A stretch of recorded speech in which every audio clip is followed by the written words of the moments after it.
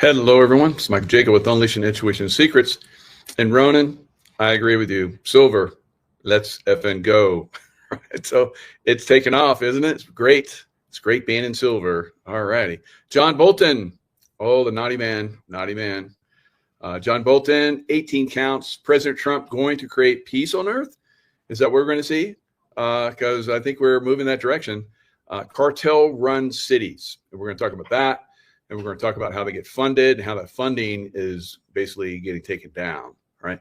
So Bolton, President Trump's former national security advisor turned adversary, has been indicted by a federal grand jury in Maryland of national defense information and 10 counts of retention of national defense information. Prosecutors wrote in the indictment that during the time he was national security advisor to Trump, Bolton shared more than 1,000 pages of information about his day-to-day activities with two unauthorized individuals. Both of these people were related to Bolton and didn't have the authority to access classified information. So, you know, a lot of us are judicial seekers, right? Judicial, we want some judicial justice, right? Judicial justice is coming, is finally arriving, isn't it? And a lot of these people are getting taken down now. Juan O'Savin posted about Tina Peters. Like all of us are very frustrated that she hasn't been released, but it is not just in the state of Denver. It's also the entire U.S. and globally that's being affected. Once she's released, and it will happen, she will be a spokesperson for illegal activities in the voting activity. So we'll see this basically spread around the world when she gets released. So she's going to be quite amazing when she gets released. So former, she had a SEAL son, that parachuting accident. So looking forward to seeing her get released and getting that information out. Now, yeah, there's lots of who's going to be next. All right, who's going to be next for indictments? They're going to come one after another now. All right, one after another. Looks like at least every week, maybe two a week, maybe more as things progress. So there's a lot of people need to be indicted. Trump says he's considering strikes on land to combat Venezuelan drug cartels. So that's going to be very interesting. So he talks about, striking to combat the flow of drugs from Venezuelan cartels into the United States. So after 5 maritime attacks now in recent weeks on suspected drug smuggling boats, I'm going to show you the most recent one. We're certainly looking at land now because we've got the sea very well under control, Trump told reporters October 15th, yesterday. Trump made his reports after the New York Times reported the Trump administration has secretly authorized the CIA to conduct covert action in Venezuela and an escalation of its campaign against Venezuelan President Nicolas Maduro's regime. So that does not surprise me. Now, I don't think there's military that's involved in this yet. Maybe, but I don't think so. They're probably supplying rebels, if you will, in Venezuela to basically fight back against the Venezuelan regime. So that's very, very likely happening now. So they'll be gathering information, creating, different avenues where potential forces could go to get the best strikes and so forth. There'll be local experts. So the CIA would have to go in through their networks, and they're very good at this. Very good at this. So the U.S. Army would be another one, the Green Beret types. So who knows, maybe at some point they'll be coming in and doing some of this if they're not already. All right. So this is something it's coming. There's no question that it's coming. Now, Venezuela, of course, cartel, they coordinate cartels all over, not just Venezuela, but all over the South America, Central America, and of course in the United States. So I'm going to show you guys that a lot of these cities that are, pushing the immigration protests and so forth are controlled for the most part by cartels, right? Just like Mexico is almost completely controlled by cartels. That's why Mexico would love for the United States government to come in and help. Right? So we'll probably see that. Of course, we're not going to just come in and take down Mexico.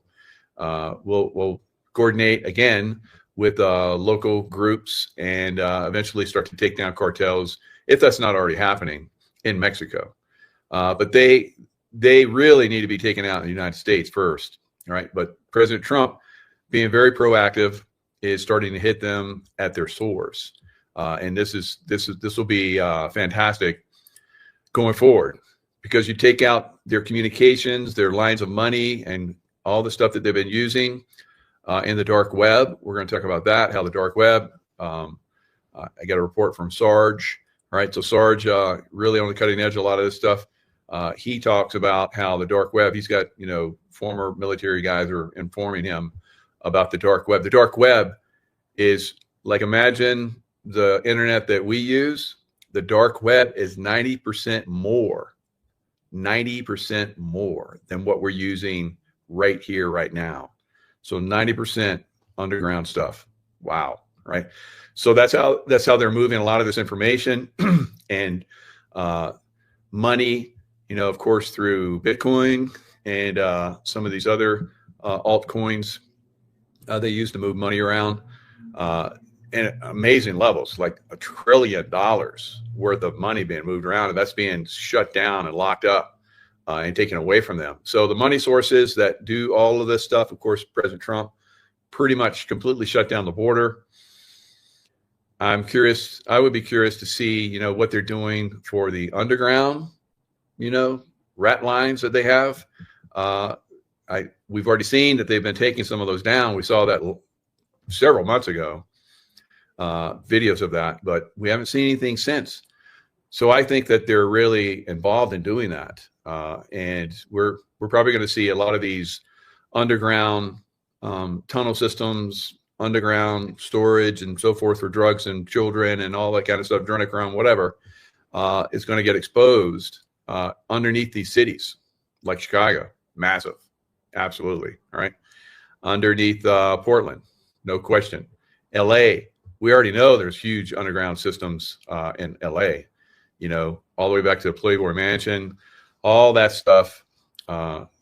Lots and lots of underground facilities, guys. And that President Trump had allocated hundreds of millions of dollars to tunnel warfare, underground dumb warfare, deep underground military bases, right? But it's not just bases. I don't consider it a base if cartel is using it, right? It's maybe a base for their operations for smuggling and money laundering and whatever else they do. But a lot of that stuff, I think, is being shut down. So it wasn't just the military bases for the dark military, but also for these cartels. Cartels are really running a lot of these cities, all right? So that's one of the great things that President Trump is doing by going after the cartels, right? And the cartels are basically have, like I said, all the way up into the United States, probably every major city easily has cartel activity in it. Cartel from down south, right? Down south. You would think that the Chicago mob would be like all pissed off about that, but I guess they're not powerful enough to stop it, or they don't work in that. They don't work in those areas. So I don't know. So very, very interesting, how this is shaping up. Now here's a little video. Now I have said that some of these strikes look like directed energy weapons because you don't see the boat being completely destroyed, and you just see it start to burn, right? And so you don't see a missile coming in. On this one, you see a missile coming in, and it blows it to pieces, right? And there's just burning, stuff on the surface. So the other one's basically the hull of the boat was still there. So a missile coming in, hitting a boat would sink a boat, right? It would blow it to bits and sink it. So these boats, the first 4 or so, where you just saw those boats. So we have the directed energy weapon stuff now, right? So we're moving in that direction. So we haven't seen any more cities being burned for a long time. and we haven't seen hurricanes coming in for a long time. And so the next level will be the HARP, stuff that they use to produce more earthquakes. So earthquakes are coming. That's not we can't stop that, but they come in and harp an area that they know is getting ready to, have an earthquake and make that earthquake much worse. So I think that maybe we're seeing some of that stuff getting destroyed, stopped out, and so forth. Remains to be seen, going forward. All right, so let's look at this one video where they blast the hell out of this boat with a missile. All right, so soon it's going to be on the land. Soon it's going to be happening on the land. We're following some breaking news right here on Live Now from Fox. Just learning from President Donald Trump via Truth Social that the U.S. has struck another ship there right on. So he put this on Truth Social, and it's how he ends everything. What does he say? It's like I appreciate your attention to this matter. I love that. It's great. Of the Venezuelan coast. We've seen several of these happening over the past several weeks, and now we have learned really just moments ago here that another ship has been struck. First, I do want to take you out to this post right here coming in from the Associated Press. It does say Trump says the U.S. has struck another small boat. Now he has described them as suspected drug smugglers. Want to pop up some of the video coming in alongside this post right here. Again, this video just coming in from President Donald Trump and Secretary Pete Hegseth. Now, the post itself saying, under my standing authority. So it's very interesting. You see that boat. It doesn't look like it's moving. It looks like it's stationary. It could be just the way it's, I don't know. But what is this? Is this really a missile hitting this boat, or is what's going on here? From President Donald Trump and Secretary. Maybe it's idling, getting ready to take off. But regardless, we're moving in the direction of, land strikes on Venezuela and then, basically going in with troops, I believe. Pete Hegseth. Now, the post itself saying, under my standing authorities as Commander-in-Chief, kinetic strike on a vessel affiliated with a designated terrorist organization, that is a DTO, conducting narco trafficking in the U.S. Southcom area of responsibility just off the coast of Venezuela. So as you can see, there's really nothing left. There's a little bit of debris on the water. There's burning where the fuel is ignited from the missile strike. But otherwise, that was definitely, as President Trump said, a kinetic strike. Of course, I guess direct-to-injury weapon use is kind of kinetic too. But I look at that as more like it's burning. It's melting stuff, and that's kind of what it did. It ignited, looked like it ignited the fuel that was on board the ship, because of the intense heat, the microwave energy that comes in. So it's very interesting. I think it's basically telegraphing that we are closing in, and we have the kind of control that you're not going to be able to resist, right? And regardless of how many elderly people that you put guns in their hands and have them, sit at tables and go rah, rah, rah, Venezuela, right? Probably some of the military officers that are, indebted to him because he made them military officers because they would do whatever he wanted, right? They don't have integrity, I'm sure. So that's kind of what we're seeing right now. We're seeing this thing is getting ready to go super kinetic, right? And maybe it will embolden the Venezuelan people because, they've been under this dictatorship for a long time, destroying their country. They probably bought into, like a lot of people in New York who are going to vote for Mandami, right? Mandami, that he's going to give them everything. And then they're going to find out, right? There's not enough Republicans there to help the Democrats in New York. So the Democrats way outnumber the Republicans and independents. I think there's like 700, 800,000 Republicans and independents and like 2.1 million Democrats. Democrats always vote Democrat, almost always, unless they decide not to vote. But still, you got that many Democrats, that boy's going to be in there and he's going to start giving everything away, right? So You see these shitholes that Democrats, have run for a long time. New York is going to be on a fast track once he gets in there. So I hear a lot of people saying they're not going to vote for him. They're going to vote for, I don't know who else they're going to vote for. Like I haven't seen anybody else that's worthy. So we'll see. We'll see what happens. It's going to be probably President Trump, declaring, some kind of law that military has to come in and take over New York City because it's gone to shit, right? So it will, and we'll just. I don't know if we're going to wait for that process to happen, or what, right? So you people in New York, man, I feel for you. Even the Democrats, because you guys think that you got to vote Democrat no matter what. There's not enough Republicans to help you not be stupid, right? So, or to help you out. So you're going to you're going to do stupid and you're going to fail hard, bad. All right. So Georgie girl, you're a New Yorker. What do you say?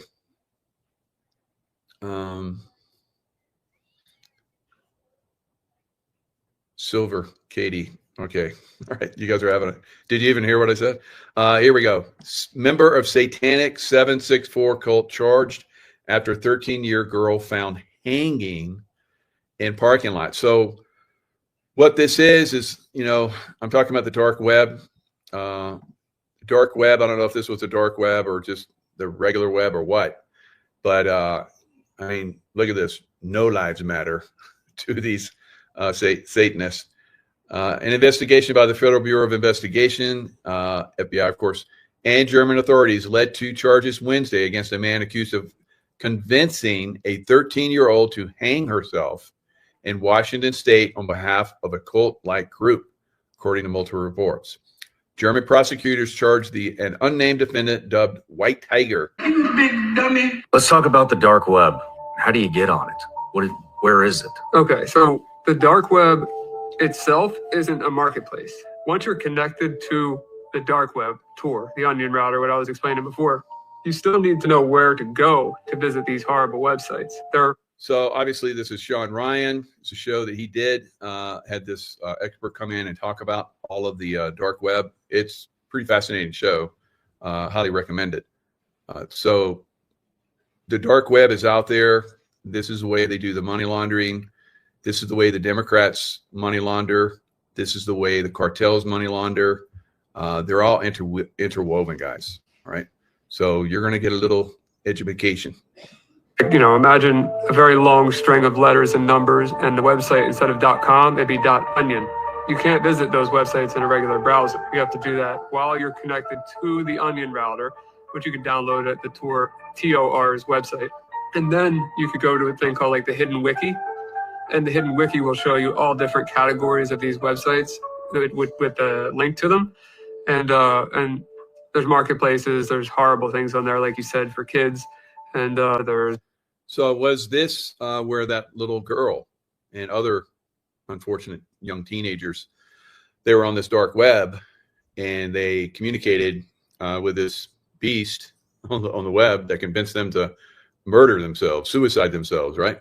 So there's a lot of that going on. And that's just one example. So here's more. There's counterfeit money, there's fake IDs, there are all kinds of different websites that do horrible things. Now, today's program is going to be, the first part is going to be about the dark net, because I just got this information in an email from one of my vet friends. There's two of them, but one of them is the one that converses with me to share information that they're finding on the dark net, and it's a group that goes by Quan. Yes, I'm saying it. I don't know how they pronounce it, but it's like the letter the number 1, ONE, but it's spelled with a QNE. Is that obvious or not? No one knows who they are, really, but they leave their digital signature for anons to know that it was them when something happens on the dark net. Now, on like the Q post I started seeing and the anons, I started to see on those posts. I wasn't a big follower of them. But occasionally I would go in, I could see, from the information that was being shared, that they had been infiltrated and they were spreading disinformation within those webs, within those groups. And then some of that was coming out. So was that CIA? Was that part of, a cover up? Was it part of, bad actors like we're talking about right here? Were they coming in and, spreading disinformation and so forth? And then Anons were picking that up and running with it and spreading it as if it was true. Yes. Right. Yes. On a lot of these cases, guys. Now, the QNE, I'm just going to say, because I don't want to pronounce it and mess up a word. Y'all know I'm famous for messing up a word. And this sounds like one word that I will keep messing up, because it sounds like one, but it's spelled with a Q, Quan, whatever. The Anons say that they have no idea how the QNE works, but they have left their calling cards on 5 of the biggest dark web sites, with 3 of them actually connected to some of the top banks in the world. And that's very interesting. All right. So within always, because we're seeing it, we have the lamestream media, which is spreading disinformation. And then you have people like myself, Nino, McKay, all of us are basically spreading, truth as best as we can, fast as we can. But you have the disinformation that people still cling to. Not as much, but they still cling to that false information. So with us sharing this information, sometimes the dark side, the lamestream media, will pick some of this stuff up and disinfo it and criticize it and try and knock it down. They've done that several times to all of us, right? High up in media too, guys, very, very high up. So this is something that we have to be aware of, but also, like Sarge is talking about, they're bringing in good information as well, in seeding and good information. So you have to have discernment, and that's I think we're getting some really good information that's being dropped into the Anons right now. Interesting. And the top dog of these sites was a name called Dark-Fi, which is the dark web's version of BlackRock, I'm being told. I'm just a messenger, guys, so I don't know anything. So I'm just telling you what my boys tell me. These idiots picked a usable name that doesn't sound threatening, but it was an open source blockchain ecosystem built especially for anonymous engineering, whatever that means. But it provides back channels for asset swaps, drug deals, transfers, and decentralized autonomous organizations. It dealt exclusively in crypto, mostly Bitcoin and others that I will get into. And they said this year alone, in 2025, since January 2025, a total of $1.1 trillion of Bitcoin has been seized. And that is amazing, because at any given moment, the value of all Bitcoins hovers around $2 to $3 trillion, according to the market. So you have to look at this, the 1.2 trillion, whatever, Bitcoin that has been seized by the good guys from the bad guys, so they couldn't use that money to fund their operations and pay people off and buy drugs and sell those drugs and buy children and sell those children and adrenochrome those children, all the stuff that they do, right?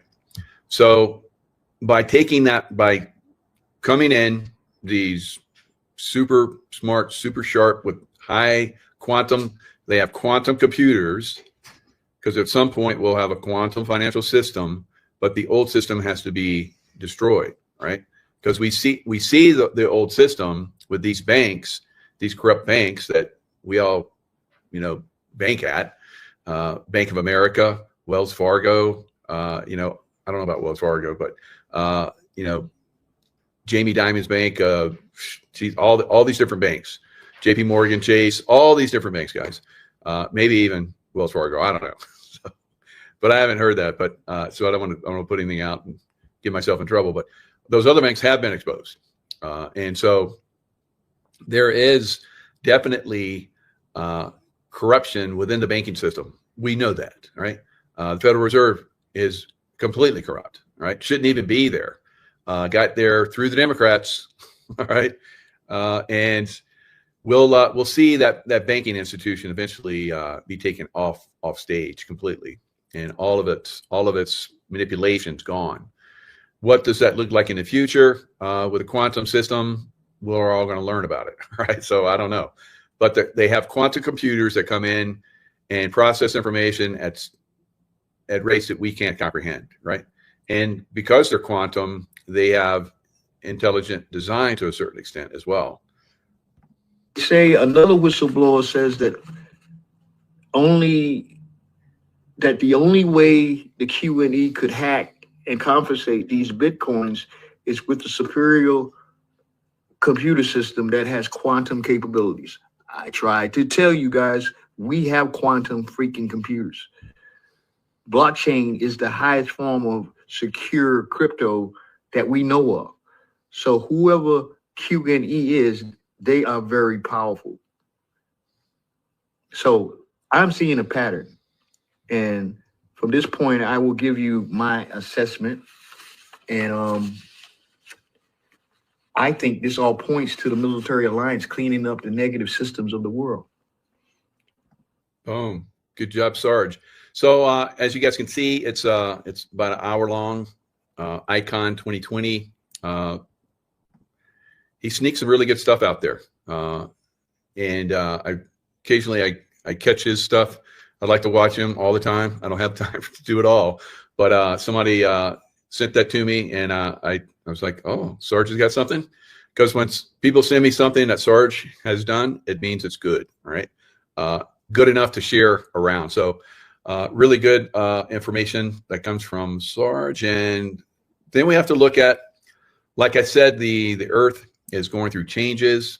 The sun is definitely going into, a period where it's helping to awaken our consciousness. But with that increased activity, the Earth changes, right? Poles shift around, climates move around, and like you saw on my deck, it was like there's still a bit of snow back there, but it's going to warm up and melt it off. But we already got a little taste, and it's very unusual to get that much snow this early on here in Lake Tahoe. So we get snow. We get snow a little bit, but I think we're going to get a very, very, very lot of snow, right? And that's probably going to translate into a lot of other places. They're going to get a lot of snow as well. I've seen some states where the highway system completely just shuts down when you get a lot of snow. So it's not going to be pretty. And that's the major highway systems. I went through, I think it was going up to Tahoe, and I was trying to get up there, and like some of the highways sounded like snowstorm, and the highways were frozen, and there's like no plows out. Like, we'll get some plows out here, and this is a major friggin' highway. Let's go. Right. So yeah, and I looked up the I'm not going to name the name, but I looked up the governor, and it was a Republican. I was like, what the hell's wrong with you? You're not performing as a Republican would. So I know maybe he took over from some Democrats or something. And he didn't have it all lined up. But yeah, there's some states that just completely shut down, guys. Right? You're on your own. And I was like I was trying to do back roads and go around, and had to go back and go down into Colorado and go around and come back up.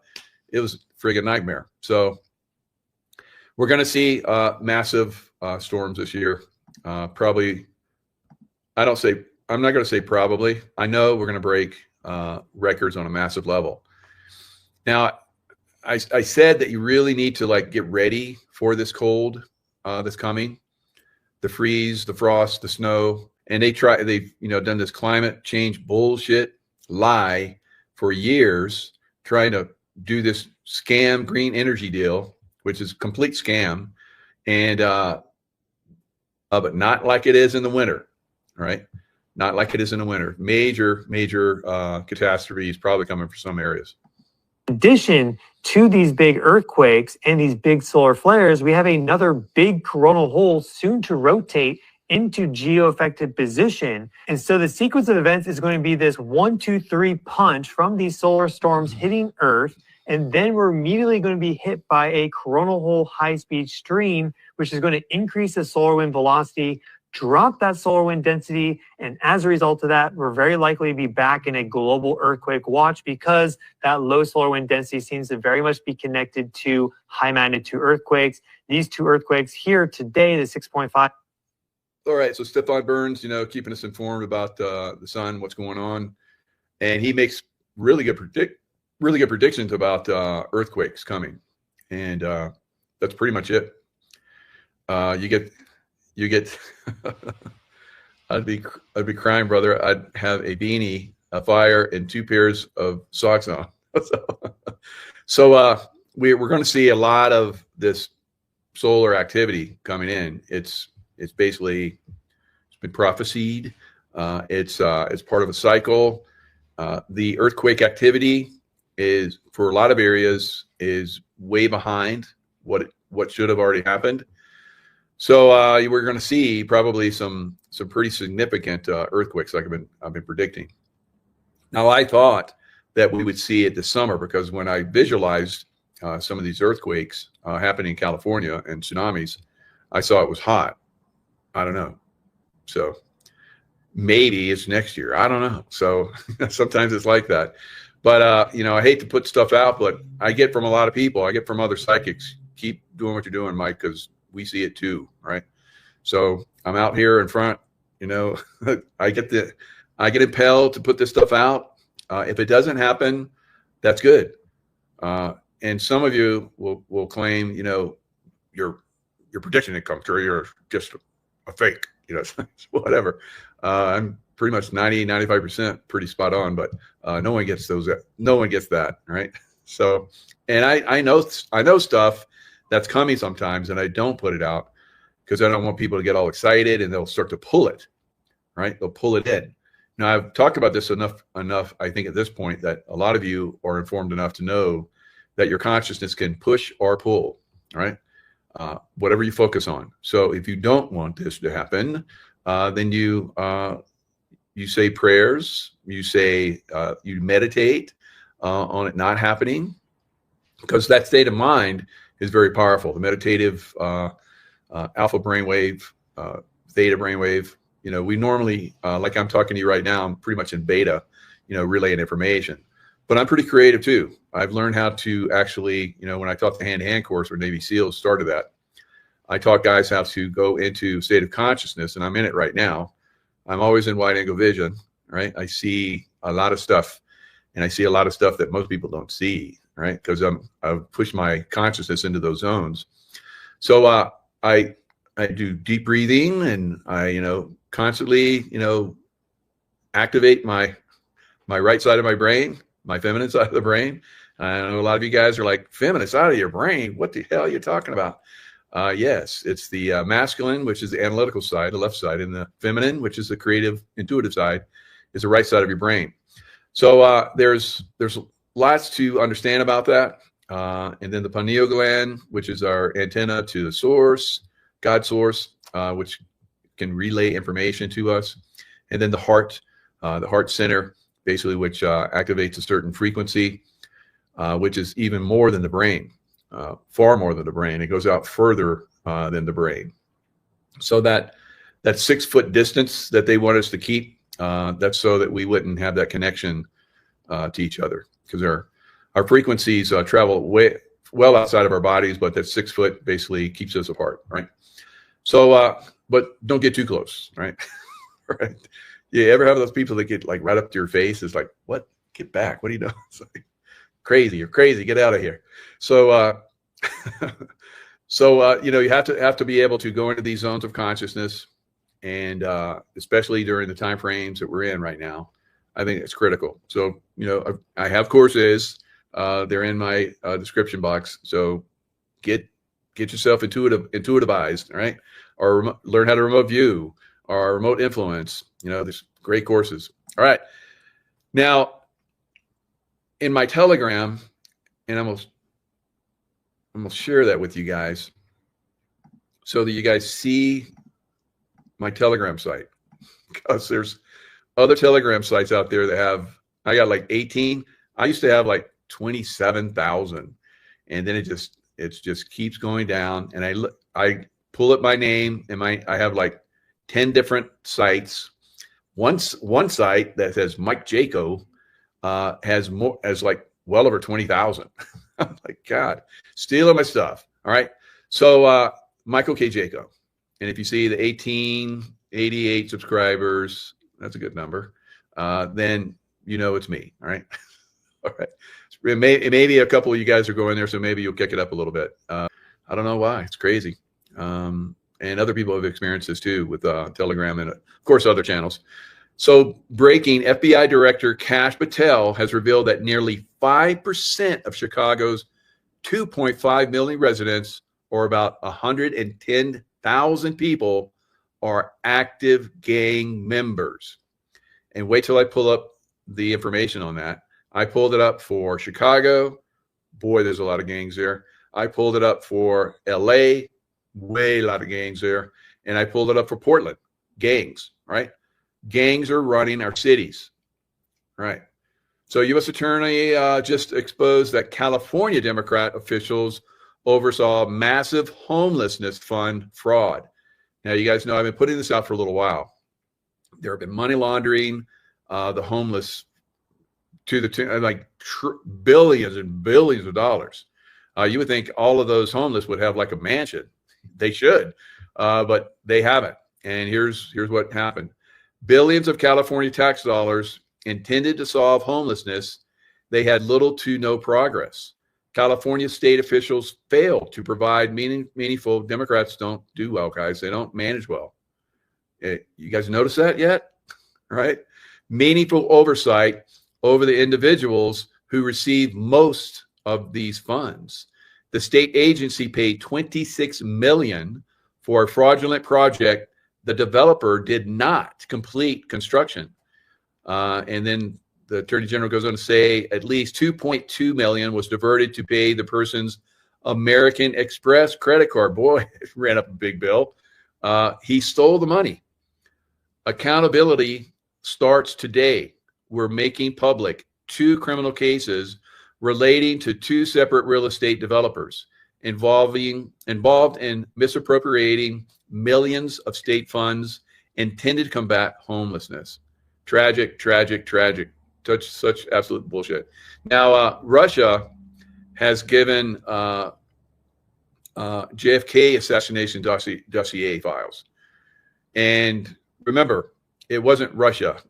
It was the Soviet Union, which is basically deep state. They're not giving up anything, guys, because they're all part of it. All right, all part of it. All right. And I want to play this. This is really good. John McAfee here. Yeah, I'm still alive, still breathing, still raising hell. I just stumbled across this wild documentary called Dear Mr. President. And let me tell you, it's... So that I think that plays where you guys can't hear that. So did you guys hear him talking? I think it doesn't. It just like goes big and it doesn't really play in there. I can't control it. So anyway, that's John McAfee. He's saying that he's still alive and well. What? Okay, so it's CGI. My wife just told me, but I still believe he's alive. CGI, yeah, but he's still out there, and he basically says in this that there's a lot of criminality going on right now. Just stay focused, and at some point I will come back. Right? He'll come back with all the other people that went into witness protection. It'd be great. So Department of Justice brings first Antifa-related terrorism charges in Texas ICE attack. So winning, right? So lots of judicial wins that are happening for us. I think it's going to be great going forward. So let me dive in, and I'm going to expose how the cities are basically drug cartel run, right?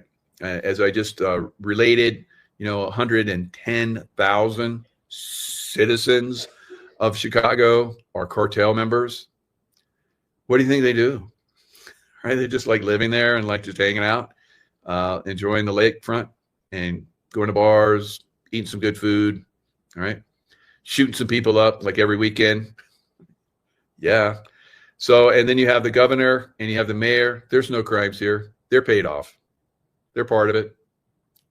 Democrat baddies, right? Democrat baddies. Democrat political system is going away, right? I keep saying that. And I'm like, I'm surprised every day I wake up and it's still here. Agents throwing tear gas at protesters this week. And now there's new video of a deliberate collision as agents chase down two suspects. People who live there say they are now living in fear. Usher Qureshi spoke to some of them and he joins us now. Usher, good morning to you. What can you tell us? Here at the ICE facility in Broadview, which has been a flashpoint for recent protests, the scene was calm last night as demonstrators obeyed a new protest curfew put into place by the Broadview mayor. But it was a different story elsewhere in the Chicago area earlier this week. And a warning, some of the video you're about to see may be disturbing. This video shows the end of a high-speed car chase in Chicago Tuesday. DHS says U.S. Border Patrol agents driving a white SUV intentionally hit the back of a car to apprehend two undocumented immigrants. Boy, they were very dedicated to get out of there, weren't they? Part of the drug cartel, I bet you. Police say a crowd formed, and as officers moved in to calm the scene, some people threw objects at federal agents. In response, the agents deployed tear gas. So here you have the locals, right? The local drug cartel neighborhood, I guess, that basically is not liking these people taking away or narrowing down on the way they make money, right? So this has happened already in California. I'm going to show you another one in California, how they're like supporting the families of illegal immigrants that are taken so that rents, they're not thrown out and they're like, they don't have a place to live. So California is going to be like, you have to support them.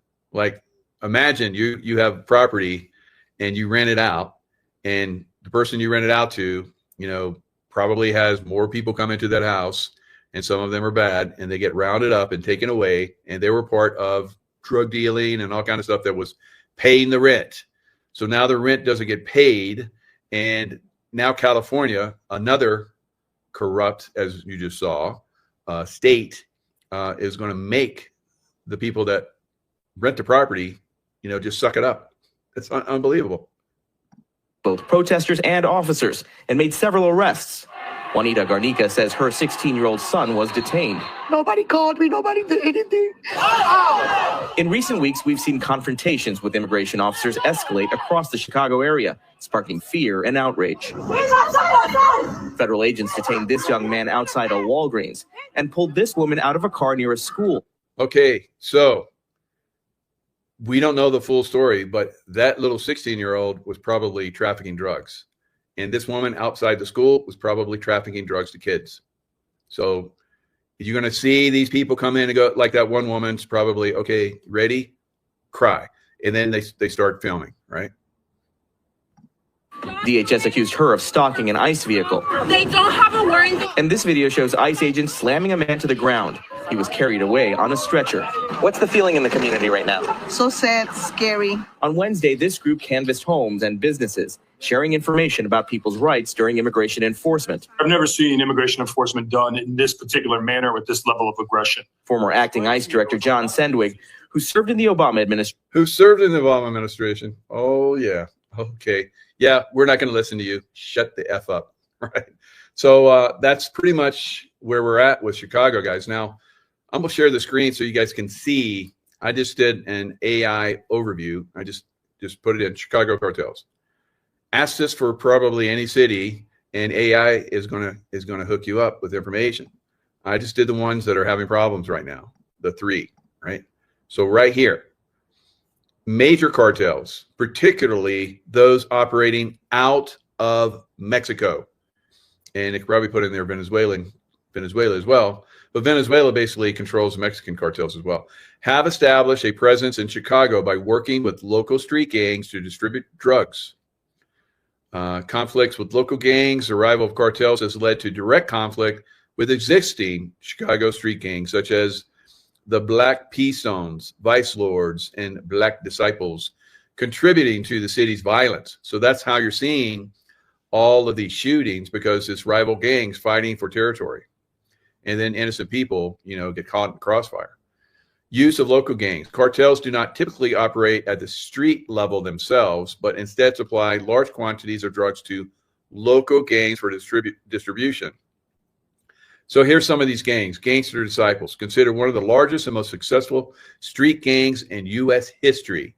The Gangster Disciples are deeply involved in drug distribution, crack cocaine, heroin, and marijuana. Vice Lords, pretty much the same thing. Latin Kings, involvement in firearms and drug trafficking. El Rucan, historical gang, formerly known as Blackstone Rangers, all the way back to the 1980s. They also are trafficking cocaine, heroin, before their leadership was dismantled by law enforcement. So this is what's happening there in Chicago and some of these other places, because ICE is really cracking down and law enforcement is getting involved. Like you saw in Chicago, that the Chicago police are basically saying F you to the mayor and, of course, the governor for telling them to stand down. They're like, F you, we're gonna do our job, and they're doing it. So hats off, salute to those guys. Support them. Support your police that are doing the right thing, guys. Modern gang structure. They have loss of central leadership, and this is part of the cartel. This is part of the cartel in the United States to basically, take down the leadership within the entire United States. Every city, every county, you name it, they're trying to destroy our political system, our voting structure, and on and on and on.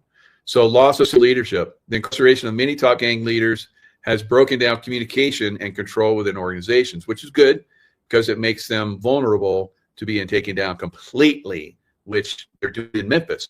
And if you saw my video last night, you saw the National Guard, which was called in, and the mayor and the governor and everything wanted that to happen.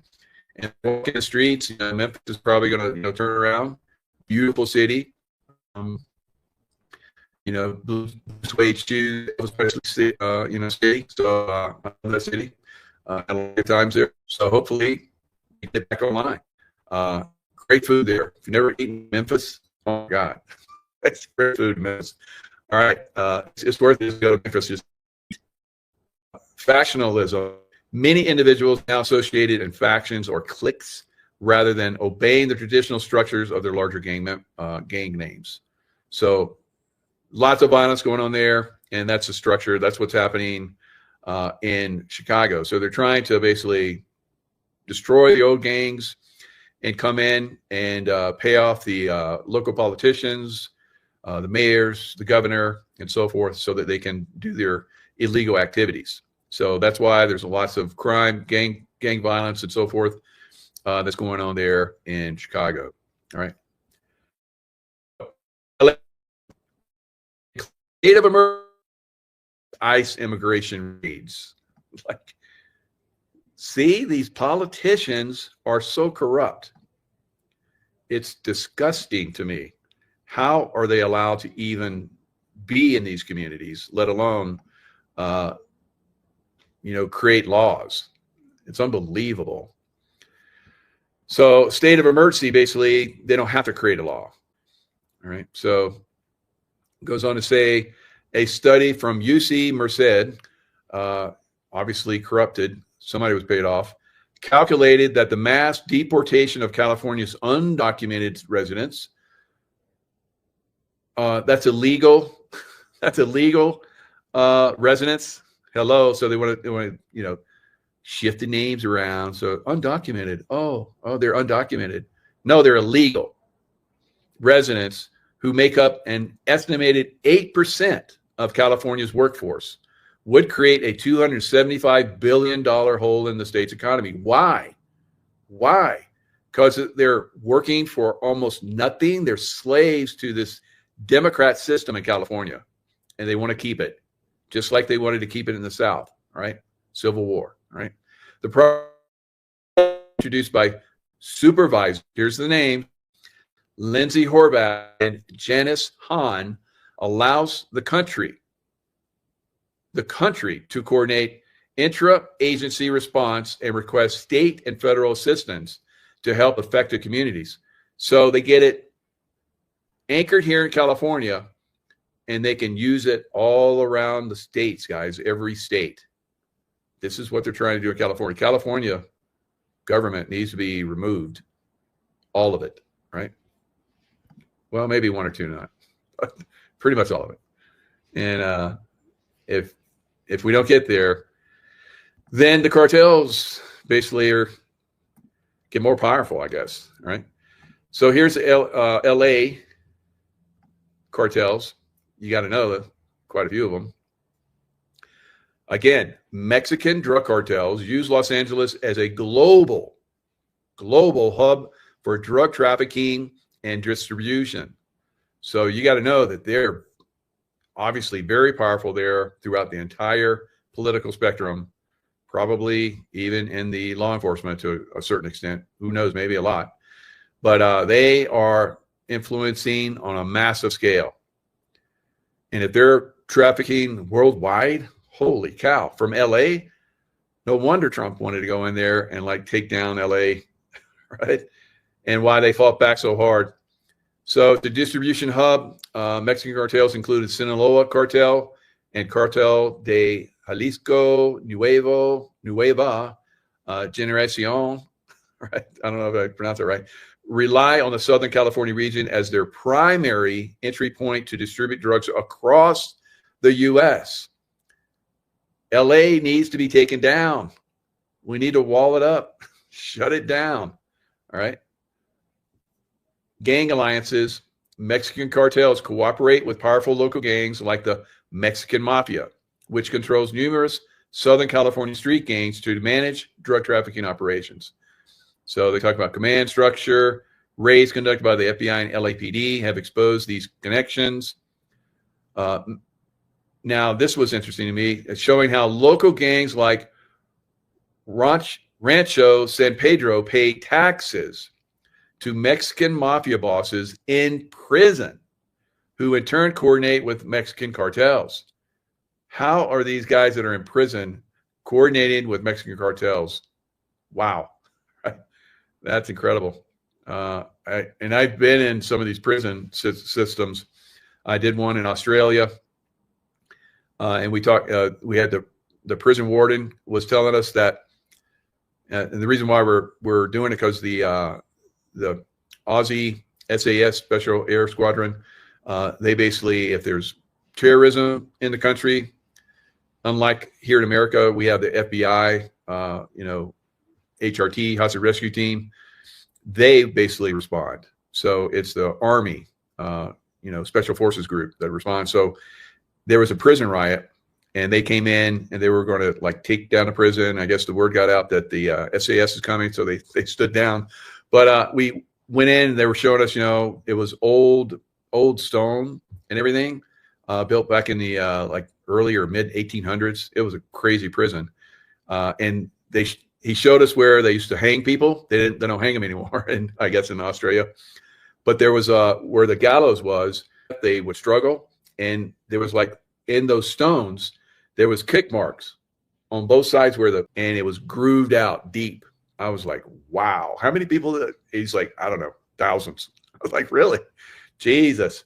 So they don't mess around in Australia when it comes to criminality. Of course, the real criminals are the political system there in Australia. But he was telling us that the people into prison, especially the higher ups into prison, that come from like crime families and so forth, they get whatever they want. Whatever they want. All right. I was like, wow, interesting. So anyway, Sinaloa cartel, Cartel Jalisco, and Mexican Mafia, La M. Looks like an American prison gang that controls and coordinates the drug trafficking activities of numerous street gangs. What the heck? Right? They're controlling the street gangs from prison? Holy moly, what? I thought we sent them to prison to like stop all that stuff, but they're still doing it. So that it sounds like the prison system needs to be reformed in California too. Jesus, or maybe it needs to be reformed all over America. I don't know. That's insane to me. Wow. All right. So moving on to Portland, America's most beautiful city at one point in time, right? Not so much now. Long gone. All right. Long gone. Now, there is, because I talk about this, the people need to like really start to push back. Otherwise, this is going to continue because there's not enough law enforcement. We, the people, have to get involved. And maybe that's what the storm is. We, the people, we're the storm. That's a possibility to me. All right. So look at this. This is Dr. Steve Turley. He does good work.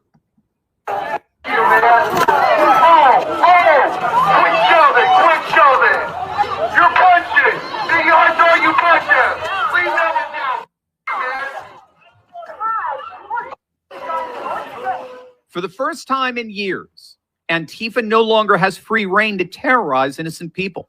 They're being arrested, they're being pushed back, and most importantly, they're being exposed for the cowardly terrorists they really are.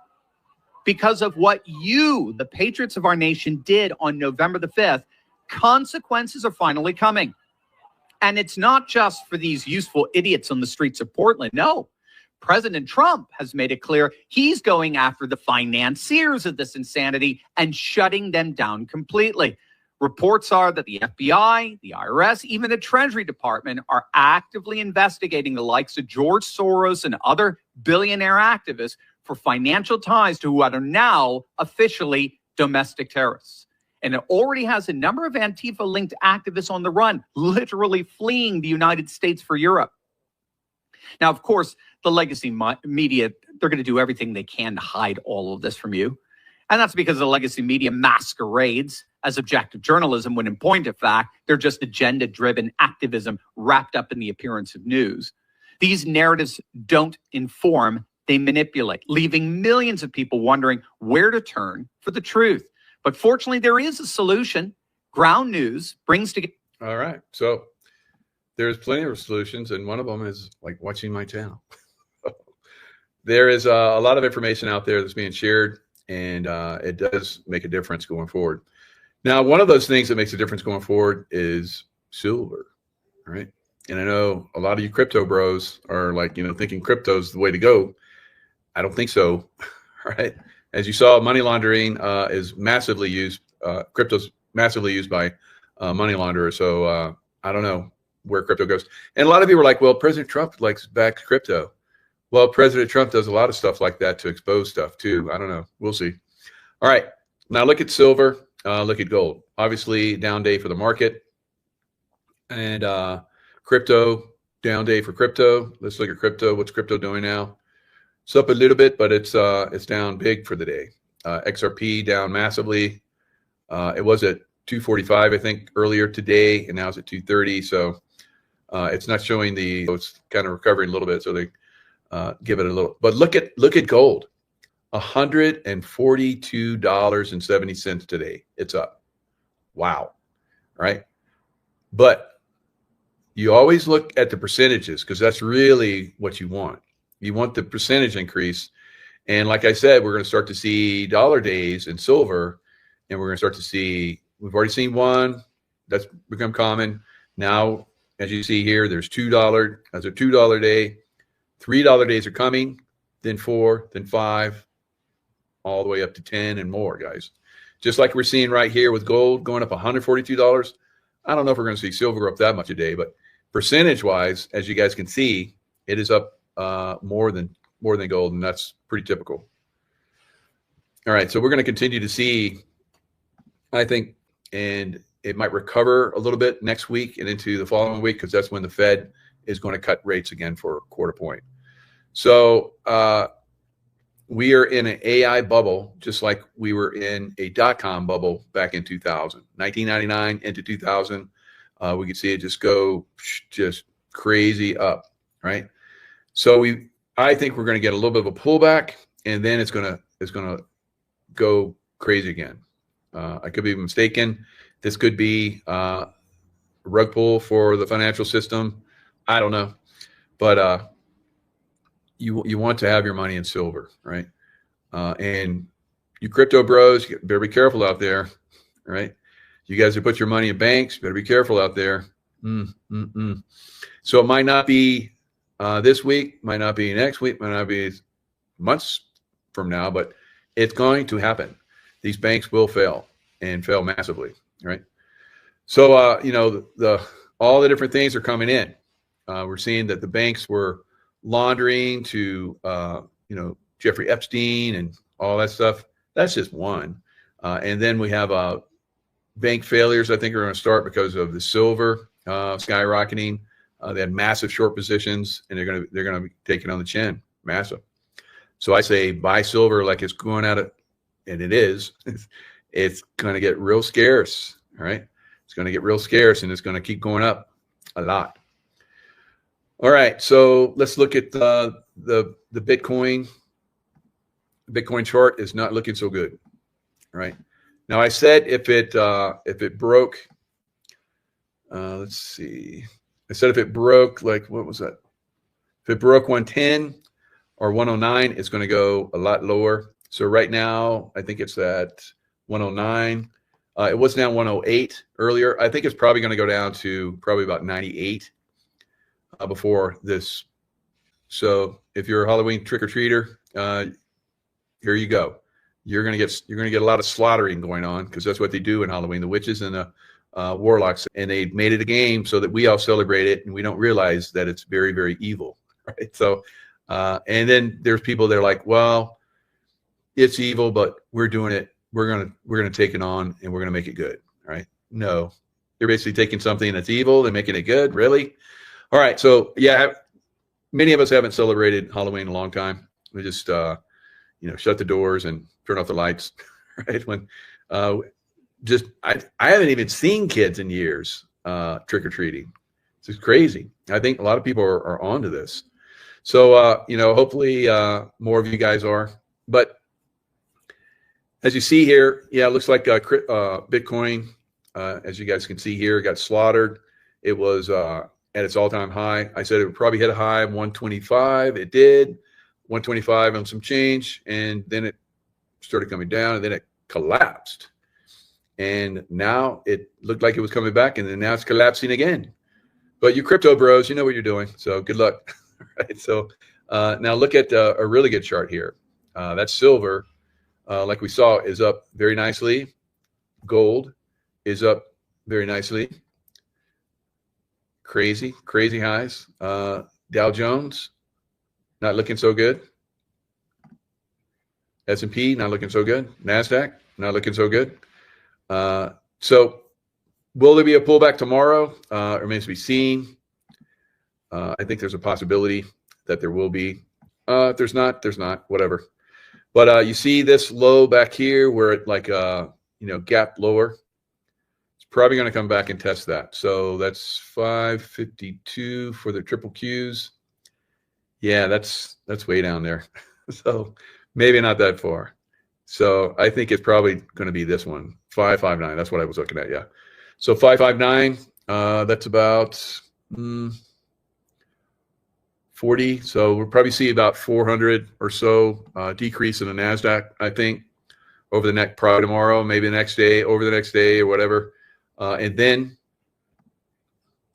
we'll probably turn around or not. Maybe it'll go down lower, because I said I thought it was going to be a 30% correction, but we got the Fed going to reduce rates week after next, so that's probably give a little goose to the stock market. We'll see. At some point, it's not going to help.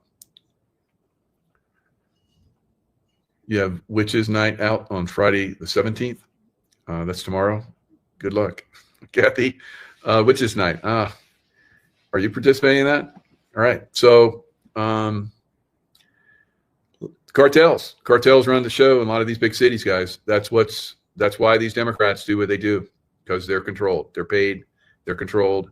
Probably their staffs for a good portion are controlled and paid. Right.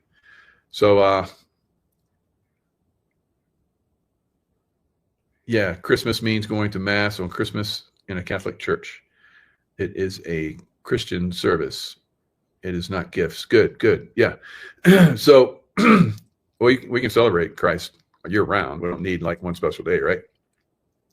And there's evidence that he wasn't born on that day. All right. That was somebody else's day. So they just put it in there. That's the Romans, right? They wanted to get as many people involved as possible. So they put a lot of those things like, what's the other one? And Santa Claus, that's a bad story about Santa Claus too. Wow. So lots of craziness that's being exposed. A lot of people don't really celebrate those anymore. And that's going to really hurt a lot of businesses. So, but you'll just take that money and apply it somewhere else, right?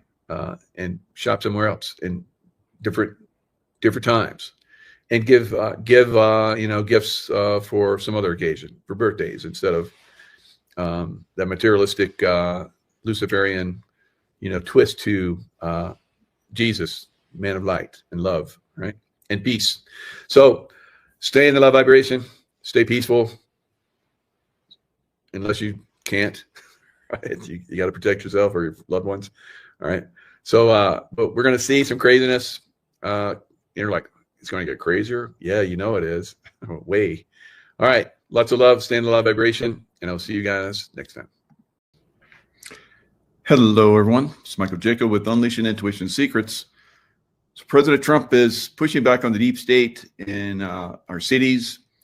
We know that, we have some serious problems in our cities. They're full of criminals. The Biden administration let in millions of illegal aliens. And of course, we have lots of terrorists. By some accounts, there's over 1,000 known terrorists that were allowed to come into the United States. Sleeper cells. So these sleeper cells at some point will be activated in these big blue cities. When I did a show with Nino Rodriguez and David, and we talked about probably going to happen before it gets really wintry, right? So right now, most of the country is experiencing some good warm weather. Here we had a little early. I've lived here in Lake Tahoe for many years. I left for a few years, went to Florida, but this is a very early snowstorm. So I kind of predicted that we would probably see a lot of snow this year. So it's starting early, right? This will probably be melted off by this weekend when we're supposed to have temperatures in the 60s. So I will be down on the beach, on the lake, the lake beach, in a few days. And that's the beautiful thing about this area, whether it's Nevada, California, whatever, beautiful mountains, and you can lots of different things. Water's everywhere. So we love to participate in all of the beautiful things, right? So that's what I love about being up here in the mountains. You've got access to a lot of different things, and it's somewhat safer than from tsunamis. So are they coming? I don't know, but man, it does look like things are moving that direction, because we're getting a lot of interaction with the sun, lots of energies coming in, wave after wave. It's building up, and at some point, I think it's going to really release. So I've seen it, and a lot of other psychics have seen it. So California could be getting hit pretty good. But let's look at all those cities. So one city that wanted troops, and they're like, oh, you're sending troops to cities that have high crime rates? So Memphis, Tennessee requested federalized National Guard troops, which President Trump was happy to do. And so they're there, and they're doing a great job. Of course, they did a great job in DC. Not so much in LA because they have a lot of people fighting them, cartels and so forth. Same thing in Portland, and same thing in Chicago. Now, I'll talk about it. There's an article where the cartels in Chicago are offering rewards to high officials in ICE, up to $50,000. So it's pretty much on in some of these cities. Now, what happens? Let's say they've been in Portland. Remember when Trump was in office last time and had the George Floyd riots? Portland just blew up. Portland, Seattle, Minneapolis, all kinds of cities burned or were taken over by criminals. And we're not going to see that change this time unless we get in there and start taking action. So I think that's what President Trump is trying to do. Will he invoke the Insurrection Act? I think he will at some point. And he's going to start going because he's getting a lot of resistance from a lot of political types, right? I don't know how they can still walk the streets. When political types call for violent action against ICE and federal agents that are trying to get illegal criminals off our streets, that's crazy to me. That's crazy that they can still walk around. I think with the Insurrection Act, some of them might start to get arrested. So I know we look forward to that, but will that be the cure? Will that be the cure in some of these big cities? Absolutely not. Portland has been rioting against ICE agents for over 100 days. So it hasn't let up.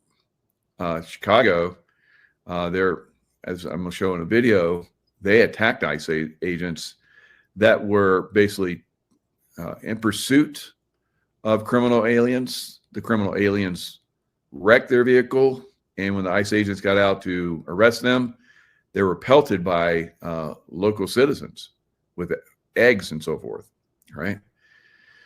So when you got the local, citizenry that's not, that doesn't want it to happen, and it needs to happen, you're going to have conflict. So that's what's going to happen in a lot of cities going forward. New York probably is going to be really, really tough. That's a big city, and you have anti-Trump derangement syndrome massively in New York. So we'll probably see the same thing in Boston, and I don't know how many. I made a prediction there was going to be like 19 different cities. Some people have said 17, others 14. It remains to be seen. Probably a lot of violence in a lot of cities going forward. So let's look at Memphis, right? Memphis is doing good because people are open to it because they got a problem there in Memphis. Memphis is a beautiful city. I've spent a lot of time in Memphis. I've been to shooting schools there, Shaw Shooting Academy. There's a breaching school there, T's Breaching. I don't know if they're still there, but when I was in, I went there when I was in SEAL Team 6, and then I was in the regular SEAL teams and charge of training. I would take teams or platoons to the shooting school. So we did a lot of shooting there. And then afterwards, we would go to Beale Street and hang out, have a good time. It was a great time. Beale Street. I took my kids and took them to Graceland so they could see Graceland when they're little. Fantastic. Elvis's home. So lots of great things, but it's deteriorated over time. Criminal activity. Bad, decisions from politicians and so forth. But Tracy and I just went through Memphis on our way here from Florida. And we stopped and had a great meal. The food in Memphis is over the top. God, what a great place. So the people there want their city to be cleaned and the violence to be taken out. So great job on the people in Memphis. National Guard, as you see here, joins Memphis State Task Force, begins patrols in city.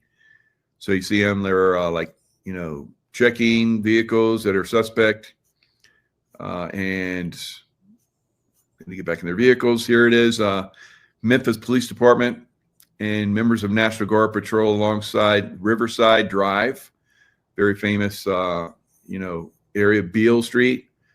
Great place to hang out, eat food and party, listen to great music, blues music.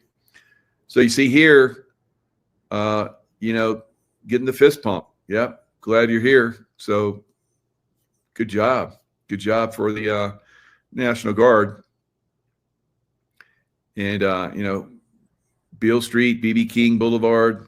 I've been all over Memphis. It's a beautiful city. So glad to see that some of these cities that have been, overrun by criminals, cartels, and so forth are getting turned around. So obviously the citizens like it, and it's going to happen for them.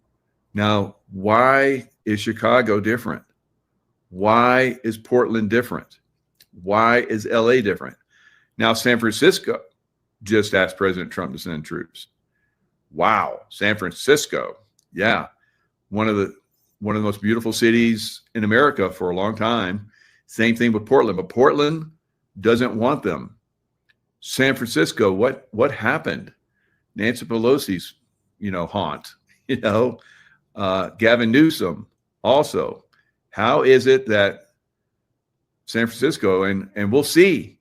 So somebody might have said, hey, we want troops here to clean up San Francisco, but we're going to see what the Dems do about that, right? That's the problem. The people want it, but these Dems, demon rats, basically don't want that. And so they influence people through their, through the press and so forth, to go to violence and to push back on it. It's very sad. It's very sad. So Memphis, I know some of you guys might have heard a song by, what's that artist's name? Mark Cohen, I think it is. Walking in Memphis. Yep, Mark Cohen. I pulled it up. I'm going to play a little piece for you. It's a beautiful song.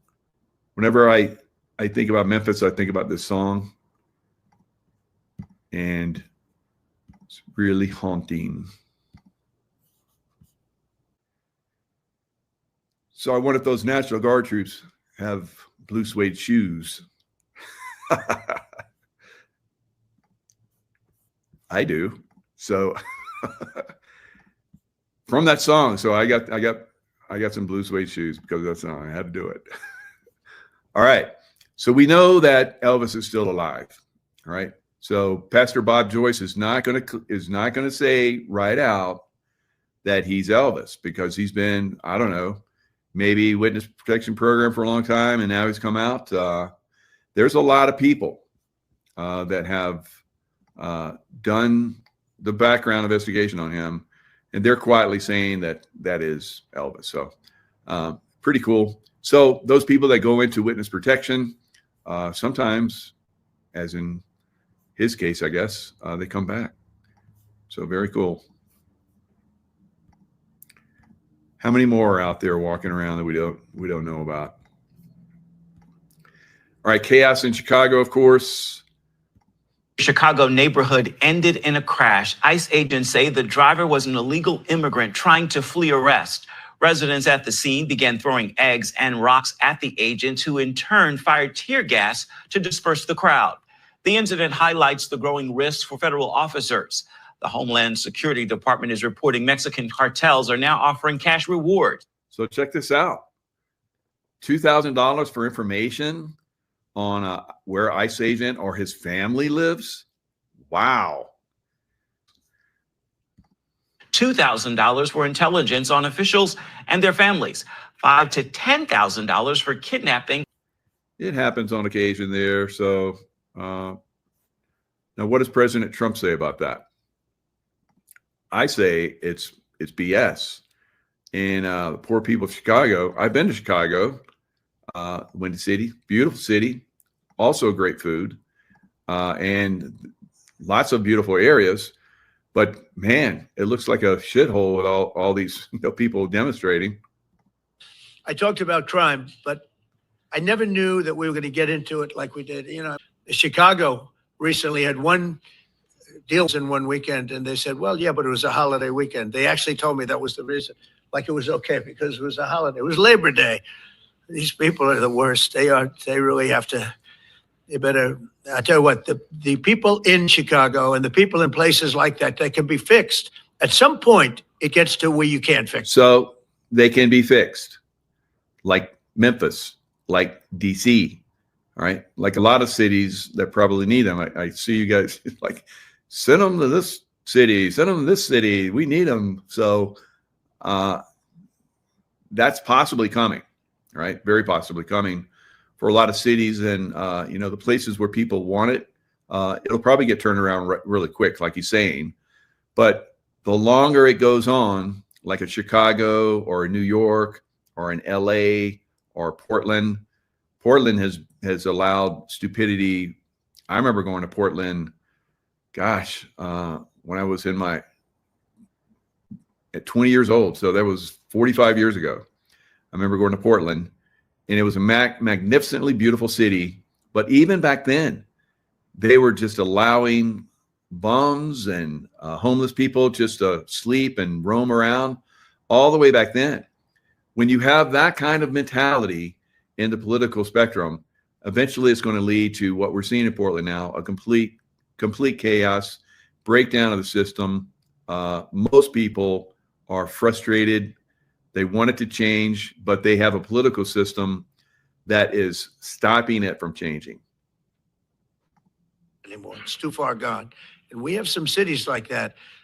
But these are great cities that can be fixed. I'm going to be strongly recommending, at the request of government officials, which is always nice, that you start looking at San Francisco. I think we can make San Francisco. There's one of our great cities 10 years ago, 15 years ago, and now it's a mess. And we have great support in San Francisco. So I'd like to recommend that for inclusion, maybe in your. All right. So that's coming, sounds like, for San Francisco, because the city officials want it. They're asking for it. So this can absolutely turn around in places that want it, and the political hierarchy that wants it and allows it. So we're going to see this happen in a lot of cities. A lot of cities in America really, really need it bad. Once incredibly beautiful cities. So Albuquerque, New Mexico is one of them. I remember I've gone through there for decades, traveling back and forth across country. Is one of my favorite places to stop.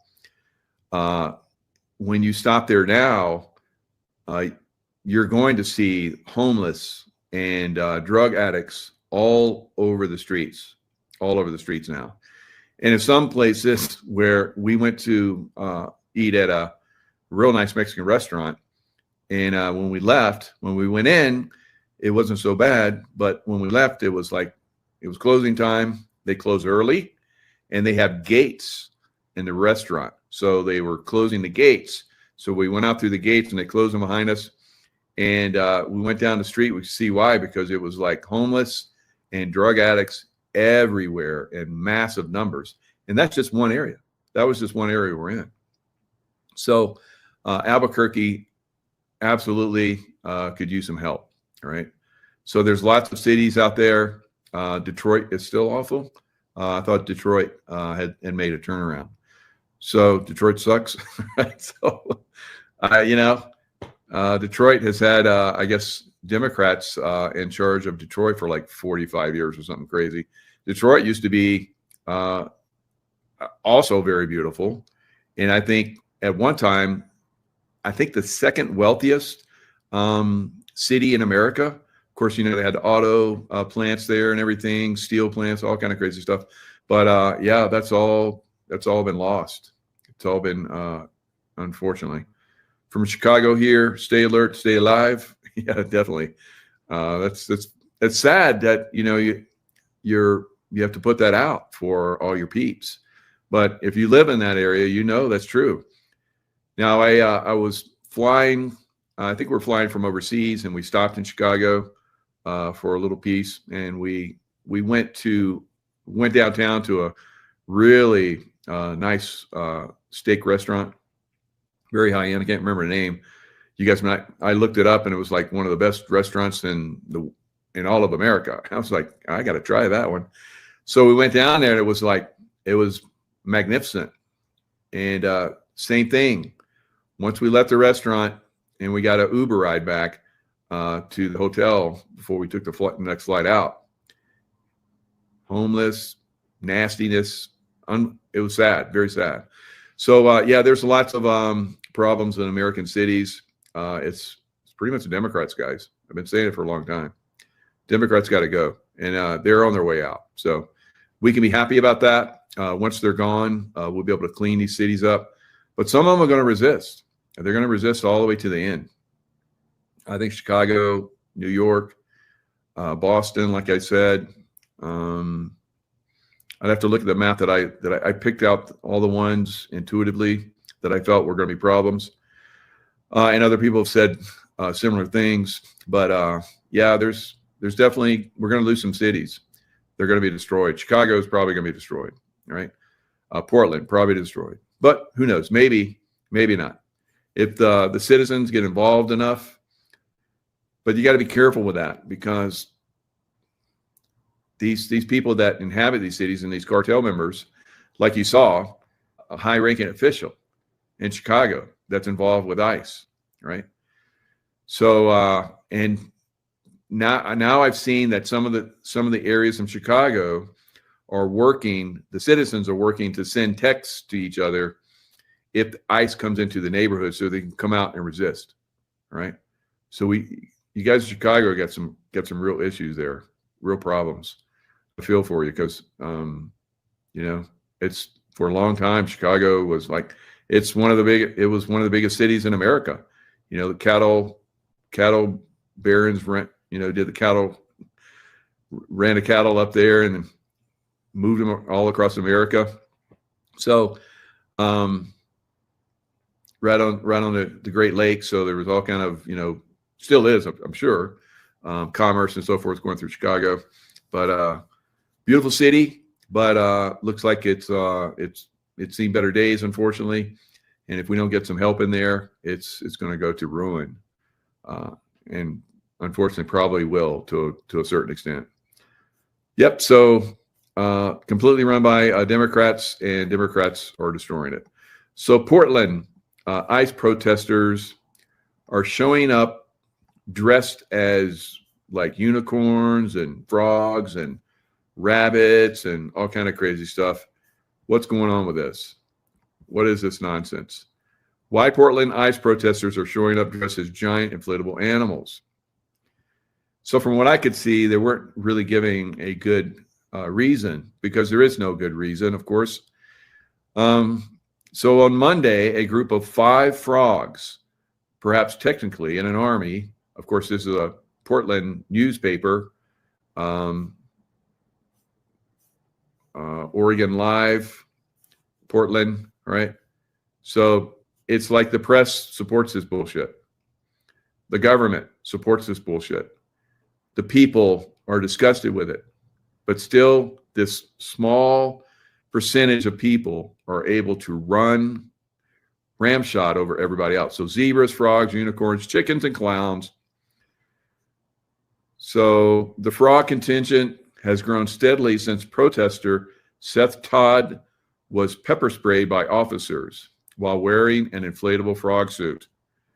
So a live streamer who asked not to be identified due to concerns about harassment, right? It's okay to harass those of us that are like me, and boy, do I get harassed. But for these guys, please don't harass me. I'm only going to put my first name out there.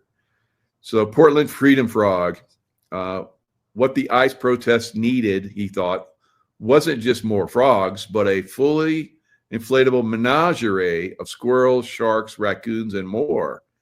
When you have people and inflatables bouncing around, it's going to be very difficult to say this was a war zone. This was a riot. Right? You're pretty clever there, Jordy. It de-escalates with ice. No, it doesn't. Those guys can't really come up and hammer ice like some of these people are. So you have like this inflatable frog, and you got this, cretin that is an absolute, mind deranged idiot that comes in and spits and beats on, ICE officers, and he gets hauled away. Probably going to spend 8 years of the rest of his portion of his life in prison. And you got a frog there, and that makes it okay, Jordy? What the hell? See, this is the problem in a lot of these places. These people are distorted in their consciousness tremendously. And they're out there creating this facade that they're helping illegal immigrants, because anyone that comes to America should be allowed to be here and get taxed. And those of us that work and pay taxes, it should be okay for us to fund them while we have people that are losing their jobs and becoming homeless because they lose their jobs, military veterans that have PTSD that end up on the streets, all kind of crazy stuff, guys. But yet we're supposed to support illegal aliens, and they get better treatment, better money and free healthcare and so forth. Our seniors don't get that, right? This is insane. So this bullshit, has to end. These clown people, and they should dress as clowns because they are clown consciously in every aspect of the word. They need to get the strong arm of the law, right? And the only way that's going to happen is if we probably arrest the politicians, right? The politicians are calling for anarchy and violence, and they're allowing cartel members to make these types of an ICE agent. There should be a massive pushback on that, but there's not. That's very, very concerning. And there will probably have to be an escalation, right? And the escalation will probably be military come in and start to take action. And then the cartels and the sleeper cells and the consciously stupid people, right, that wear frog suits will have to be rounded up and pushed out. And I don't know, probably going to be some bullets flying. And then Miss Unicorn is going to get hit, and it's going to be the ICE officer's fault, but it's probably going to get hit in the back, from the other protesters. So this is really a problem, and it really needs to be addressed very aggressively. Let's stop cleaning up the friggin' world and clean up our own country. Jesus, it's insane. All right. Another thing that is insane is the manipulation that has been going on with real money, right? Real money, and that is silver and gold. So we know that back in the day, we had Nixon in 1972, took us off the gold standard, and that really started to, turn things around. So the manipulation had been going on for, decades and decades up to that point. And then once we went off the gold standard, it really went to another level.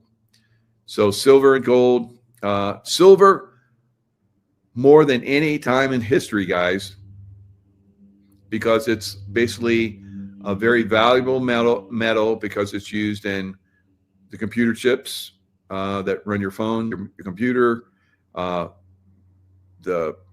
It's like in everything. It's in submarine torpedoes. It's in missiles. It's in rockets. It's in satellites. It's in solar panels. TVs, on and on and on. So there's not only is it a way to protect your wealth, but it's also massively used industrially on a level that's never been seen before. So the suppression that's been going on the price of silver, and every time we've seen silver take off, whether it be back in the early 80s when the Hunt brothers decided, hey, the feds manipulate the market, let's see what happens when we do it. Well, they got spanked, and then the price of silver went back down. And then 2008, 2009, they basically came in and manipulated the price of silver back down again.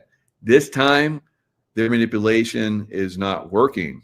So you'll see silver, they'll come in heavy with paper silver, right? Some familiar, fiat.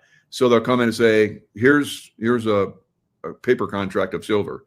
Has nothing to back it. In fact, there's like, I think Dr. Kirk was talking on another show that I heard him on. I think it's like 350.8 contracts of paper to one real contract of physical silver. So that's how they manipulate this price down. So they're getting caught. Right now, silver, if you want to buy it in the exchanges, you're going to pay a premium over the COMEX price, right? The future price.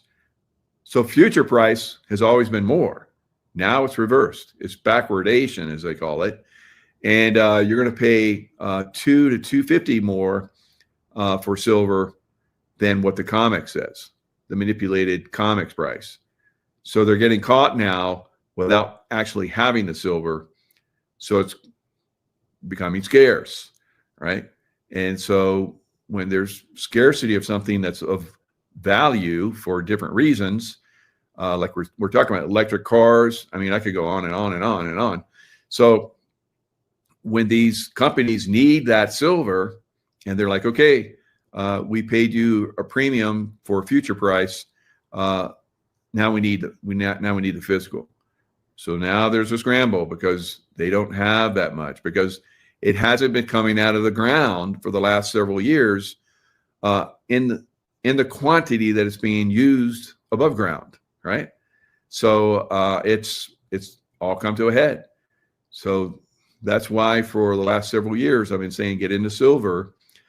And I remember I think it's like over a year, maybe a couple of years ago, there's been a lot of people, but this one particular couple got into silver. They had a retirement, they had a nice retirement money, couple mil, put it all in silver with Dr. Kirk, and that's more than doubled now, right?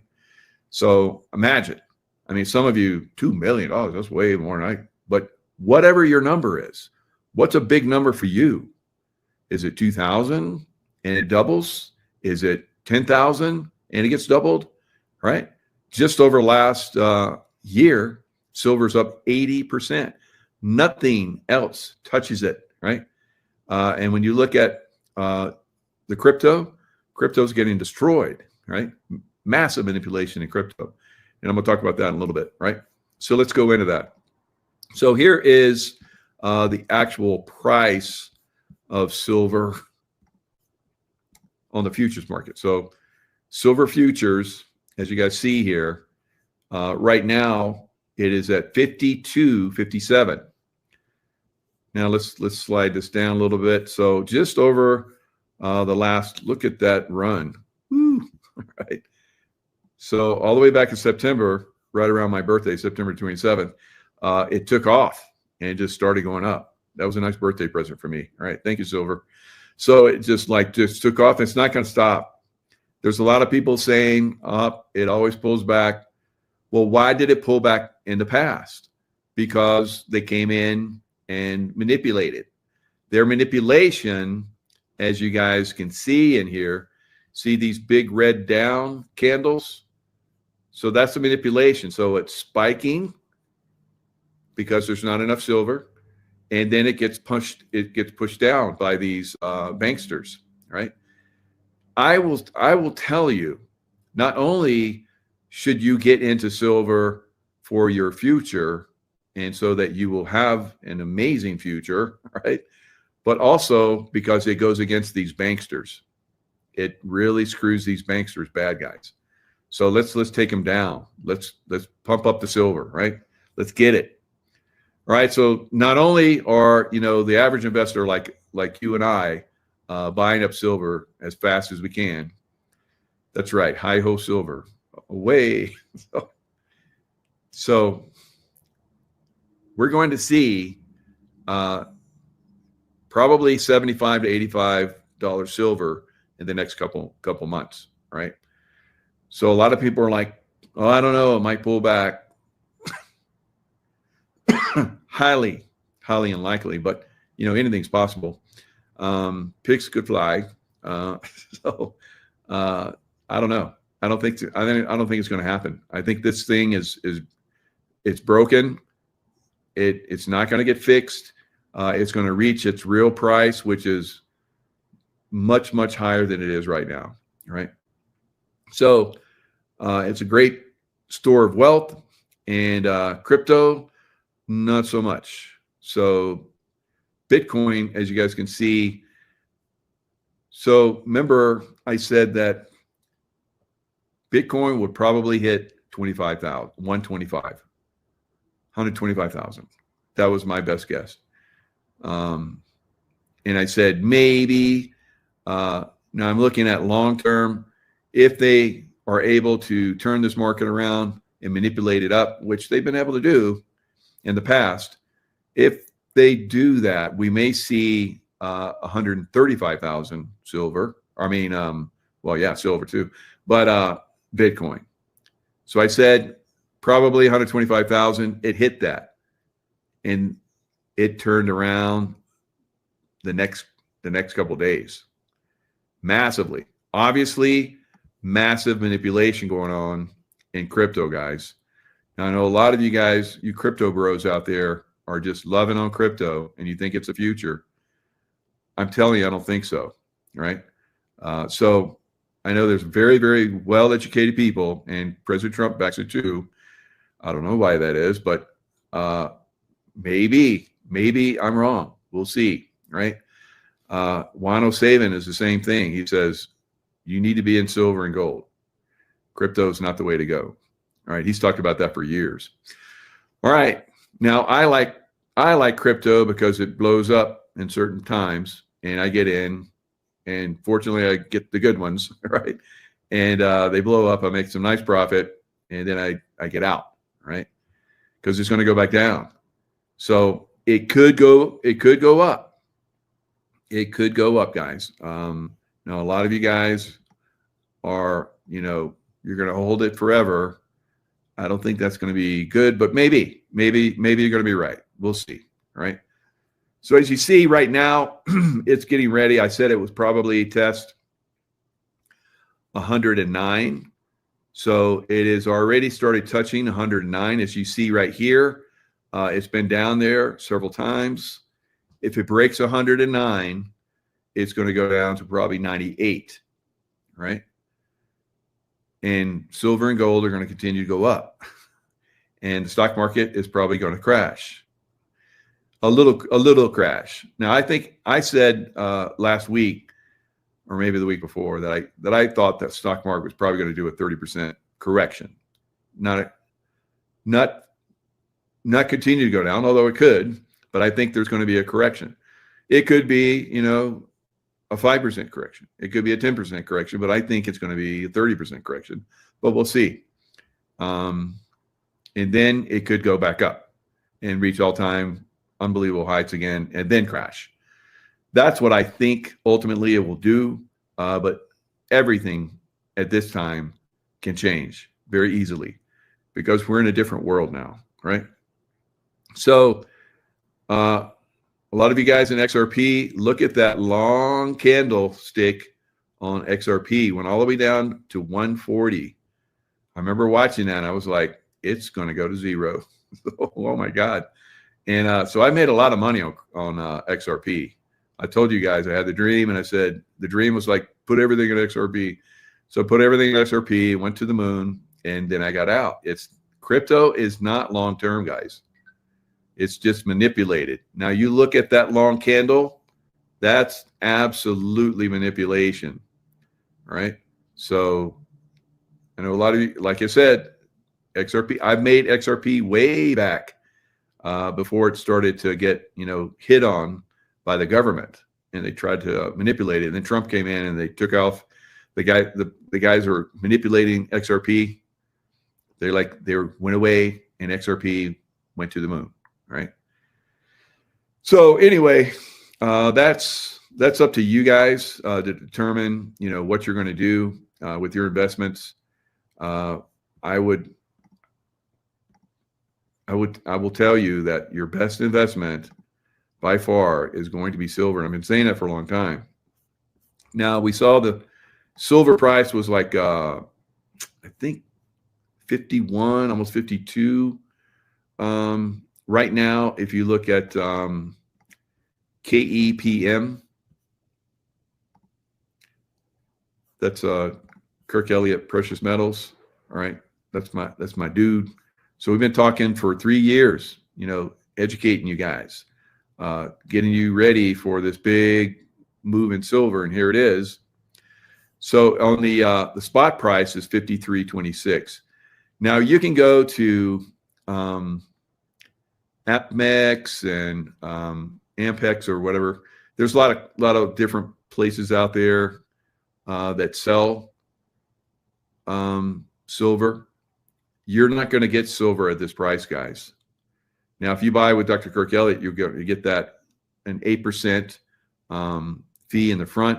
But most places, when you go into a depository, they do like 4% in the front and then 4% when you exit. He does 8% in the front. So for me, having all of my silver more than doubled, almost going on tripling now, I'm very happy that I won't be paying on the other side out, because that's a massive profit. So imagine that. So you get in with a couple million and it turns into 6 million. You pay 40 whatever it is in the front, and then you pay another 4 on the tail. That's a lot more. All right. So that's the beauty of Dr. Kirk Elliott. Of course, it's in a safe vault and you don't have to worry about it. So if you're buying a lot, or if you have a retirement plan and so forth, you have to have it with a precious metals person. So that's Dr. Kirk Elliott. He is the biggest one in the country. So great guy to be with. So look at silver. This is a chart of silver over the last, what is this chart? It's a year chart. Yeah, back to November. So it's a year chart. As you guys can see, it has gone way up. It's up around 80%. So I'll pull that up in a minute. So if you look at the Dow Jones, not even close, way down here, percentage-wise, I think it's like 8% or something like that. So about 10 times less. And S&P, I think it does a little bit better, maybe 14. I think that the NASDAQ's around 17% this year. So again, about 5 times more in silver. So what are you thinking about? I've been telling you guys to get into this stuff. All right, the FTSE, it's way down there.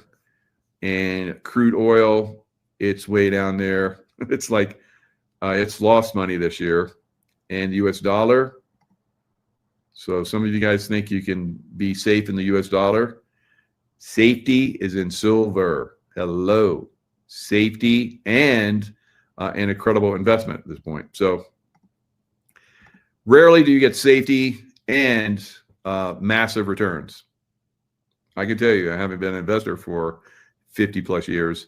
To get safety and a massive return that beats everything by 5 times, holy moly, it just doesn't happen. There's nothing else like that out there. So let's go. I'm gonna go to Market Watch and I'm gonna show you guys what is the difference here in price. All right, so Market Watch. So the stock market is kind of flickering back and forth. When it does that, it's usually before it really goes to the downside. All right, it was a massive move yesterday for the Dow. It moved 1,000 points each way. It started out down 600, went as high as 400 plus, and I think it pulled back.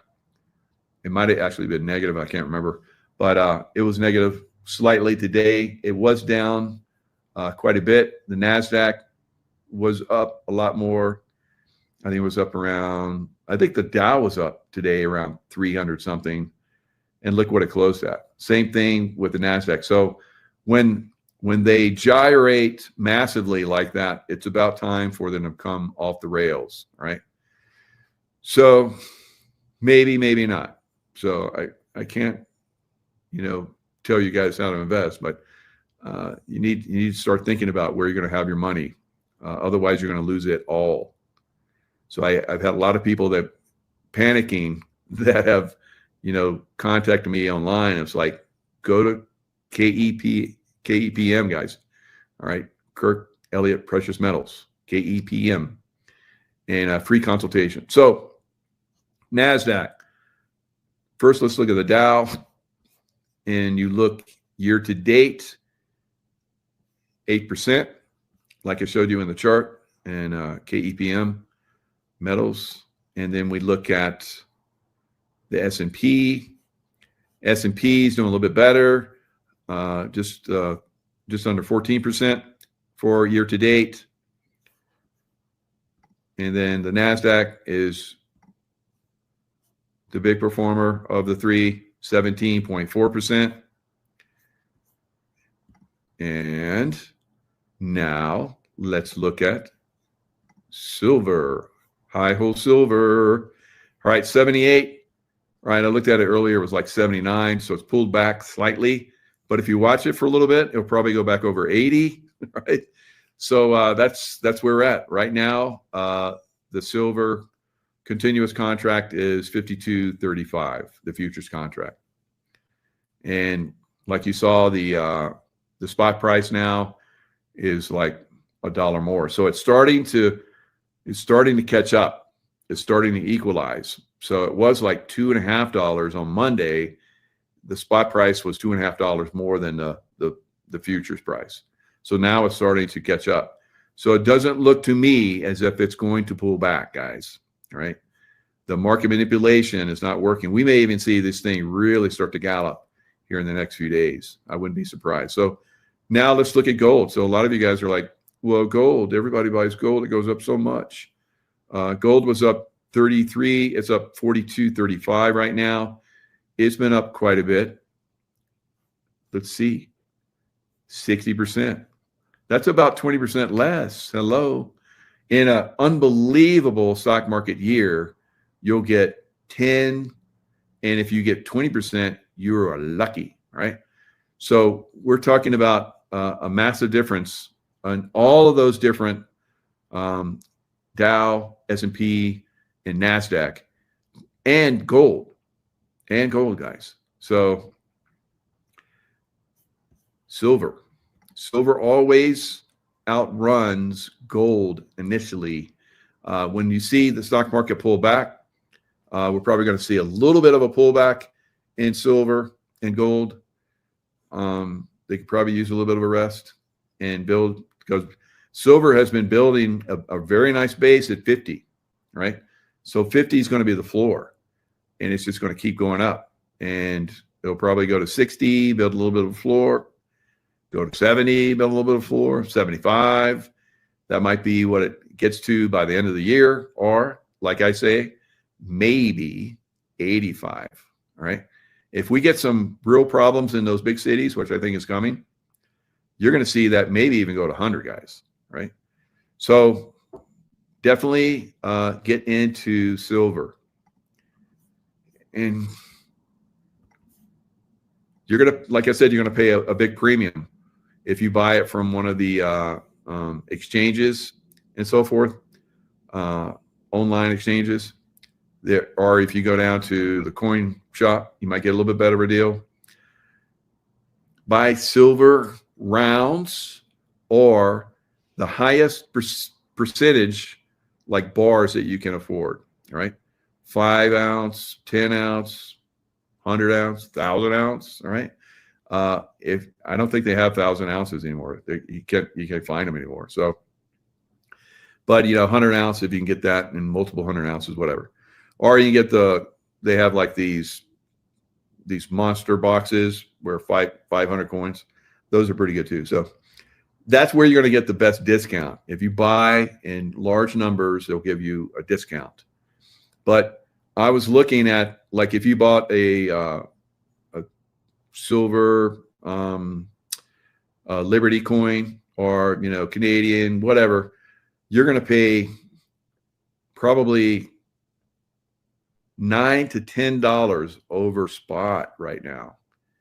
Yeah, but if you go to Kirk Elliott, you're not going to pay that much. So the difference in what you're going to pay for a percentage of starting your account, and it's going to factor in. It's going to balance out. And he's going to come on Friday at 1 o'clock, and we'll probably talk a little bit about that. So bank runs are already starting, and of course banks fail every year, but let's go into this a little bit. So this is Johnny Bravo. Bank run on Binance could continue. Investors appear to be in a hurry to remove assets from exchanges. It is ugly. China would unleash chaos on the global system. This is clearly something that they were planning all along. Markets lower on fears of an escalating trade war. This is China versus the world. Fire, we have bank runs as we speak.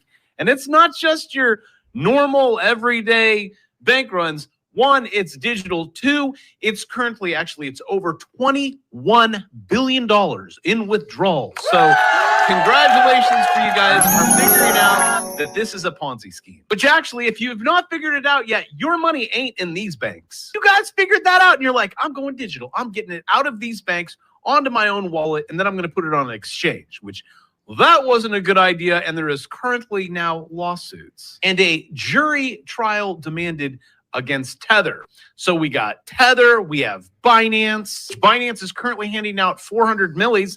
If you guys want it, maybe it will appease you. It shows fault, and then they made some deletes. Coin. All right. So, this has happened. Runs on these stable coins. They're anything but, guys. So if you're moving your Bitcoin or anything like that, usually you use a stable coin to move it around, right? Or put your Bitcoin in it. Now, Binance has had several runs on it already. And there's been panics where people have come in and pull their money out. FTX, you guys might remember where FTX crashed. The FTT token that it supported crashed, and it went to nothing. And I talked to people that had Bitcoin and all that kind of stuff, and they lost it completely. So that was a huge loss.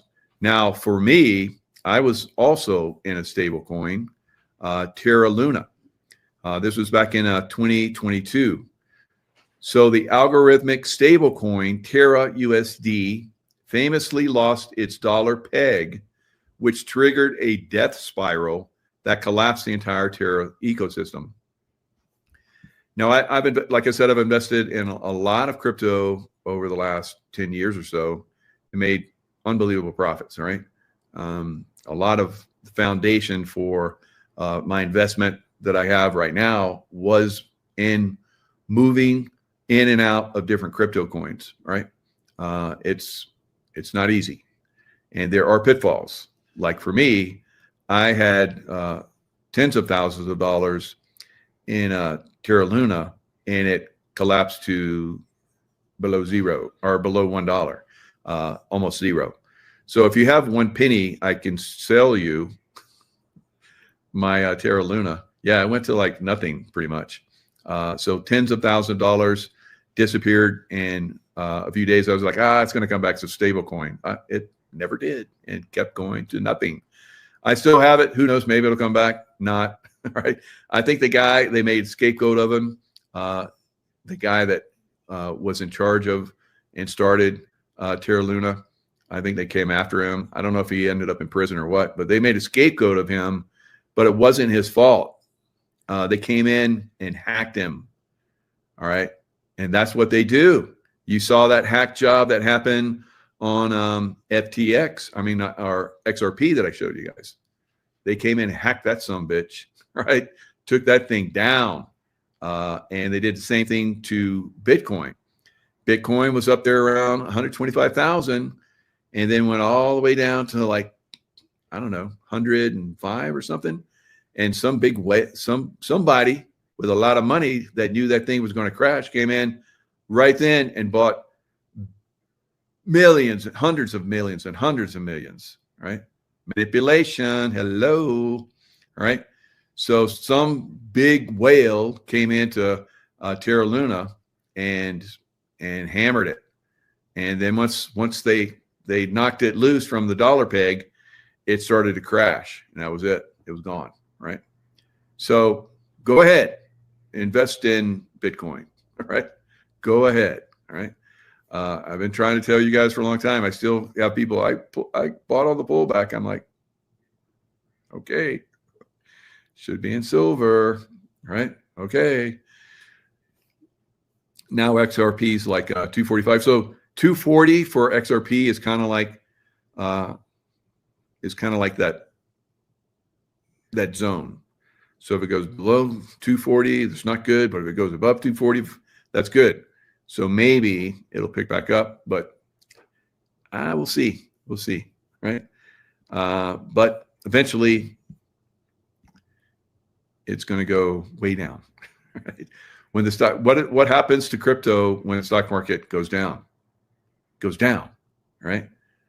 So it's speculative. It's all speculative, and I'm a speculator on things that I can see that are pretty much a sure win, right? Except for Terra Luna. I did fail on that one.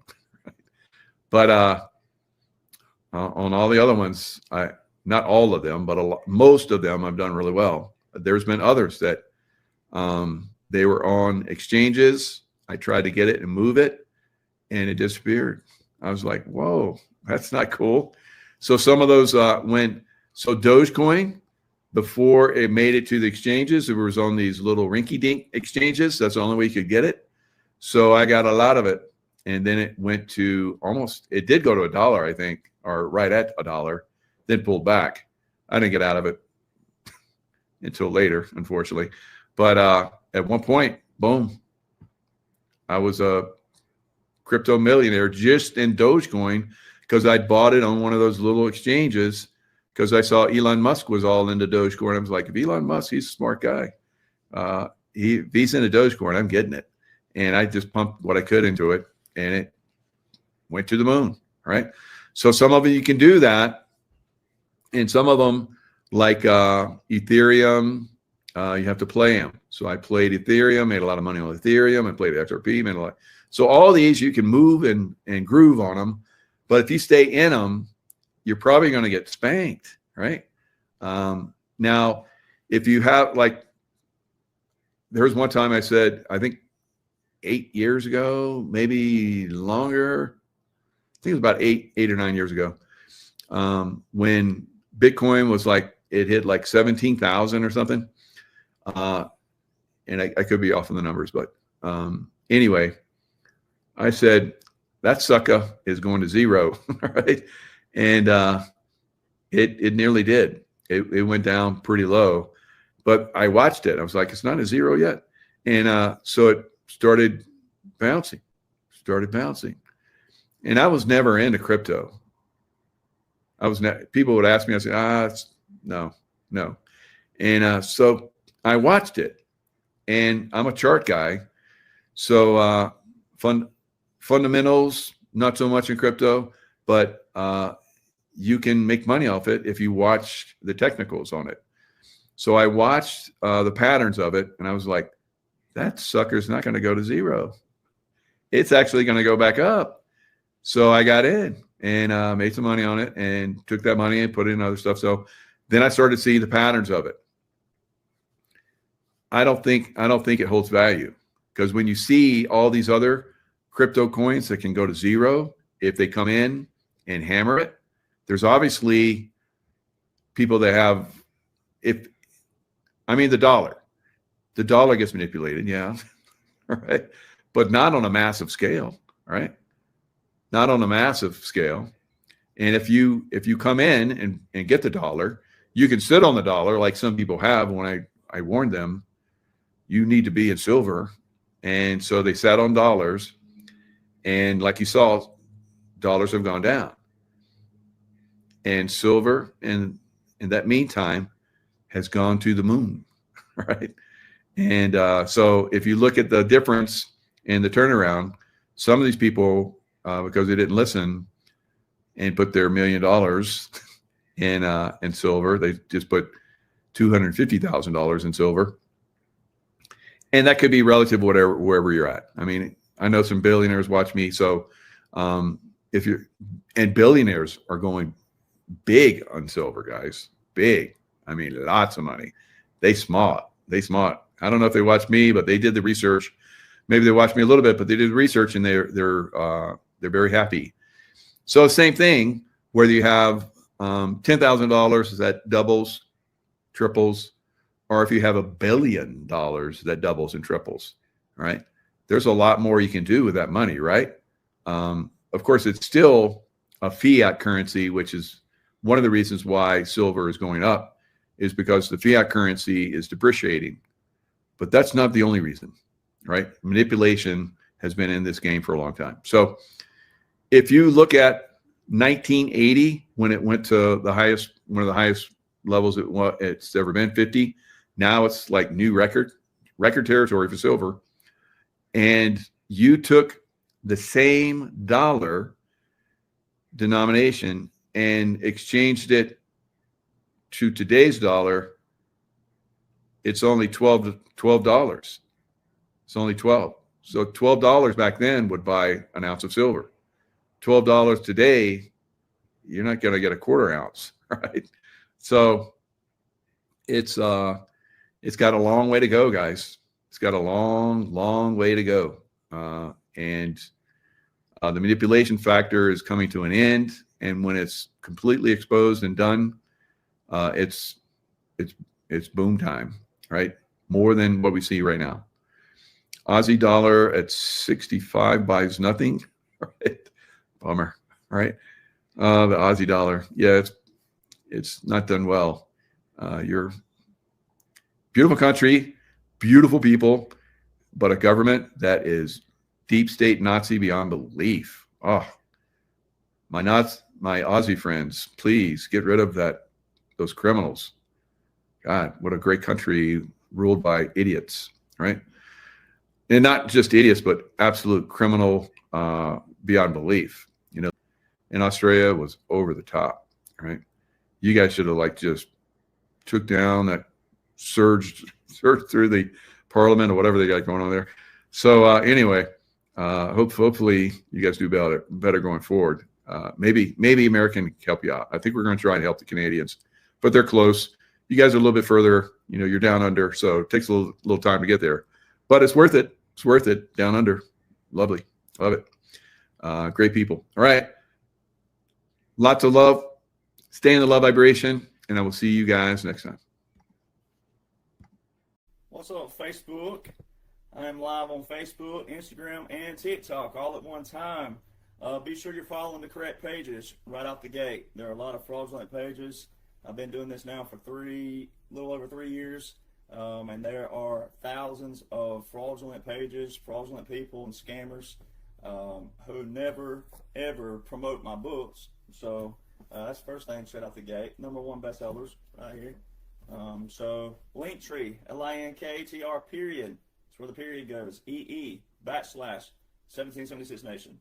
You'll find all of my official accounts.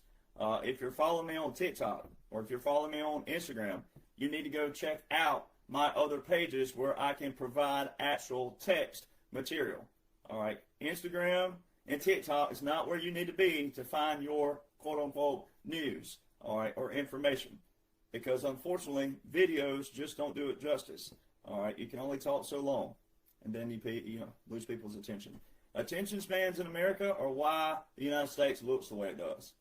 Short attention span. You want a 5-star filet mignon from a freaking microwave that was built in like 1960. All right, ain't gonna happen. All right, it's not gonna be that way.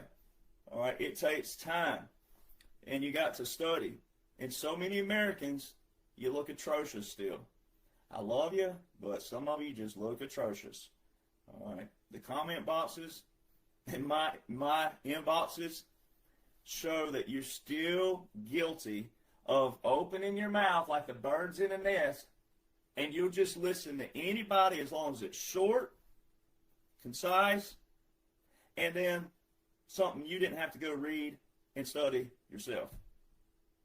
That is the old America.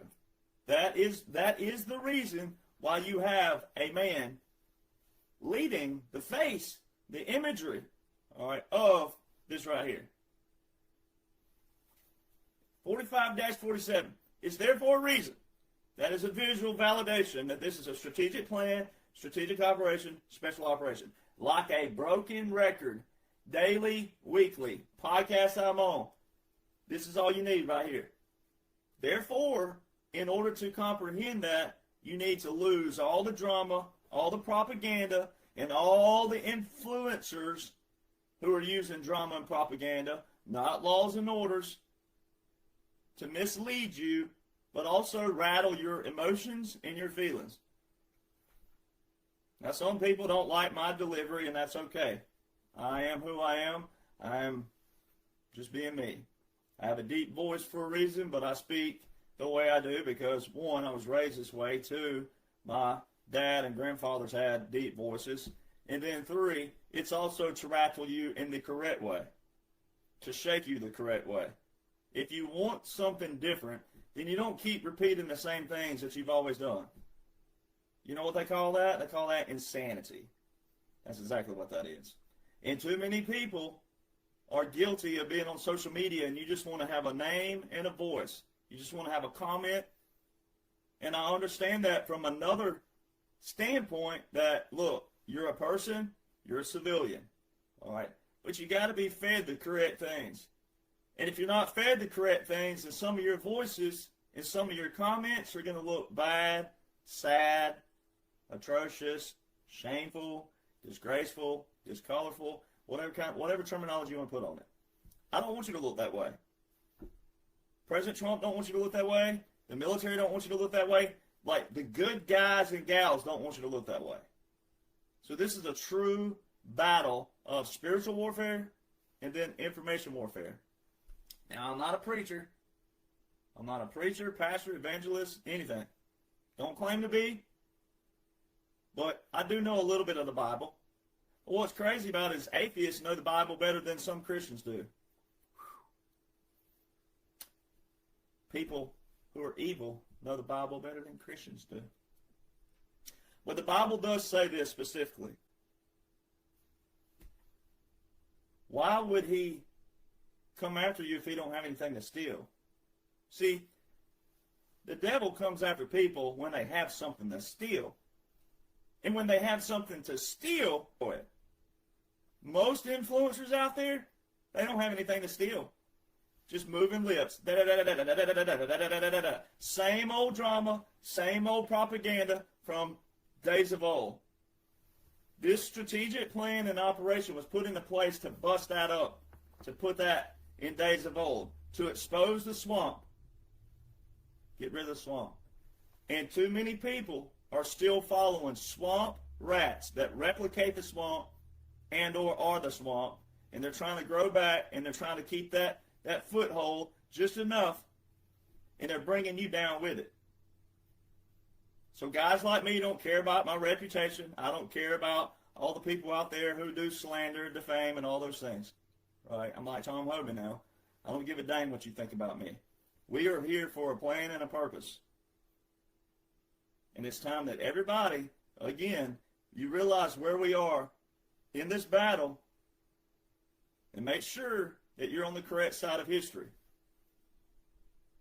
Now, you can still be a good person and being misled and following someone who's misleading you as that, like they're your pillar that you go to, and they be bad or just not official, and you still make it okay. But you could have put them behind and unfollow them and come over to somewhere that's going to lead you to the correct information that the commander-in-chief is working with. And the problem we have is so many people, you think you have a respect for the military, and maybe you do from a distance, but also from another standpoint, but you don't have a respect for the military from the aspect of military operates with laws and orders. Our own laws and orders, separate from federal and separate from state.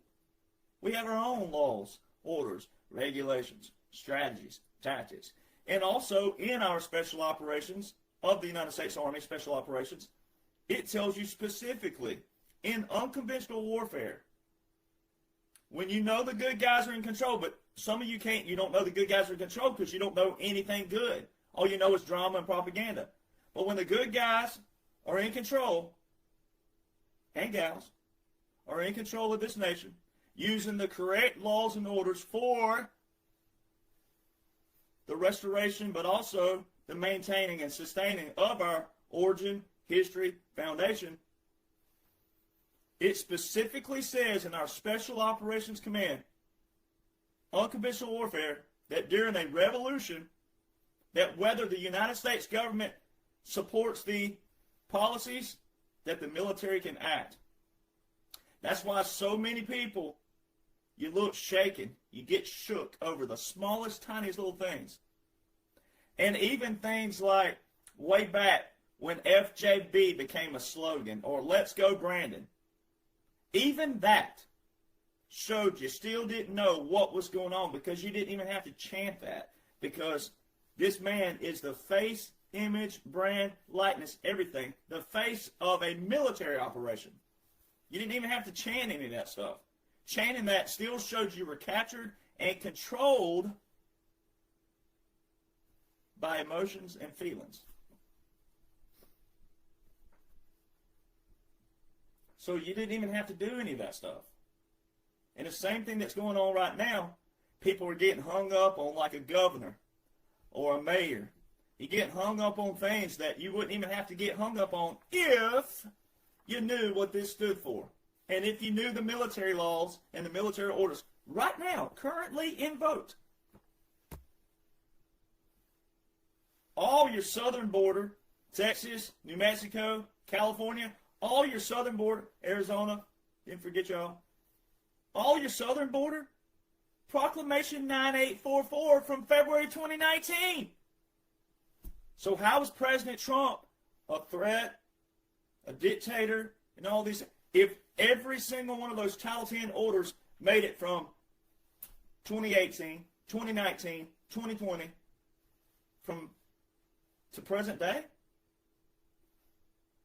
So if I didn't know what I know, which is unconventional warfare, irregular warfare, government in exile, puppet government, tactics of using civil affairs and military separate, that made it look like to the public there were two presidents, if you know what I know.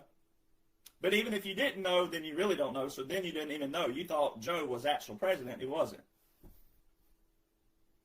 This has all been done in the 1940s. It's not old fogey, even if it sounds like it. It's not far-fetched, even if it sounds like it.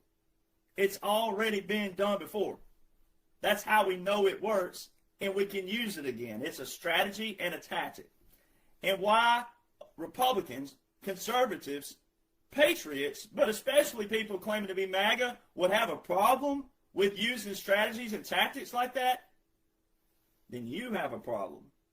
You might not actually be Republican. You might not be conservative. You might not be patriot, and you definitely ain't MAGA. So you can't claim that you support the military and respect the military if you don't respect all of the military. Military don't get up every morning and go, oh, shoot, the weather's changing, golly. What do y'all want to do? What do y'all want to do today, boys? You want to fight or not? I don't know. I think we ought to just chill around here at the Battery and just sit here. What do you think? What do you want to do? I mean, it baffles me to wonder how Americans think that the man that you think is so unique and different, which he is, but to think that he's not operating on laws and orders. He just says a few colorful words in a different tone and context than any other person before. It's not doing anything different with the laws and orders. But then you'll say, I believe he is, but then you get mad or upset or bitter or frustrated, all these other things with someone like me who could break it down because you don't want to study it and read it and comprehend it. The very thing that he's using.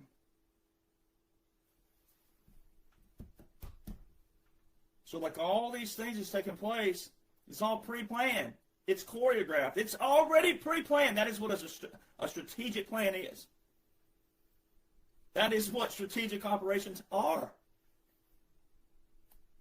And there's daily visuals, daily, that prove this.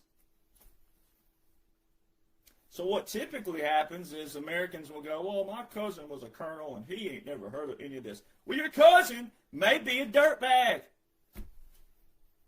Sorry, not sorry. Your auntie, your uncle, your daddy, your grandpa, whoever, if they don't know the current laws and orders in vote and what they mean, it don't matter if they were a general. They could be influenced. They could be compromised. They could be bought by one of those entities over here that we know other generals, rare, colonels, rare, but we know they have in the past. We have examples of that in the past.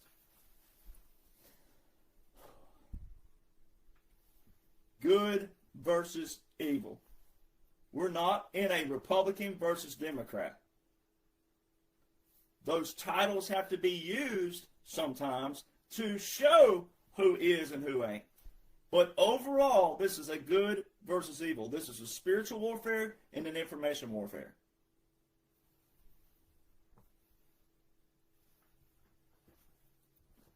It's a clean out of the swamp. Drain that swamp. So many people, you chanted, follow the money. President Trump said all these quotes, and you chanted it behind him. Follow the money. The best is yet to come. Then he said, drain that swamp. Drain that swamp. Boy, y'all chanted that thing and chanted that thing. It's happening right in front of you. I'm the guy showing how it was drained and how it has been drained. And how everything you're watching is choreographed, strategic, pre-planned, day by day. It's already happened. But you have people out there still going, oh, the deep state's doing this and the deep state's... No, they are not. On paper, they are strategically planned, choreographed. That shows you're still captured, controlled by the emotions and the feelings, thinking everything's real time. And if you would divorce your emotions, divorce your feelings, and comprehend, seek to comprehend that this is a strategic plan, strategic operation, special operation, then you would see that the whole thing's been pre-planned, and what you're watching day to day is the rollout process, And it is designed for the target audience who has yet to hear someone like me, who has yet to study the laws and the orders currently invoked by this operation.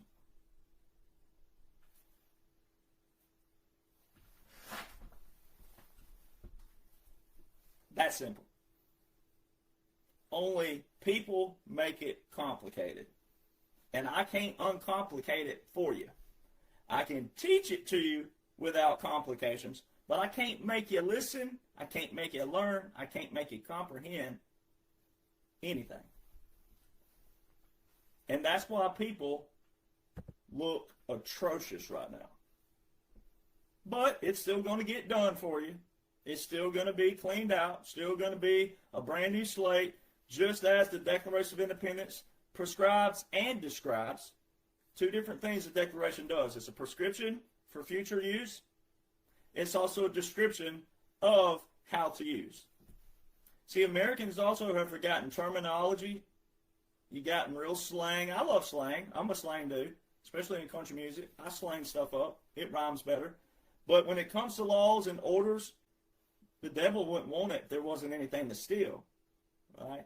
He has to have something he wants to steal. If there's nothing to steal, then it's nothing that's of what? Detriment. So it's the same thing. Terminology matters. And so many Americans, one, don't even know the laws and orders. I always said this, and I got away from it, and I'm going to get back to it. If you walked up on the street to the average American and said, name the 3 branches of government, 68 to 75%, there's different polls out there, but it doesn't matter. 68 alone, if you went with a lower number, 68% of Americans, if you walked up to them on the street and said, name the 3 branches of government, cannot simply name the 3 branches of government. They cannot say the words, the terms, legislative, executive, judicial. Oh, but boy, do they have an opinion on the president. Oh, boy, do they have an opinion on what's going on, but cannot name the 3 branches. So if you can't name them, you definitely cannot tell me who writes and passes the laws. You can't tell me who enforces the laws, and you cannot tell me who interprets the laws. So if you can't even do the simplicities, then guess what you also cannot do? Know how a law reads, know how it's enforced, know when it's constitutional, know when it's against the law. But see, the thing is these people out there chanting unconstitutional, unconstitutional. They can't even name anything from the Constitution. That's what's bad about it. And what's also even more atrocious about it is the fact that every law and order that we have on paper right now that President Donald John Trump is using was in the law books long before he became president. So if they were unconstitutional or against the law, which the Constitution is the highest law in the land, and then the laws that have been passed under that, if those laws were against the law and unconstitutional, then why did all the previous Congresses keep them in the law books to be used by the present-day president?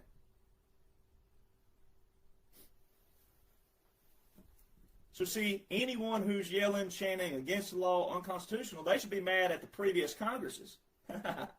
Not the current president for using it. But it's not against the law. Nothing that President Donald John Trump, wartime President Donald John Trump, is using is against the law.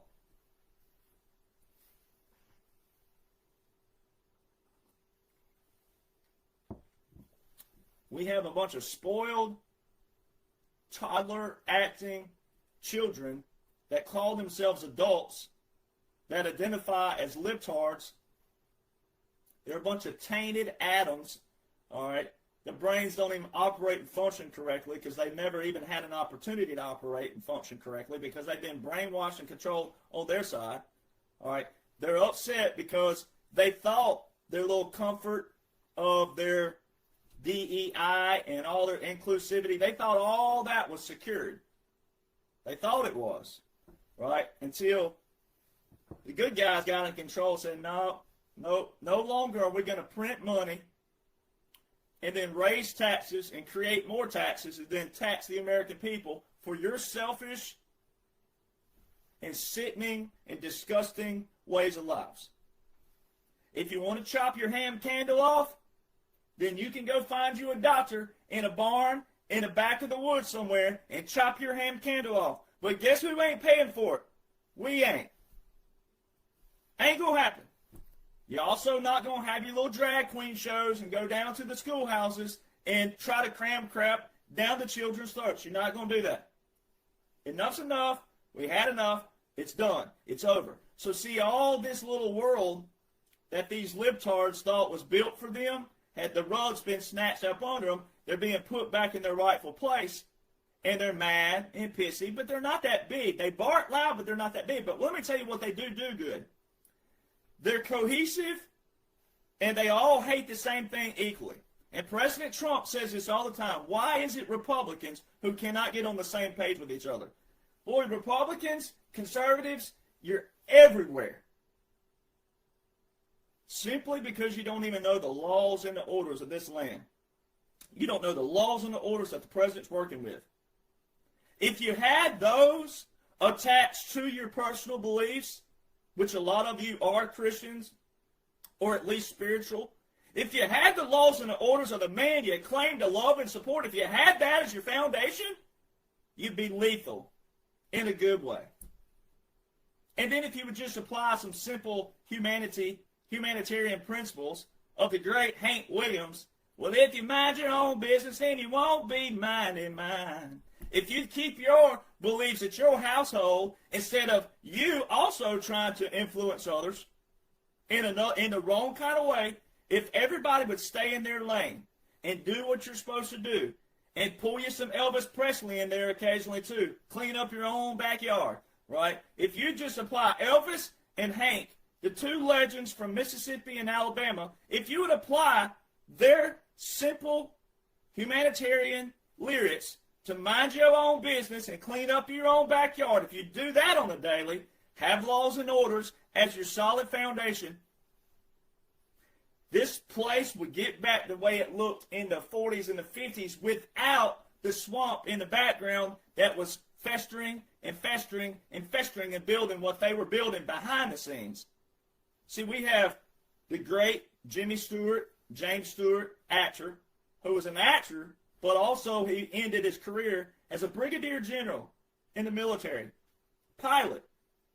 My dad got to serve around the great James Stewart in the United States Air Force. How cool is that? But you had James Stewart in a movie called Mr. Smith Goes to Washington, where he was showing in a movie how corrupt Congress was then and how they put all these bills in a package together. So what you're seeing right now with the quote-unquote shutdown, what you're seeing, even though we're in a continuity government, but for the people that don't know that yet, what you're seeing and think you're seeing, that's what Congress did all these years. They go, hey, you get you a couple bills, and we're going to get us a couple bills, and we're going to pass them together. Well, you could have 5 good bills, 1 bad one, and that 1 bad one hang up the 5 good ones. See, they consolidated their process, and they put all these things in a package. And then that's why you've seen in the past a certain congressman or woman get blamed for the 1 vote. No. Ain't how it works. Not how it works. Then in 1939, in the movie Stagecoach by the great John Wayne, real name Marion Morrison, all right, but known as John Wayne's stage name, 1939 in the movie Stagecoach, the riding in the stagecoach, he's on the floorboard. There's a man in a suit sitting in the stagecoach, and he says, what this country needs is a president who's a businessman. That was 1939. How long did it take to have a businessman as president? Do your math, people.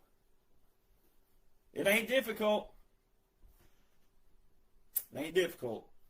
So, 80 plus years. So many Americans don't know how this nation functions and operates. And it starts at the small local levels, because when you're voting for your local representatives and your state representatives, that's where you got to apply your voice.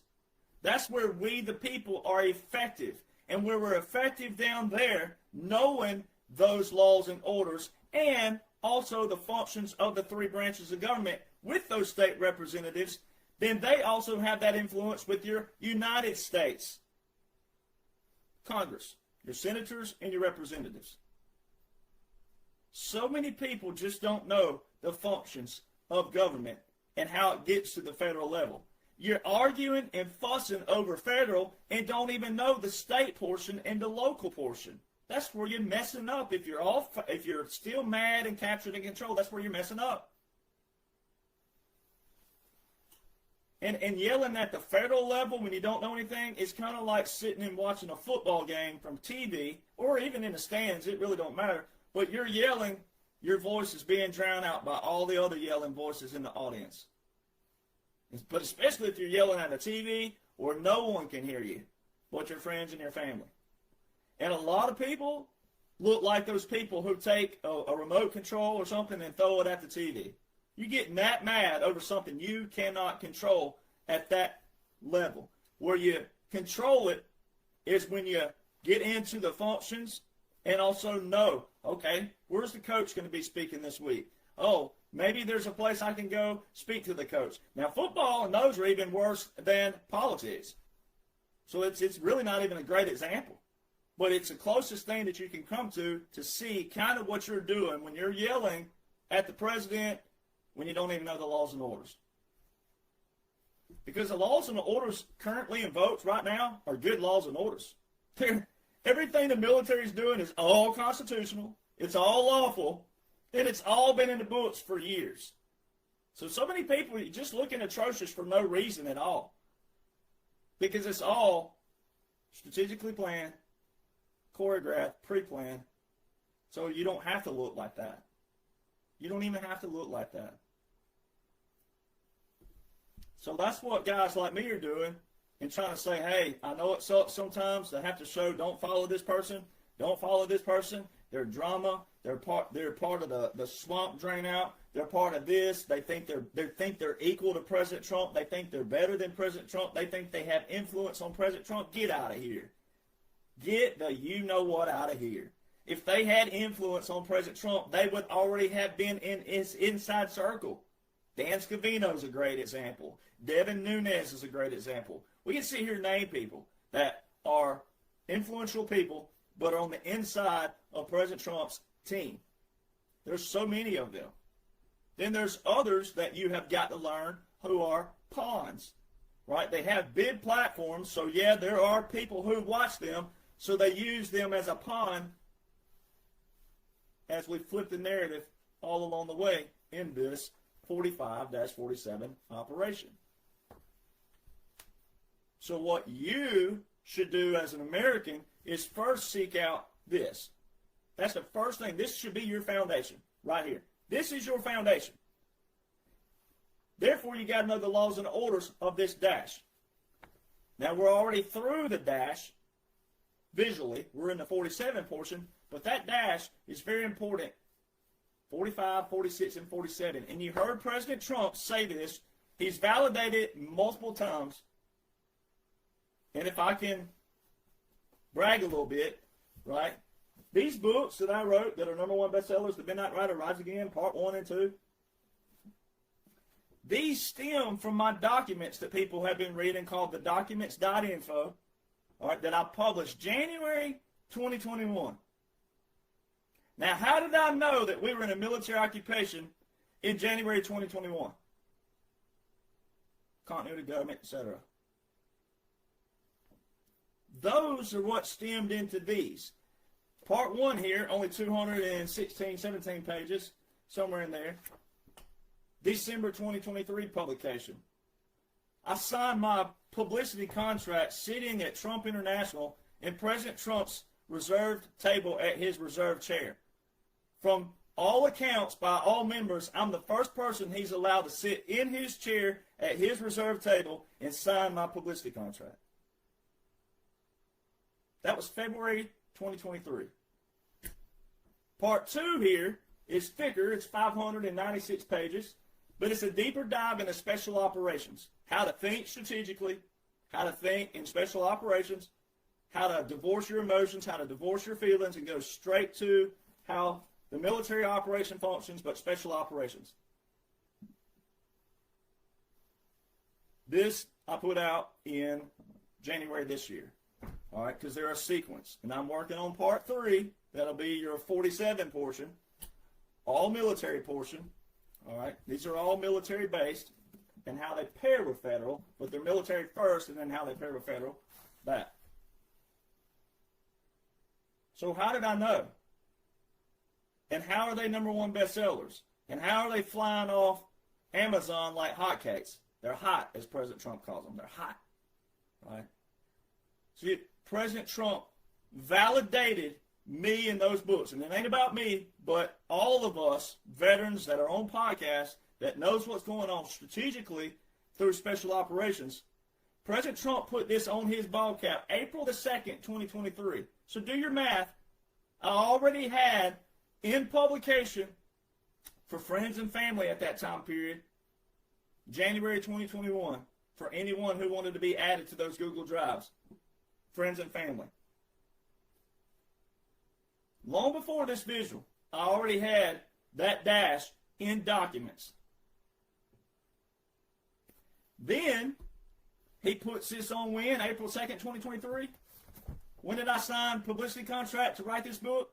February 2023? February, March, April? Come on, people. It ain't that difficult. And President Trump loves veterans who keep their oath and loyal to the oath of the good laws and orders that outline and prescribe everything about our origin, our foundation, and our history. Therefore, you have to know our origin, foundation, and our history. Military was established first in this nation. Military. Our founders started a war, then established the military, the Army first, then established 16 days later the first military laws in what they call war articles, June the 30th, 1775. Then came the Navy, which their birthday is tomorrow. All right, 250th birthday tomorrow. Then came the Marine Corps, November. Then came the first flag, December the 3rd, 1775. All of that was before the Declaration of Independence. And then our founders declared independence 7 years before the war ended. They put in this Declaration of Independence 7 years before the war ended. If people could get passionate and just see how awesome that was to write a Declaration of Independence and then go back out, if they didn't write it after they won, they wrote it during the war. What we have are Americans who are just not passionate about America. You don't love the United States of America because of your freedom. You expect, you demand. Huge difference. You expect and demand those who know to do it for you. And that's your problem. You don't want to be a part of it. You want to be a part of it disassociated from the ones who are doing it and fighting for it. Then when it's all over and the smoke clears, you want to say, I was right there with you the whole time. No, you weren't. You're still going to benefit from it, but no, you weren't. President Trump is rewarding so many veterans right now. That's why so many veterans are being put in ambassador slots. Also, though, it's strategic. Not only is he rewarding these ambassadors, veterans, but also an ambassador is the chief of mission. So it's also should have been that way to begin with. So there's two different things going on there. So you got to know those things. All right, so things like the Insurrection Act. Let's get into that really quick. I'm just going to do a few more things, and then I have another podcast I have to hop on today. So if you want to watch me there, you can do that. Follow the link that I'll post shortly, and you can go watch me on there, and I'll be asked specific questions. But like the Insurrection Act. All right, first off, the Insurrection Act was 1807. This is why people have called for reforms to it, but the ones who have called for reforms to it, they want to limit the president who is actually going to enforce it the correct way versus have a president who they're controlling and they're using it the wrong way, which is what the swamp did. The swamp used laws and orders the wrong way and tried to limit the president. So that's why you got to know the laws and orders. You got to listen. All right, so 1807, you got to know where we were in 1807. Founders, my lineage traces back to the Revolutionary War. So family members who fought. All right, so our founders fought, declared independence July 4, 1776, 7 years before the war ended. All right, the war ended 1783. 4 years later, we have the Constitution. All right, so do your math here. I'm like, it's not that long. Not that long at all. So from 1789, which is when the enactment actually happened of the Constitution and our first president, and that started everything. All right, so 1807 was 5 years before the British revolted in the War of 1812. They call it the War of 1812 or the Battle of 1812.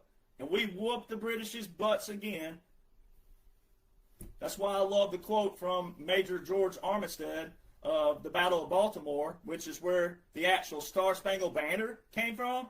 All right, our national anthem came from the Battle of Baltimore, where the major of The fort said he wanted a flag ordered so big that the British had no problem seeing it when they were coming, and they were going to take what they were going to take. That's right. So see, that's why Americans, you just don't have passion. You don't have that kind of passion for America. The United States of America. The Insurrection Act was 5 years before that revolt. So you got to look at the origin of things. Then through the years, we've had other things pass outside the Insurrection Act. We have the Posse Comitatus. All right, we have that. But then where the old saying, the rubber meets the road, you need to go look in publications of the military. That's why I use the Joint Publications 3-57, which is Civil-Military Operations. Page 46. It says generally you don't want active duty or any kind of Title 10 troops in direct military involvement with civilians, law enforcement. No, you don't generally, unless what? Unless the Constitution or Congress deems so. Congress did that. December the 20th, 2019, Congress put in Section 1550 in Title 50, Chapter 33, which is the War Powers Act. So everything that President Trump's working with and working under, the Congress did it. It's also the Congress who suspends the writ of habeas corpus. Article 1, Section 9, Clause 2 of the United States Constitution. Article 1 is the legislative branch. So anytime you hear a governor spout off at the mouth right now, one, we're in a military operation. Again, laws and orders show that. Laws and orders show that that took place. It is taking place. The whole thing is a visual. I always put little brackets around it. It's hard to do it. But like this, let's see. You put brackets around that, all right? Just like that. Treat it like that. Now, it's not going to end in 47 as far as like the good things that are taking place and the swamp's not going to grow back. But for visuals of the operation itself, look at it like that. Got brackets around it. The whole thing is an operation. Every aspect of it. The very beginning of 45, and when we get to January the 20th, 2029, that's your bracket. All right, President Trump told you with the generals just a few days ago, he said, I'm 45, 46, and 47. I really don't want the results of 46, but I'll take it. That is setting up everything. It's going to move into the disclosure down the road. What we have is a bunch of Americans who don't want to be along for the ride. Yeah, a little faith, because you're still focusing on what you think is real time. It's not real time. Not whatsoever. So until you learn that aspect, you're just going to be wishy-washy, and you're going to have good days, you're going to have bad days, you're going to have ups and downs. And you're going to be like me all day, every day, and go, well, they'll get over it. That's not real. If you want my attitude, then you got to know how to study that. The whole thing is a military operation. It's a strategic, special operation. Unconventional warfare, irregular warfare. All right? So you got to divorce your emotions. So all of that you're seeing daily with the governors and all this is all pre-planned and strategic, but it's also to show maybe people in a region like Chicago, for example, that, hey, wake yourself up. This is how the law works. This is how the orders operate. This is how the military operates. And some of it is both multiple layers. It could be exposing your leader. It could be there's multiple layers. Multiple. But it's the Congress. The Congress who's done most of this. So Article 1 is your legislative branch. That's not the president. That's the legislative. That's your Congress. December the 20th, 2019, Title 50, Chapter 33, Section 1550. Now, there was a Title 32 order already in place in 2018 with the troops at the polls, all right, but that's a whole different level of the military, Title 32. Federal call-up, but Title 32, so the states, and it was certain states who did it. So it wasn't all 50 states. All right, so that's why you got to know every intricate detail, and that's why a lot of your family members, God love them, but a lot of your family members who are veterans, they put everything in one lump sum. There's multiple sections of Title 10, and there's multiple sections of Title 32. There's the Posse Comitatus. There's the insurrection. There's a lot of different things that apply to certain sectors and certain levels. And that's why so many people look atrocious, because they want to lump it all in one thing and think that all these apply to one thing. It doesn't work like that. But it's also why our laws and orders have gotten so complicated in another manner.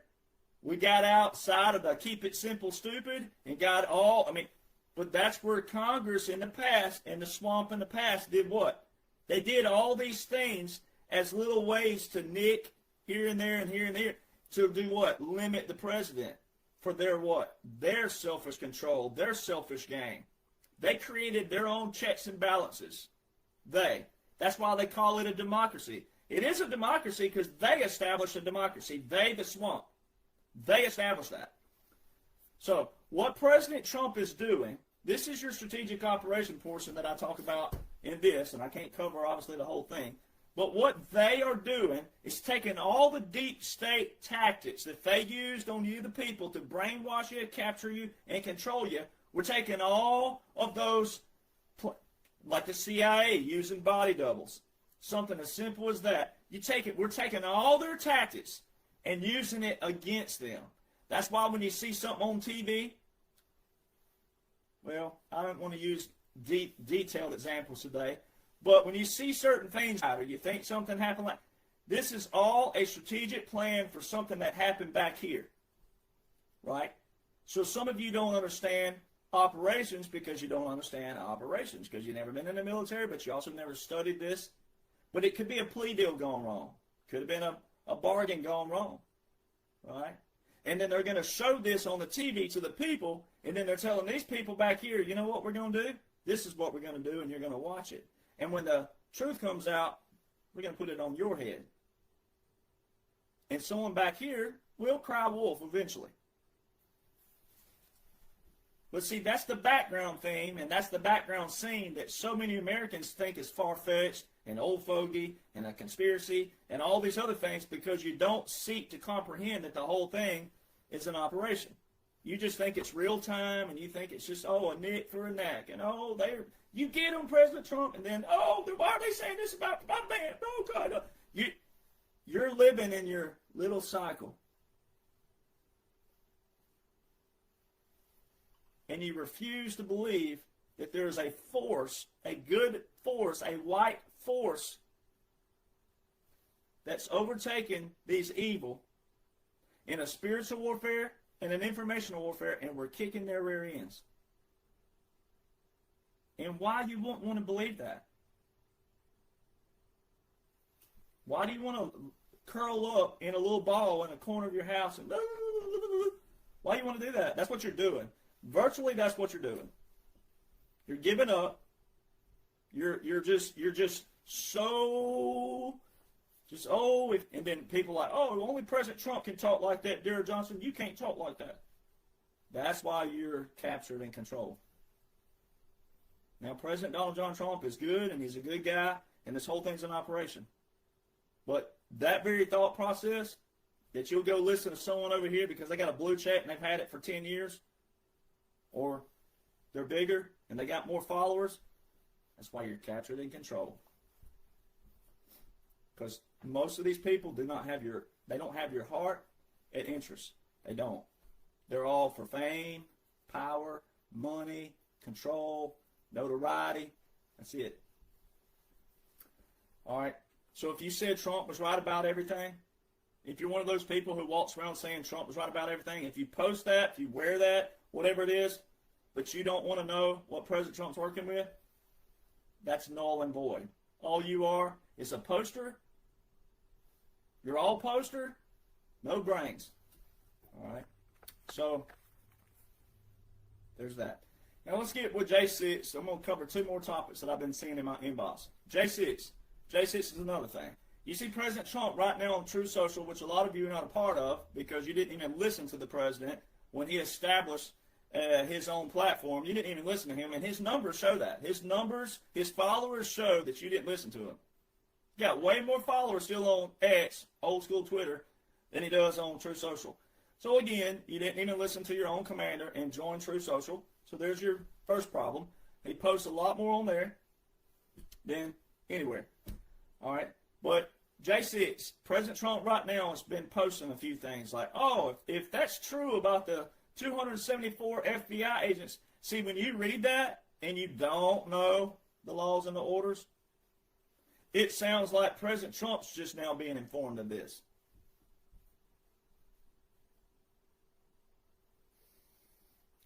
And I get messages from people that'll say, oh, do you think President Trump knows about this?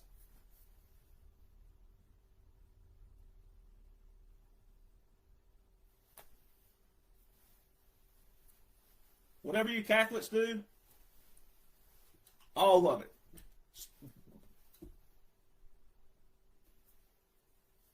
And a lot of those people are the same ones who say, pose, and wear Trump was right about everything.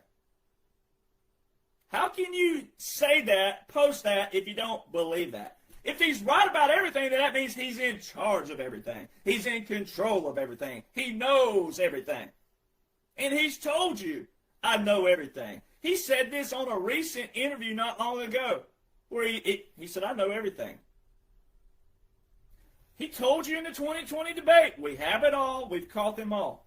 You don't listen to the man you claim to support.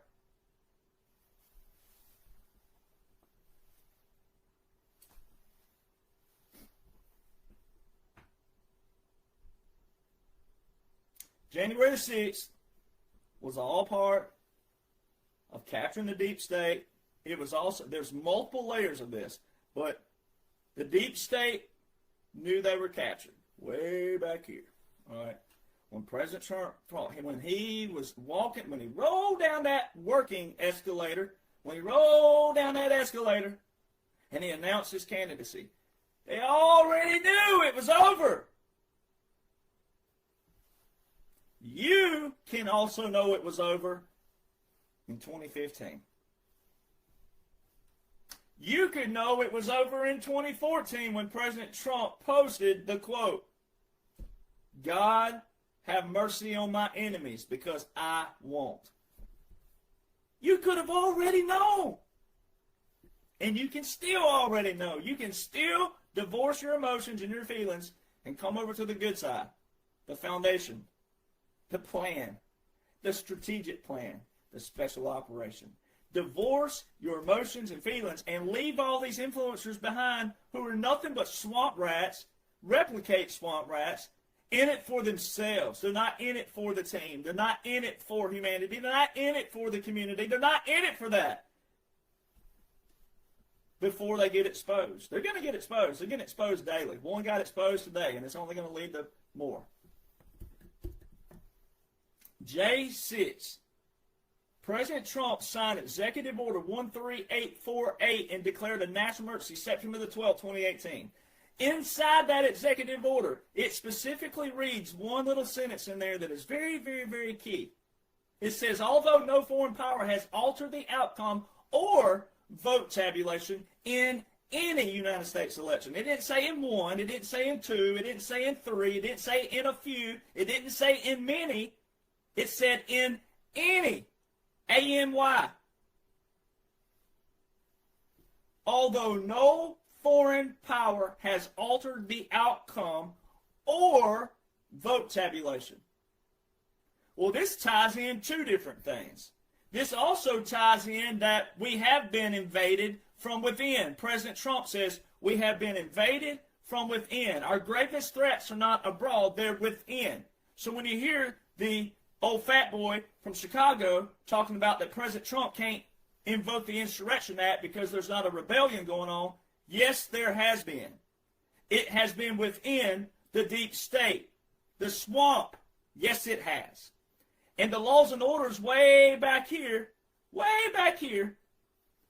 under Title 50, Chapter 33, Section 1550, put there by the United States Congress, December the 20th, 2019, and the orders that followed in that clause shows that the Congress, bipartisan Congress, is a part of this. It also shows in Executive Order 13961, Executive Order 14146, and Executive Order 14239 that we're still, to this day, October the 12th, 2025, in a partial continuity government. When we're in a partial continuity government, that also means a military operation, military occupation, military government is taking place. And President Trump has validated this over and over and over again using the terms occupied territory, which is occupied country to him. All right, territory in a certain place, I'm about to tell you. He has said white flag is surrender. He has used government in exile. He has used all these tactics. And he's also said capitulation, and the mainstream articles have used these terms capitulation. Capitulation, white flag is surrender, puppet government, and also occupied country, which is occupied territory. All four of those are law of war manual. They're not federal anything. The law of war manual. White flag is surrender and capitulations are in the same chapter, and then puppet government and occupied territory in the same chapter. Guess what chapter they're in? The chapter for military occupation. So these all tie in. Everything ties in, just like that. Now let's go back to the executive order for election interference. President Trump signed that executive order September the 12th, 2018, and declared a national emergency. Now, each national emergency unlocks 120 statutory powers. Each. President Trump had 11. In 2018, Title 32 was invoked. The National Guard were at elections 2018, elections 2020, elections 2022, and elections 2024. Did you just hear what I just said? The National Guard were at the election polls in 2018, 2020, 2022, and 2024 under the same Title 32 order from way back in 2018. One, Title 18 is federal crimes and criminal procedures, federal law. No soldier or troop can be at the polls unless they're on federal authority. You hear what I'm saying? Federal authority. President. Presidential. Call up. Title 18, Section 592 outlines this. That troops can be punished. If a soldier went down in uniform and tried to influence you to vote for someone, punishable. Violation of federal law. Troops at the polls must be there by presidential authority, presidential order. Now, if President Trump's a dictator and a threat and violating the Constitution and all these things, then why did, quote-unquote, Joe Biden keep the National Guard at the election polls in 2022 and 2024? Did you hear what I just said? Woo! That's how fired up you should be. That's how passionate you should be. It's like when a preacher tells you what glory is going to look like. Woo! Did you hear what I said? Why would, quote-unquote, Joe lead the National Guard at the polls in 2022 and 2024 under the same Title 32 order from 2018? Woo! I feel like a Pentecostal preacher right now. And if I could run like the days before the army, I would get up and do me a dance right now.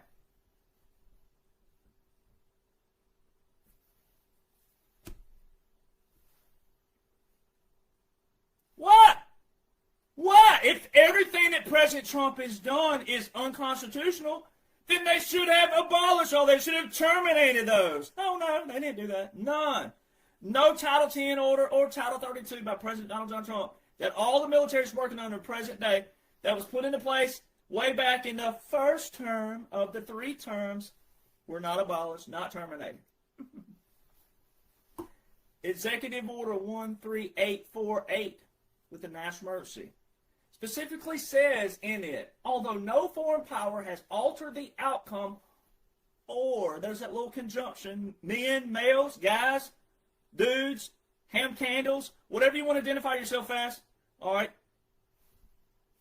whatever you want to call yourself, if you'll listen to words, you might score more with your ladies, your wives, your girlfriends. That little conjunction in there, very, very key and very important. Although no foreign power has altered the outcome, that meaning the whole thing, the whole election, or vote tabulation. So keep in mind the National Guard were federalized for election polls, and they've been at the polls on .gov and .mil sites. They can show you at the polls, 2018, 2020, 2022, 2024. Not only that, but J6 would have fallen in between those, right? Yeah. If you know simple Alabama hillbilly bumpkin math. Pretty simple math there. Pretty sure 2021 was in the middle of those. January the 6th, 2021. You know what January the 6th is? That's the vote tabulation day. That's the electoral college count.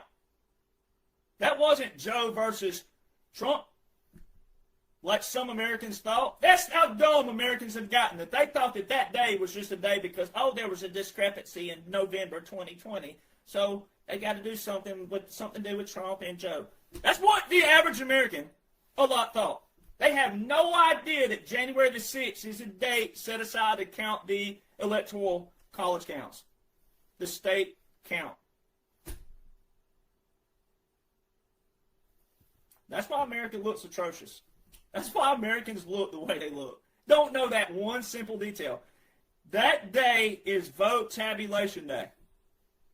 Although no foreign power has altered the outcome or vote tabulation, signed September the 12th, 2018, declared a national emergency, and then you have your elections, polls, the National Guard at 2018, 2020, 2022, 2024.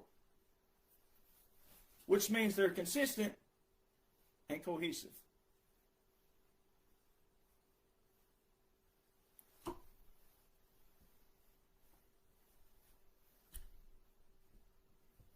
That's called the Trump Dougie. He ought to call it the Trump Dougie. He can teach you how to Dougie. Vote tabulation.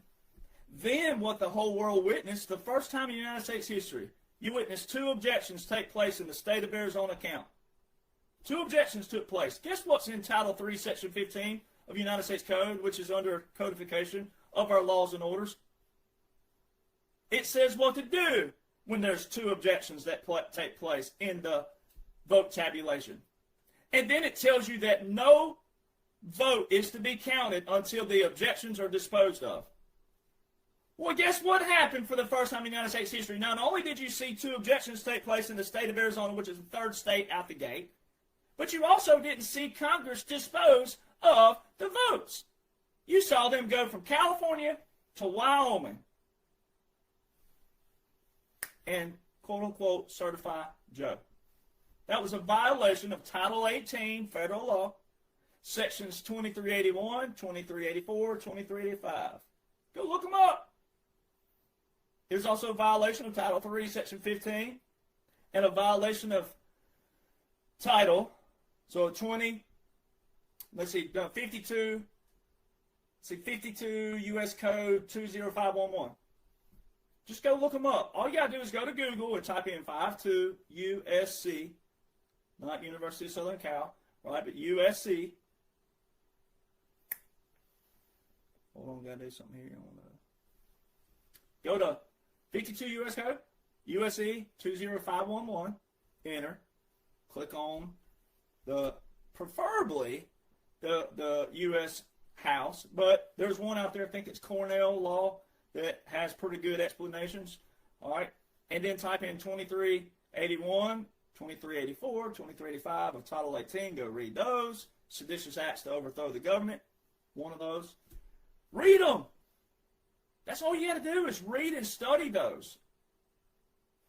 That's what took place on January the 6th. That was what Americans and the whole world witnessed. That also shows you how dumb, idiotic, ridiculous libtards look.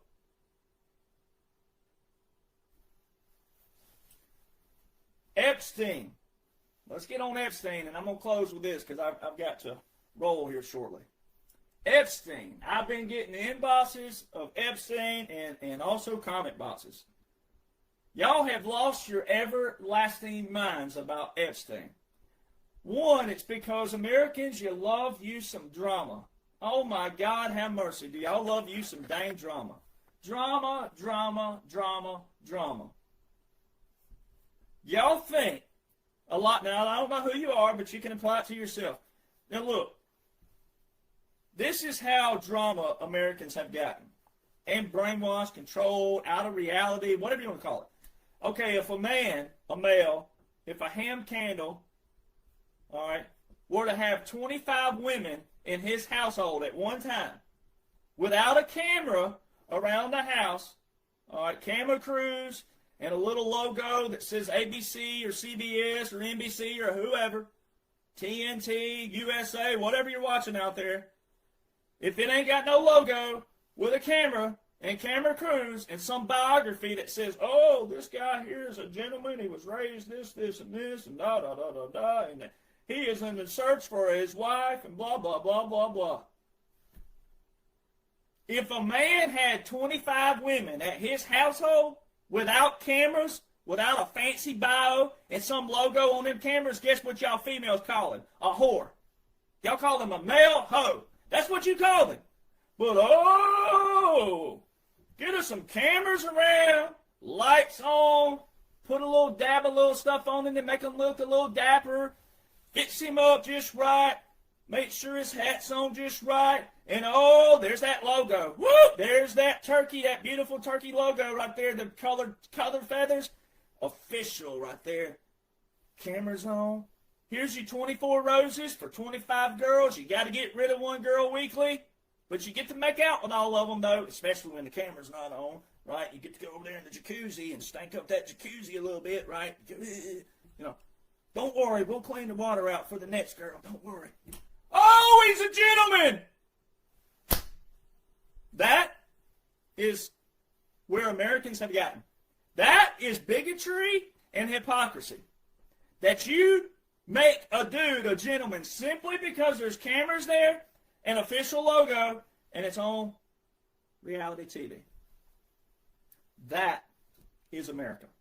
And then all of a sudden, this dude, right, because, oh, President Trump was in a photo with him 30-something years ago, right, 20-something, almost 30 years ago, because Americans do what? You do what? Drama, propaganda, and hindsight's 20/20. Well, a lot of Americans' hindsights are 5/5.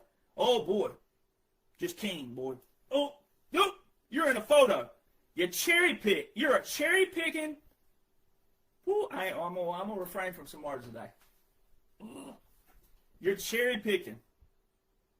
Boy, but if we went back in your past and we found something on you, oh, no, you're not popular. You're not famous. You're not known.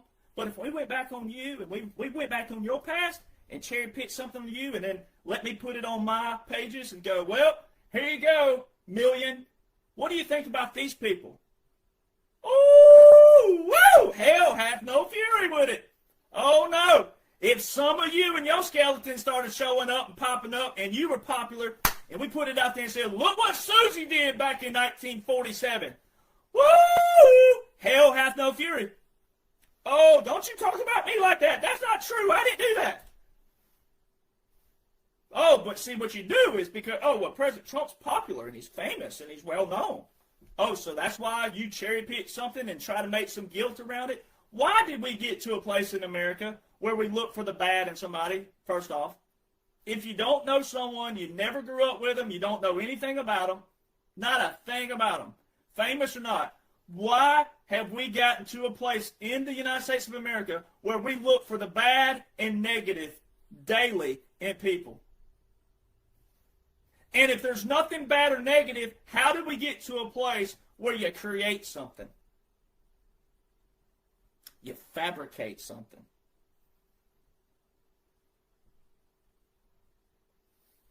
That's not the America I want to live in. Now, we have examples in history. Yep, we have examples where people absolutely did it. They were caught, they were prosecuted, and rightfully punished. There are those incidences and cases, and we have to have that. But when you have nothing on somebody, and you fabricate something, and you make up something completely out of the blue, just because you don't like someone's personal belief, maybe on how they believe about God, homosexuality, or whatever it may be. and you have nothing on them whatsoever, didn't grow up with them, don't know anything, don't have any court cases, law, evidence, nothing, and you listen to people fabricate a bald-faced lie, frame up, which is a felony, when you seek to frame somebody on something that's not even there, false information, prefabricated false information. How did we get to America? How did we get to this place? How did we get there? I mean, I'm not even on President Trump's level, nowhere remotely close. And here I am. I had to battle someone 2 years ago who was trying to steal my federal trademark and called it a lawful action. There's nothing lawful about it. That's a Class C felony.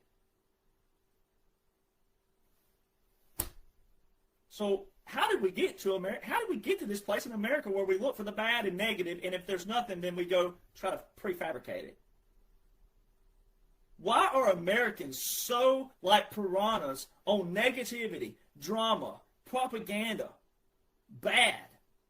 Why? How? Who are you?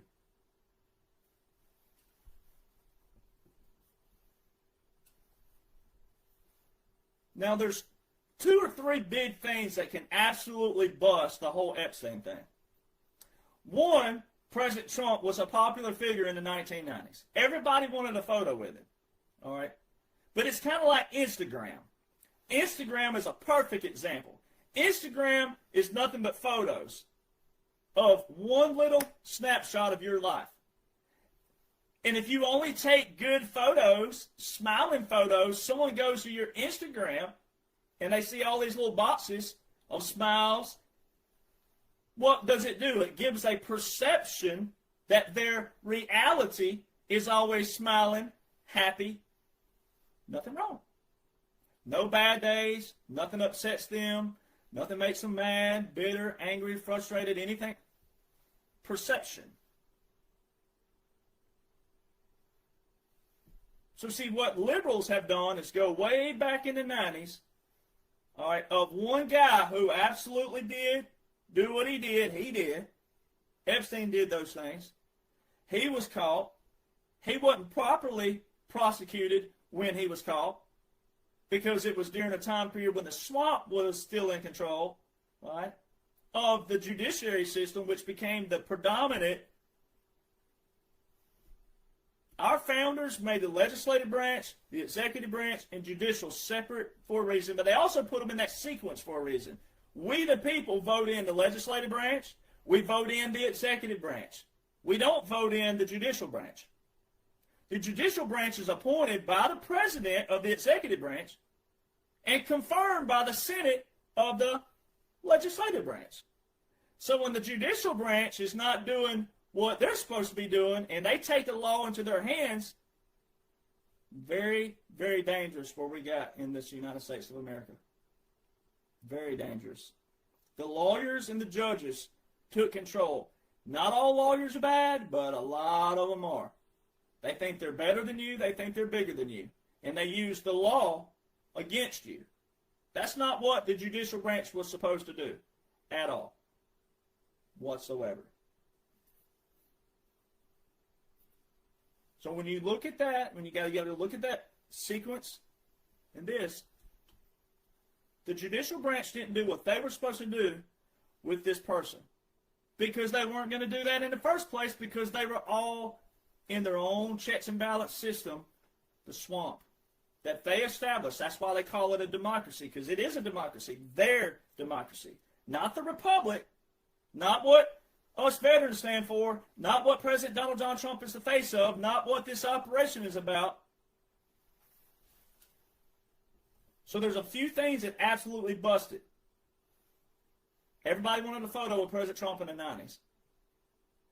Liberals went and cherry-picked some dude that ended up being a bad dude, and they cast this in here. Right? Well, look at the timing of it. Look at the timing of it. Now, hear me out. You got to listen. This absolutely bust everything, plus law busted. Military law, especially. If it's hard to say if you're a bad person because a lot of you are good people, but think of the deep state. Think of their animosity for the man who has exposed all of their swamp. Everything that President Trump has done that they said was impossible has become possible, which exposes all of their impossibles. Taxes being eliminated, IRS being busted, all these entities, the central banks being caught, drained, everything going back to gold standard, everything back to a order, law and order, right? Everything that swamp has been drained for, President Trump has proven it was possible. They said it was impossible. Remember Obama, what does he have, a magic wand? He's going to make all these jobs come back? Well, I guess he does have a magic wand, all right. Because they definitely have come back. All right. So you gotta apply that one little scenario and watch this. If you were the deep state and you hated somebody, I'm talking about a pure hate, pure hatred, and you knew that this person was about to expose every bit of your circle, every bit of your ring, every bit of your operations. You got to go back to Hillary. Remember what Hillary said? He's going to hang us all. Remember that? Yep. Right? So, someone like that and all of those people that knew that this one person with the military was going to catch them all, expose them all, punish them all. What would you do? I'm going to give you an option. You get two options. If I came to you and I was that person, I said, all right, you get two options, and we're going to make one of them happen. All right. Your first option is this. You can go with Epstein, who was a real guy who committed all these crimes, trafficking, and all these orgies and parties and this and that. We're going to go with a real life situation that took place. All right, so here's what's going to happen. President Trump's going to win the election November the 8th, 2016, and immediately after, you get to choose one of these options. You get to say, hey, straight out the gate, in November and December, as he's president-elect, you start this rumor and you start all this turmoil within the Republican side and the Democrat side and all the independents and the world who follows. You get to go with Epstein, who was a real person, created all. You can go with that, and here's photos of President Trump with him. And then all these people are going to think what they think, and they're going to demand more. And, oh, what are you hiding? And blah, blah, blah. That's option one. Here's option two. You can prefabricate a complete, made-up, false, fake, faux lie, bald-faced lie that didn't even exist on paper. None of this existed. We got the professionals over here. They can type up this fake dossier that looks real, and then we're going to have all these professionals type up these documents with the FBI and the CIA and all that. We're going to type all these fake documents up. All of it's going to be fake. All of it's going to be fraudulent, but they're never going to know that because we're in control. We have our entities all over the world that's going to help us with this. And here's what we're going to do. So you get the option to do a fake, false dossier and call it Russia collusion, and then all the media is going to chant, Russia, Russia, Russia, Russia collusion. And the mainstream media who are with the deep state, they're going to be doing it too. You're going to have all those options to say Russia collusion and President Trump had Russia help him steal the election. Which one are you going with?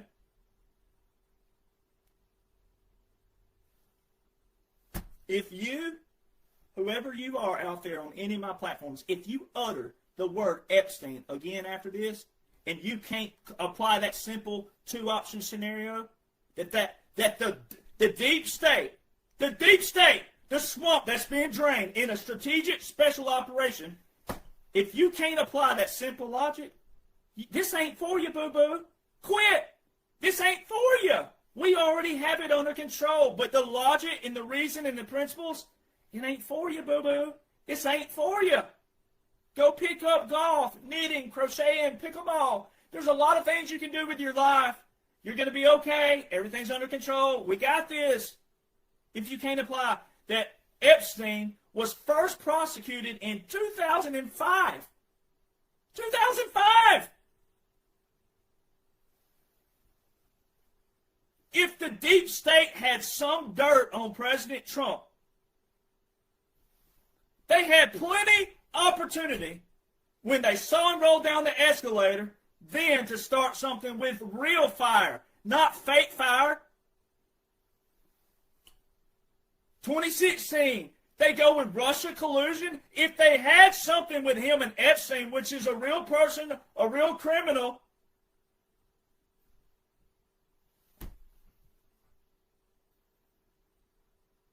July 2025, just not long ago, President Trump ordered that the grand jury investigation be unsealed for you to consume. Who blocked him? An Obama-appointed judge.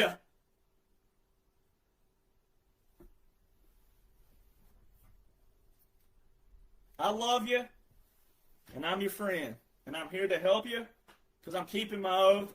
I was put here. I accepted it, and I love it. And I love doing this daily, weekly, monthly, helping you. But if you can't apply that simple logic and reasoning, then you're still captured and controlled by drama and propaganda of the other side, actually, because that's all their crap. That's nothing to do with President Donald John Trump. It's nothing to do with the military, the generals, the admirals, the good guys, all of us good guys, and all the good gals in control. Nothing to do with that. So if you're a Republican, conservative, patriot, MAGA, all the above, and you're demanding and you're just like a little freaking goldfish waiting on a pebble for something with Epstein, no, you're not. You're not one of those. Sorry. You're just not. You can be, but you can't be saying Trump was right about everything and then turn around and say something like that. You can't say follow the money and then turn around and say something like that. You can't say we have it all, we've caught them all, and turn around and say something like that. Those are oxymorons. That's bigotry and hypocrisy. And it also shows you don't even know the laws and orders invoked, which are military laws, mainly, military strategies, military tactics, with executive orders and national emergencies. They're all lawful, they're all constitutional. And if they weren't, then what were they doing in the law book still? But they are. And it's because the liberals, the libtards, all right, the libtards of the world, you're letting them have more of a voice than they actually have. There are not that many of them.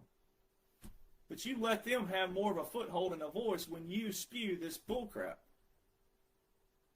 Because if you truly hated your enemy, or what you call an enemy, which we're not enemies, President Trump is for the Republic, stands on the Republic, not controlled by anybody. The whole thing is a strategic operation that's taking down all the leaders in the world who are corrupt. But it's making them take themselves out. A lot of the strategic plan is making them expose themselves, trapping them to where they only have a few options left, and then they got to go with each option as it funnels down. If you know what a funnel looks like, that's what we've done. We've funneled these people. But sometimes it's better to let people take themselves out than it is for you to do it. Sometimes that humility and the embarrassment is worse on them than you taking them out. And see, a lot of Americans, you just want them all taken out. You don't want to learn from it. You don't want to see the benefits of an operation. I've heard it in inboxes talking about, oh, we're tired of the games, the game theory. Well, you'd much rather have game theory than you'd much rather have real theory. And if President Donald John Trump and the military did not stand in and take over this nation way back in 2015, you wouldn't be in my inbox.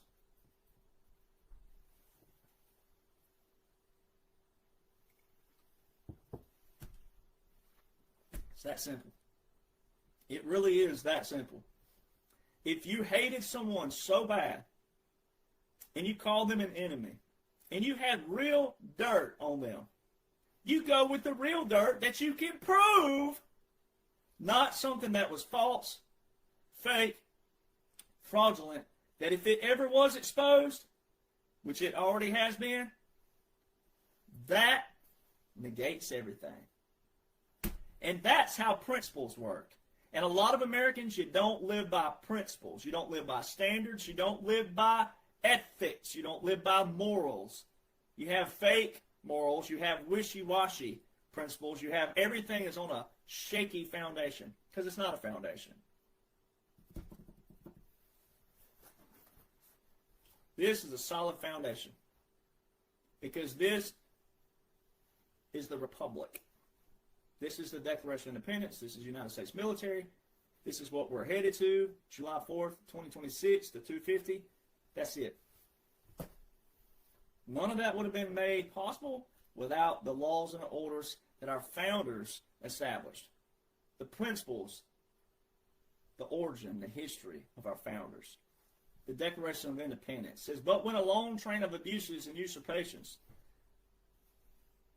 So many people just you don't even read the Declaration of Independence. But when a long train of abuses and usurpations, and it says becomes destructive of these ends, it is the right of the people to throw off such government. You know what throw off and off-throw means? It means to get rid of it. And establish what? New guards for our what? Safety, security, our future. That's why the Declaration of Independence is a prescription and a description. And it says in there multiple times. It says in there again, it is their right and it is their duty. You see how it put there, that terminology? It didn't say it is their right and duty. It said it is their right and it is their duty. It is our right, it is our duty to throw off such government that goes against the foundation. Therefore, you need to know what? The origin, the history, the foundation. You got to think like our founders. You got to get into the mindsets of our founders. We're not a democracy. Article 4, Section 4 of the United States Constitution, we're a republic. Nowhere in our foundational documents does it say anything about a democracy. The only place you'll find democracy by James Madison, who's the father of the Constitution, and he drafted the Bill of Rights, is in Federalist Papers number 10 and number 14, where he tells you that democracies are dangerous. So when you hear a liberal, a libtard, a Democrat use the term democracy, that automatically shows you their allegiance is to the swamp and swamp-minded. Now, we're in a continuity government, and we're in a military operation right now, so anything you see on TV right now is captured by that military. Everything. Mainstream media are under a wartime order, Title 47, Section 606, which is telecommunications. All right? You got to go read it. All right? You got to understand that and apply that to everything. A great example, appeals court upheld a ban on the Associated Press that they can't go to the White House or Mar-a-Lago. So anything you see on Associated Press right now means they're writing independently. They cannot go to the White House or Mar-a-Lago. The only way that is made possible is a wartime order. That is a validation of everything. There's multiple other examples to use, but there's one right there to show you that mainstream media and everything you're watching right now are under a wartime order, a wartime code. Title 47, Section 606, Telecommunications Act of 1996. President can control radio, TV, internet broadcasts.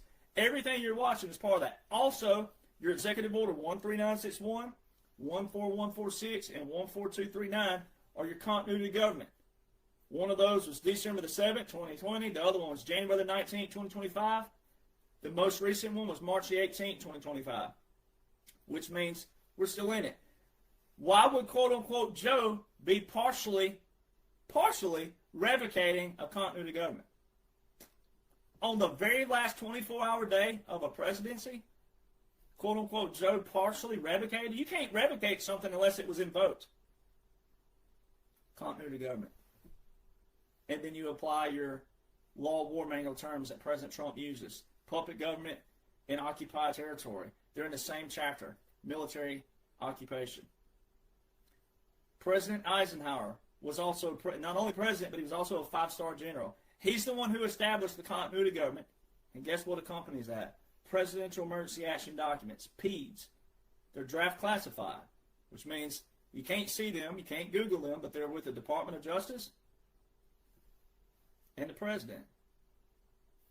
What did Benny Johnson say at the quote-unquote funeral for Charlie Kirk, which was not real? No casket, no burial, no resting place, all part of the operation, What did he say? That a godly government took over this land? The Department of War and the Department of Justice? Presidential emergency action documents. President Trump in the first 180 days told you I've signed over 350 executive actions. Not on the Federal Register. And at that 100-day mark, there were only 150 executive actions total, memoranda, executive orders, and proclamations. There are only 150. Where were the other 200?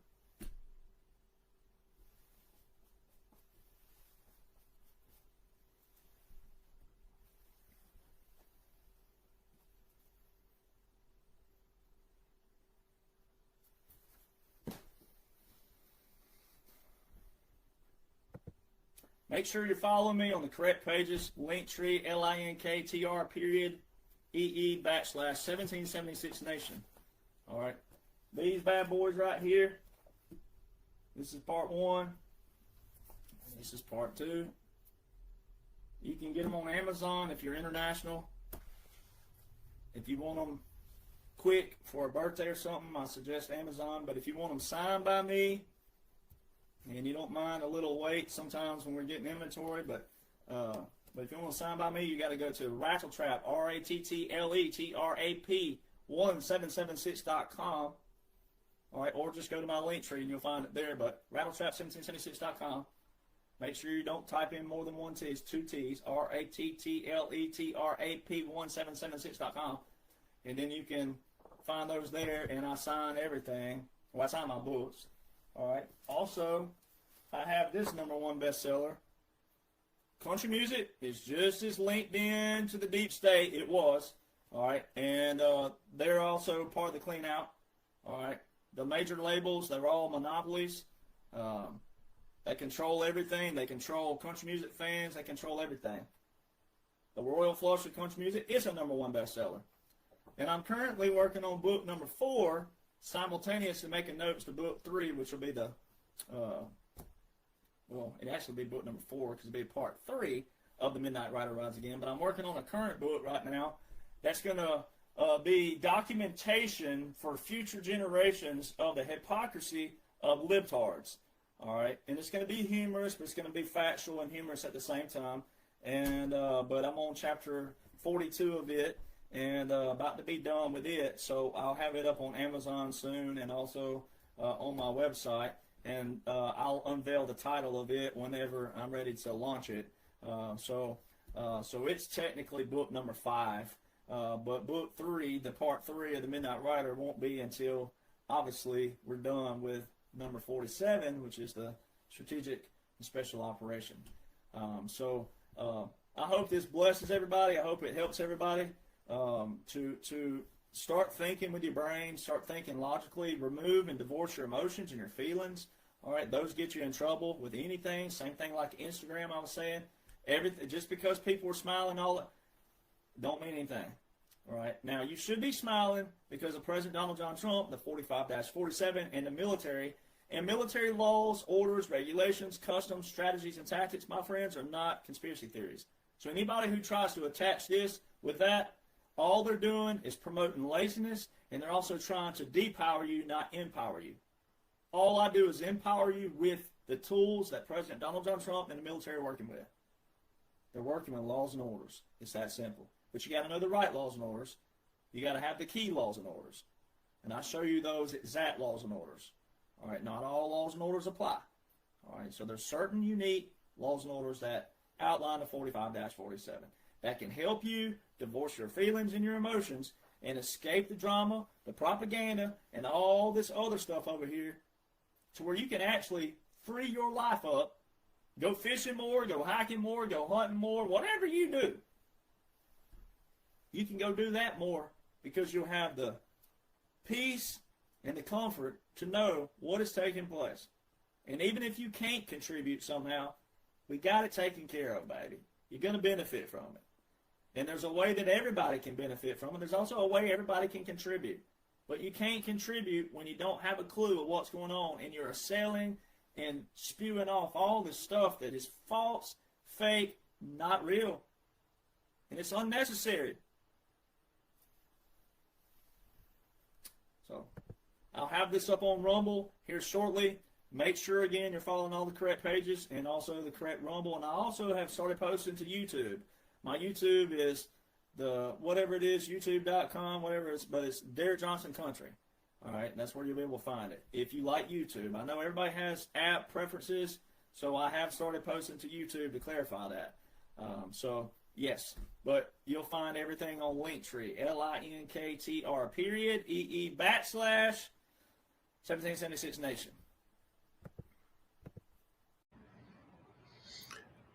Hello, it's Michael Jaco with Unleashing Intuition Secrets. Could we be on the brink of World War III as President Trump weighs sending Tomahawk missiles to Russia, who has said that if those Tomahawk missiles come, that would be potentially the start of World War III, right? So I don't see President Trump doing that. I think, he's, trying to get Russia to come to some kind of negotiating table. It's just threatening. Sometimes empty threats, if you do them enough, they start to deteriorate as far as like a tool in convincing people to come to the table and talk. So I don't know what he's thinking about this. Definitely sending Tomahawk missiles that are nuclear capable to Ukraine would be not very smart, because for one, those Tomahawk missiles would absolutely have to have U.S. soldiers to man and deploy them, and it would be U.S. technology that would have to be utilized, because Ukraine doesn't have that, to guide those missiles and so forth. So it's not something that I think is going to happen, but if it does, look out. All right. So let's look at some of the things that are going on out there. Let's look at how Russia is basically devastating Ukraine right now. I've talked about this for a while. I said that at some point we're going to see Russia just roll over the entire landscape when the Ukrainian army is completely decimated, right? And we're close to that now. So you look at several different people that cover this. The Military Summary is an excellent one. Just look at the headlines. I watch all of these every day. Not all of them, but as you can see, I've watched these videos. All right. They got the little red line. That means I've watched them. All right. Kazatsky has fallen. It looks like they made a deal. Probably surrendering, going all in, Tomahawks in exchange for. So Zelensky wants Tomahawks because he thinks if he gets Tomahawks, he can stay in power, because there's supposed to be, another. They're not going to do it because they haven't done it in years. Another election, I think, in November, but they're under military, martial law. So that they can't do an election under martial law, or at least that's what Zelensky had them, or their politicians made it so that was the case. Of course, we can always vote here, and we always have during war, even during the Civil War, we voted. So Zelensky's true plan revealed. The defense has collapsed in Pokrovsk. It's encircled.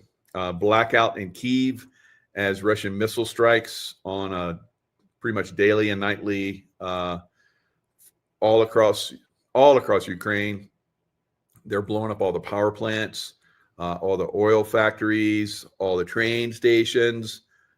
It's going to be a very cold winter in Ukraine, and they're telling people to get out of the big cities, like I've been saying here in America. But the reason why is because they're going to be blacked out. So it'd be more survivable, I guess, if they go to the countryside. So a new strike is being prepared. The next strike could be the last. Winter will be tough, like I said. And then they talk about all these different towns. Novokorivka has fallen. Operation Donbass Arc. Novosibirsk has fallen. Collapse of the defense. Western Ukraine under attack. So all of these, it's basically Ukraine's failing everywhere, everything, all across the entire front, and it's a massive front. It's a massive front that the Russians are forcing the Ukrainians to field all across the front for 1,000+ kilometers, and that's basically making the lines thin.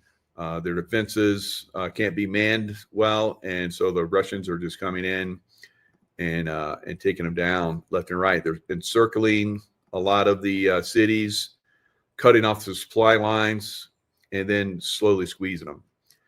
So here, like right here, 2 kilometers from operational encirclement. So they keep doing these pincer operations. They completely encircle a town instead of just like duking it out, straight into the town. They encircle the town, cut off all the supply lines, and then starve out the defenders. And then they make it so that there's hardly any way they can escape. And if they do try to escape, as they're escaping, they drone strike them, they artillery strike them, all kinds of, they're just devastating the Ukrainian army. Highway of death. Pokrovsk disaster. Armed forces of Ukraine lost 20 vehicles near Rodinsk. So there's a lot of vehicles that are being lost. The Ukraine hardly has any vehicles left. They have no air superiority whatsoever. All they have is drones. They're getting less and less drones. They can't stop the constant bombardment of missile and drone strikes are hitting their major cities. They're losing everywhere. And so for some reason, they think that if they get some Tomahawk missiles, now when they had the Patriot missile batteries to protect Kyiv and some other places, the Russians found them and destroyed them, destroyed all of them. And they were supposedly America's like indestructible battery, right? They couldn't get at it because but we saw that the Russians have missile systems that are way beyond speed of sound, and they can come in, and the Patriot missile batteries can't track them. And they'll fire 3 or 4 at one missile and take up that one missile, but there's like 3 behind it, and bam, just takes out everything. So I don't know that the Tomahawk will be any more effective. It could be, because we'll see. I don't know. Maybe they're more. They're faster. I don't know.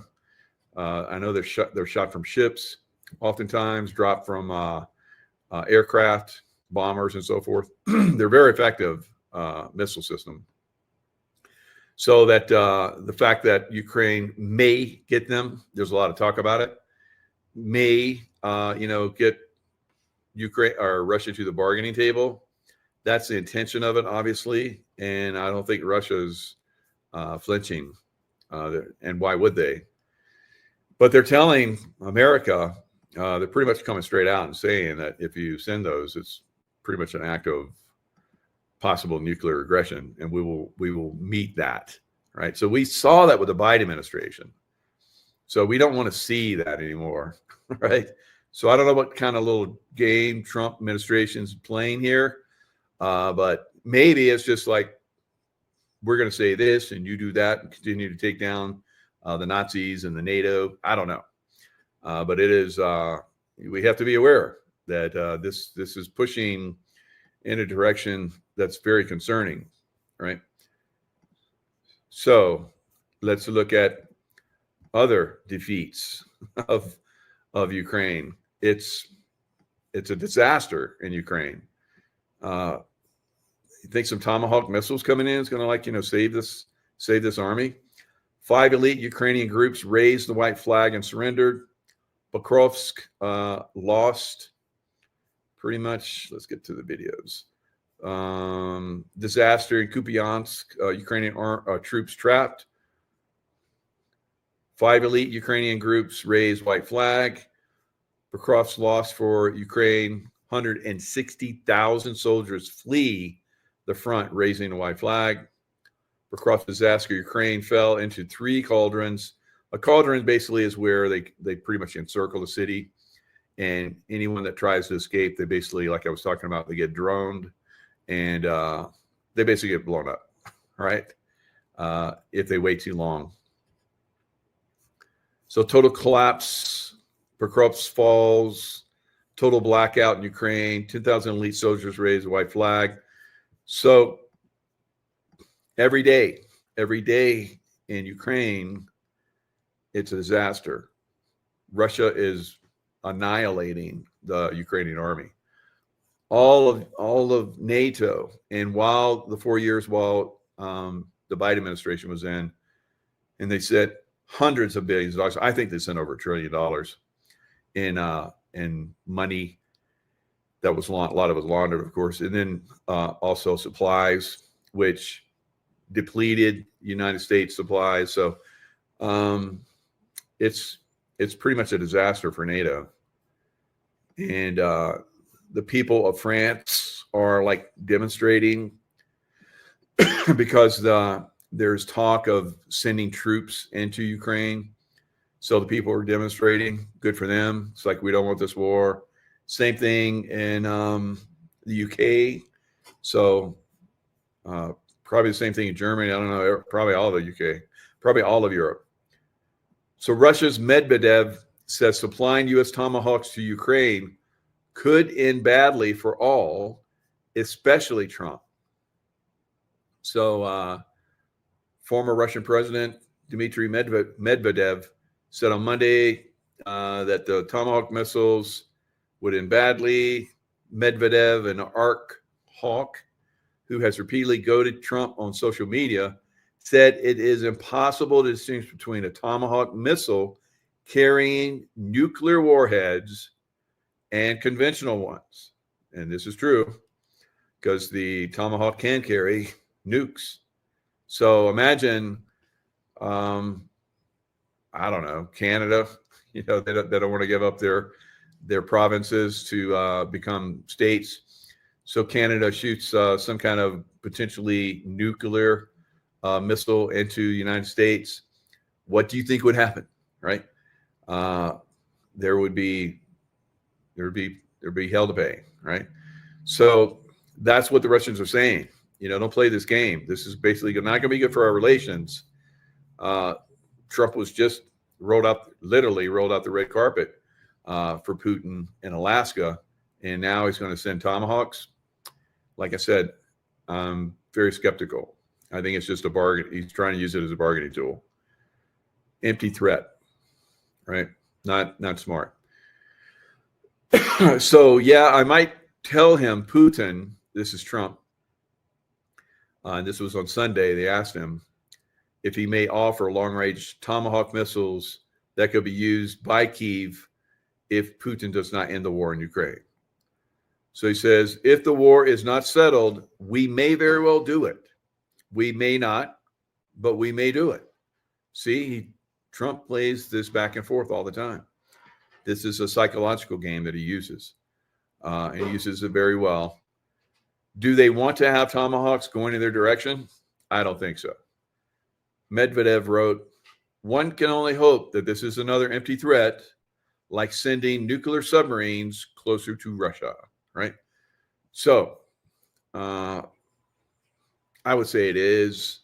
I think Trump and Putin are like, they got some kind of little game going on where it's like, you do this, I'll say this, and don't worry, I'm not going to do anything. But you keep slaughtering these idiots, these Nazis that keep coming to your Russian front, and that's really the way it is. Russia is hardly losing anyone but the Ukrainians, and of course, the people that are coming from all over Europe to fight in Ukraine. They're being annihilated by Russia, absolutely annihilated. So it is. I know Trump wants to end. He's like the peace guy, but this is something that needs to happen, right? It's like all of the crazies that are here in our states, in these big cities, something's got to give there, right? Just like it happened in Ukraine. So Ukraine got way out of hand. The Democrats in all the big cities are way out of hand, right? I don't see us shooting tomahawks into these cities, but maybe, guys. I don't know. It's I think it's going to get pretty bad in a lot of these cities. So it's kind of up in the air, what they're going to do. Now in Poland has basically been gearing up over the last several years for potential showdown with Russia, right?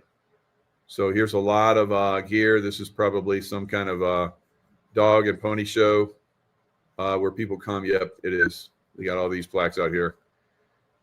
So you have all these people coming in and checking out all the gear that they, I guess, have or they potentially have. See, here's a drone that can be launched from this. And within here, there's probably all kind of, controllers for the drones. So there's Russia as a Russian aggression, whatever, turns west. Poland says it's ready. Warsaw has doubled the size of its military since 2014 and boosted military spending to nearly 5% of GDP. All right. So Poland, do you remember how the Soviet Union just rolled right over you? Right. So maybe that's why they want to get, bulked up with weapons. I don't know. But they're not going to stop Russia. If Russia decides to come into Europe, which there's no reason for them to come into Europe. All they're doing is protecting their border from Nazis. Ben, maybe some of these European Nazi, countries, they might have to take care of business in them, right? So I would think it's very unlikely, but if Putin were to somehow pass over and Medvedev would take over, yeah, or Russia would basically take over Europe, right? And they would take it over. There would be no stopping the Russian army because there's nothing in NATO, nothing that could even slow down the Russians if they really wanted to go in. So what Europe should be doing is making peace, making friends, and doing trade deals with Russia, so there is no war. But they keep pushing. They keep the verbal assault on Russia. They're taking away all their money and trade and stuff that there were in banks. They seized all their money. This is unprecedented for one country to do that to another country. So it's not really looking good for Europe. So the only thing that can save Europe is if a grown-up shows up like Trump, right? Because they're all children. They're all communist children that think that they can just steal from their people, and their people are going to just let them. At some point, I think the people, just like we saw in the Soviet Union, are going to stand up and push back and take back their countries. Right. So at this point, I don't know. Now, I did a special show earlier on silver.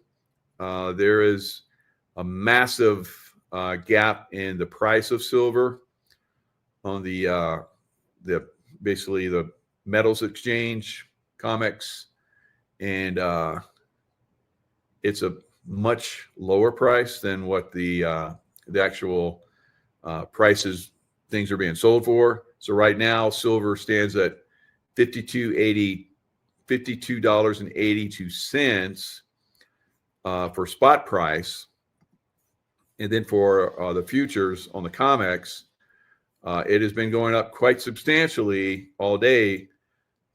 It's almost up 10% from where it closed on Friday. Since trading opened last night and into right now. So right now it's up another almost 2%. It was up over 7%. So we're almost at a 10% rise in silver, but still silver is over $1 less than spot price on the COMEX. So the spot price keeps going up, and the COMEX price is, although it's going up very rapidly, it's not catching up. So it's still going up. And I explain why this is happening on my special report on silver. So the economy there's lots of cracks in the economy, and it's not going to last much longer before it completely collapses, right? Worldwide. All right, breaking. North Carolina to redraw congressional maps to stop California. So California, everyone's leaving it. Lots of people hate the government, the vampire who is the governor. And President Trump delivered countless victories during his first term in office. And 9 months into his second term, he continues to achieve unprecedented wins. However, now Texas just redrew some of their redistricting. And so there's going to be more Republican congressmen. And now North Carolina is going to do that too. Will it be enough? Right? Now there's other redistricting that could happen if the Supreme Court passes a law, which basically says that you can't use, like, for instance, minorities. Like if you have a lot of blacks in a certain area, or Hispanics in a certain area, or Africans in a certain area, so Somalis, whatever, you can't use that lower number to basically over redistrict. And if that happens, that would free up 19 different positions for Republicans. So that would stand as common sense. Whether that happens before the midterms remains to be seen. But it looks like they're really, pushing very hard to make sure that the Democrats don't completely take over the House again. And if they do, that will be a disaster for America. There's no question about it. All right. And if they get hold of Senate again, like they did, they got hold of a House the last time Trump was in office in the midterm. He was basically, he had the, like he does now, he had obviously the presidency, the Senate, and the Congress. Couldn't get a lot done because he had all those rhinos in there. So a lot of the rhinos have been cleaned out, but the numbers still aren't high enough to, push back on a Democrat surge, right? So we'll see what's going to happen coming into next year. We'll see in the springtime, how effective the Democrats are in cheating, right? And brainwashing their people to vote for them.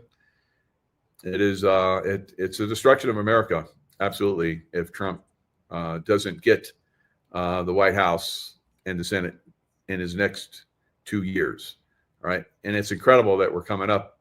We're not even done with a year yet, but we're coming up on. It usually is about 9 to 10 months out where things really start to kick for the midterms, and there's a lot of focus on that. So it's crazy. It's just like a nonstop. We're at war. We're at war with the enemy within. That enemy within is the Democrat Party and their minions.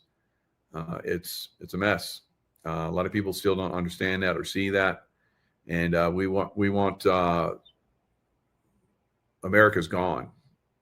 You might as well just move, right? I don't know where you're going to move, but because if America doesn't win, then the rest of the world's pretty screwed too.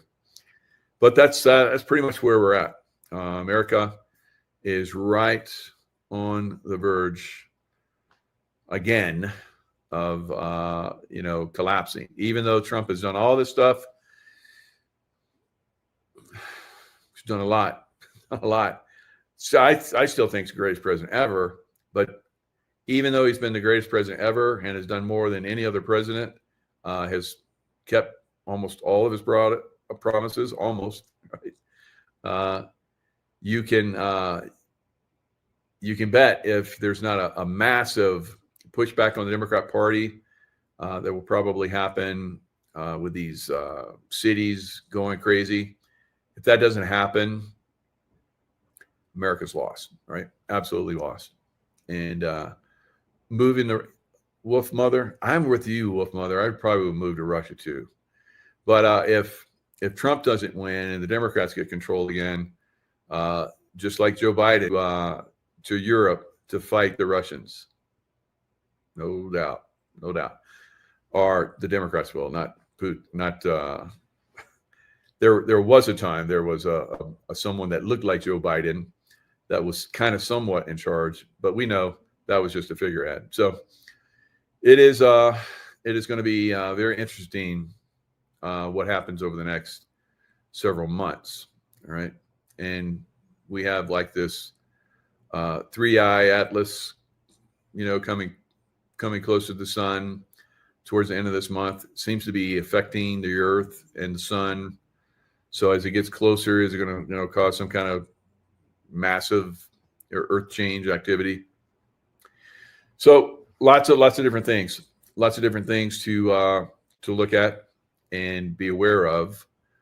If it wasn't enough that we have the Democrats and the leftists destroying our country, we also have to look at central casting, as Trump says, yes, Wolf Mother. So yes, Wolf Mother. So there is a lot of central casting going on. Of course, there's a President Trump, a couple different President Trump, central casting people out there, and but the Trump administration and the White Hats, for the most part, are completely in charge. For the most part, completely in charge. Yeah, for the most part. So we just, send it good energy, send it love, hope for the best. Put our energy and push in certain areas to try and help this thing move in the direction that it needs to go. Otherwise, if we're not active, we've already seen what happens. Now, we've had a lot of people that have come back into YouTube. All right, so the messages and the information is starting to come out again. That's a good sign. But is it enough? So we seem to be winning the information war. Not completely, of course, but we're doing better. With the educational system, putting out false information from the press. It's like, wow. It's like, can we somebody sees this press, this fake press at some point? But, I guess, here we are. The guys like me, people like me, they're out here, putting out the real and true information. It's frustrating not to see it, taking over the deep state apparatus and it being shut down. And why is that? Why is it being allowed to stay there? Are they going to use that at some point? We're going to let these people peter out a little bit and then we'll just seize it. I think that's probably what it is. I don't know. But a lot of those people are, they all work together. I mean, I love Trump, but Trump he's within that group, guys, right? He's within that group. He's rubbed shoulders with all the billionaires, right? He knows them all. So if for me, I know who's bad. Can I do anything about it? No. And maybe he's the same way. He grew up, he knew who was bad. Can he do anything about it? It's so infiltrated, and there's so many, and there's so so interwoven within the system. You pluck one of them out, and there's like 10,000 others that support the same system. It's incredible. It's pretty overwhelming. I've seen this system from just my perspective, but I'm not in it. I'm not in that system, having done the things that these people do, partied with them. We've seen all these videos where you got one political, like a Democrat and a Republican. They're like bickering back and forth, yelling and screaming, and then you see them having dinner together, and it's like they're old friends. It's like, what? Because that's the way it is. They're all interwoven. It's just a public display for the most part.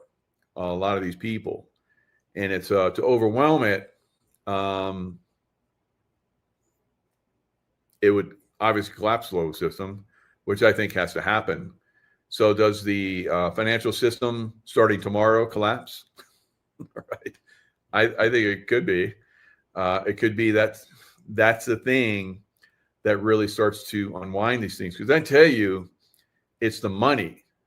We've always heard follow the money, right? And the money controls so much. I've seen it, in all my travels, in the SEAL teams and the highest levels, and then the CIA at the highest levels. There's disgusting levels of money that's thrown around by these people. You have no idea. So if that starts to dry up from them, like it's drying up from us, I mean, everything is collapsing. So who's rich now? Who's getting rich? Are they getting richer as everything else collapses around? It's insane. I look at like real estate, and I've been watching it. It should have collapsed back in 2022, but it's been manipulated up.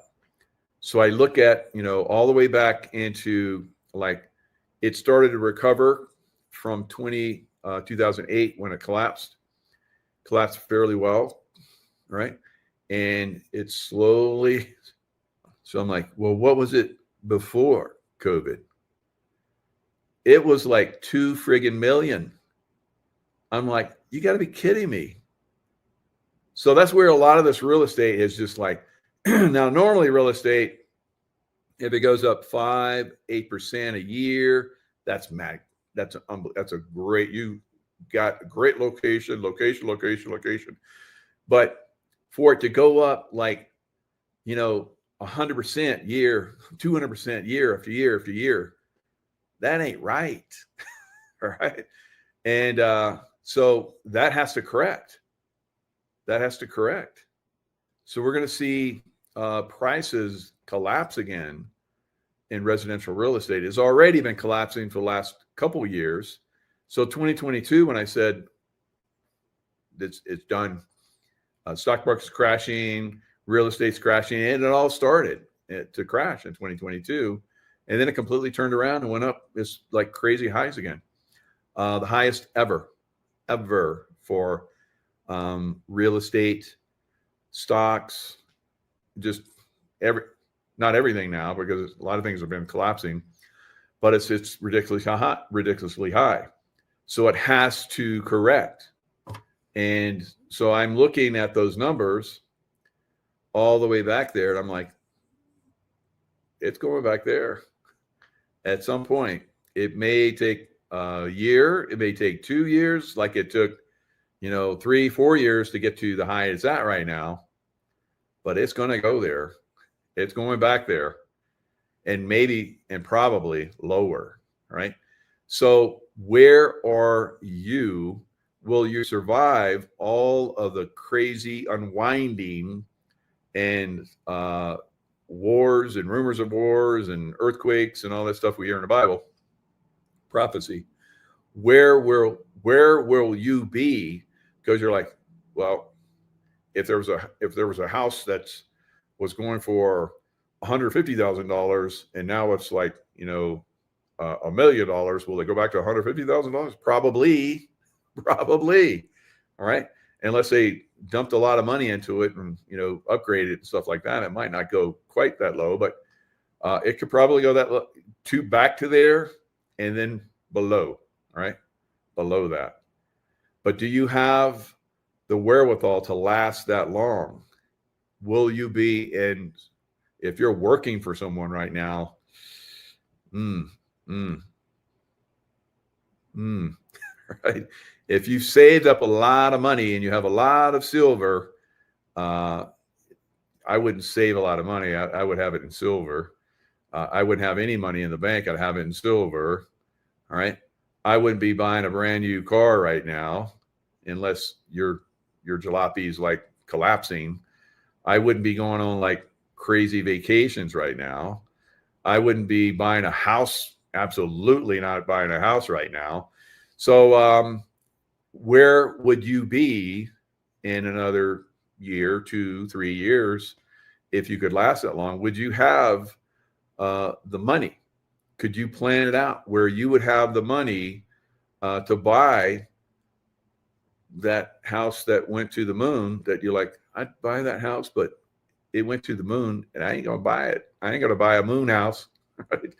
When it comes back to Earth, I would buy it. You would buy it now, but where will you be in a year or 2 or 3, right? So, what line of work are you in? How much money have you saved? Or silver, again, how much silver have you saved? And if you're still sitting on money, what in the hell is wrong with you? I just want to reach through and slap a knot on your head. It's like, wake the F up. So if you have it in a bank, you might be finding out pretty soon that it ain't going to work out so good. I think we're going to see some bank failures start to pop really hard again. So think about it. Think about where you would be, what you would do in the next year and a half. If you're struggling at a job where you're barely hanging on in this job and you're seeing everything collapse in your industry, so and you're thinking, well, I got a bunch of silver. I would like use it to survive. That would be good. Back when I basically had my outing with the CIA, it was the silver and gold that I had to tap it to survive. Right. So I don't feel that I'm going to be in a survival mode going forward. I'm going to be in a mode where I'll be able to continually maintain, and I'm waiting for the opportunities. Right. And if you have enough silver, when silver starts to really take off, you're like, really take off? Yeah, it's not done it yet. All right. So when it really takes off and you're getting $150, $250, $500 an ounce, right? Can you wait that long? Because it may take a few years to get there, right? And if you can't, maybe you can buy something which don't do a friggin' mortgage. So I also looked at that house and I'm like, if I took out a 30-year mortgage, which would be stupid for me, I'm like 65. Why would I take out a 30-year mortgage? So I'm looking at that house and I'm like, let's say that I did, 15% down or 20% down or whatever. And I did the mortgage payments on this house. It's friggin' stupid. It's so stupid. I remember when I had condos, I was like, what? I paid on this condo for like 12 years. And it's like, it hasn't moved what I owe on the friggin' plate on the thing. It's such a scam. So for 30 years of payments, you're going to end up paying I would have ended up paying, if I took that house, for whatever payments, there would be like 3 times the price of the friggin' house. So if I took an $8 million house, it'd be like worth, 3, 8, 6, 8, 16, 24, I think. I think it was like 24 million was the total price that I would pay if I took that house, which I don't have that kind of money, but I dream big, and when I dream big, usually I do well. So I'm dreaming big. We'll see what happens. So a $2 million house, maybe, my silver, if it really takes off, I could buy that in cash, right? At some point, if it goes to 500, if it goes to, $250 an ounce, if I take that money and I put it in something else, they talk about all of this rare earth. Rare earth is bullshit. There's plenty of it. But here in the United States, we don't process it. So what if Mike and a bunch of other smart men and women decided they were going to build a rare earth plant to refine it? Because there's plenty of rare earth in the United States. It just has to be shipped somewhere else to be refined. It's like ridiculous. To China. China's got a lot of it, and I think there's some other places to do. I think Venezuela's got a lot of rare earth too. So let's say me and a bunch of other people got together. We're like, I'll put this money down. You put that money down. We'll work our asses off. We'll make this in a few years. We'll be like rare earth or less a year, 9 months. We'll have a rare earth factory. And then we're like pumping it out. And we're all like, got tons of money because, everybody's coming to us. So there'll be opportunities like that for you and for your peeps that you will probably be able to take advantage of. Because when you look back in 1929, 2008, all these different crashes, they were opportunities for those people that had the vision, right? And the people that moved in and took advantage of, the everything collapsing. World War II was like that. World War I was like that. All these different, places. I remember I was listening to this one guy. I was at a place where a lot of rich people were. I wasn't one of them, but there's all these rich people talking, and one of them, their grandfather had bought in Italy, had gone in where everything was bombed and blown up, had gone in and bought real estate in areas that were all like destroyed. Nobody wanted it. No one had money. He had money. He went in and bought all this real estate, and their family, if I told you the family, you'd be like, gee, of course, but their family became ultra wealthy from that, so from the coming destruction that's going to be happening, that's already happening in our economy and the world, will be opportunities of a lifetime. And if you're positioned with silver, that's going to go up to an incredible level. And some of you already have businesses that are going to do well. You position yourself, like I have positioned myself well with LifeWave. So that will be something that will be very successful in the future. So already successful, but be even more successful in the future. So if you position yourself in certain businesses, you can benefit from the coming turmoil. If you have that vision to see that this area will be successful, that area is going to be going away because it's already effed up. So it'll be good when everything collapses because that bullshit goes away. So, and that's part of the cleansing process that happens, not only with people that are kind of like, you look at all those people that, didn't make it on the other side of World War II, at least in Hitler, we could say, well, Hitler was one. No, I think Hitler survived. So, but Mussolini, we know Mussolini was basically hung by piano wire, right? So all of those people that were not so good to have around and were making everything a mess, they're gone now. Would Gavin Newsom be gone in the future? I think probably. And I don't know, maybe he becomes a a pecan tree grower. I don't know, or if in prison or whatever. So I don't know. So there's going to be, like I said, many opportunities, but you have to really start to think about that. Don't be reactive. Don't be reactive. This now is a time to really start to consider what are going to be the successful industries of the future, and how you can position yourself in them, and how you could grow your wealth over the next several years if you're positioned correctly, and you're out of things that are not, like the person that bought that multi-million-dollar house that I looked at that is now worth $8 million. If they were smart, they'd sell it at a fire sale and get out of it, right? And maybe they get a sucker. So that's another thing.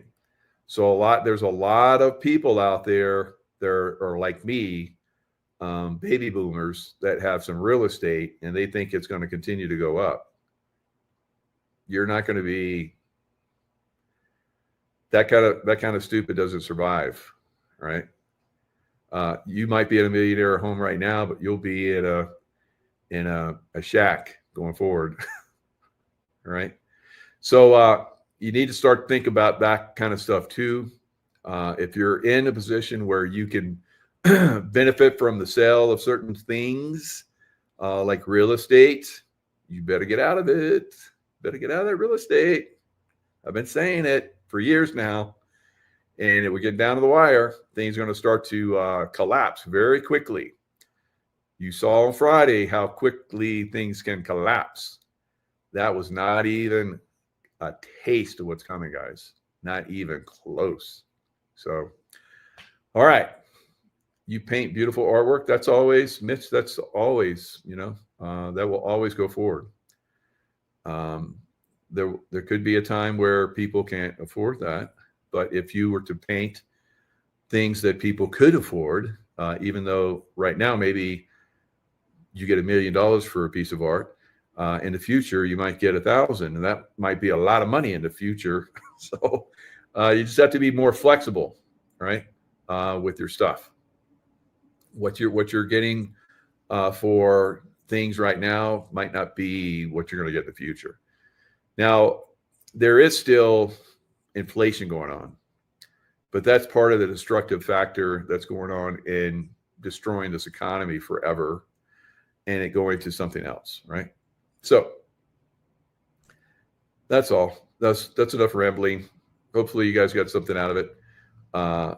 And in the future, again, there's opportunity, but only for those that are thinking ahead and seeing the patterns of things, right?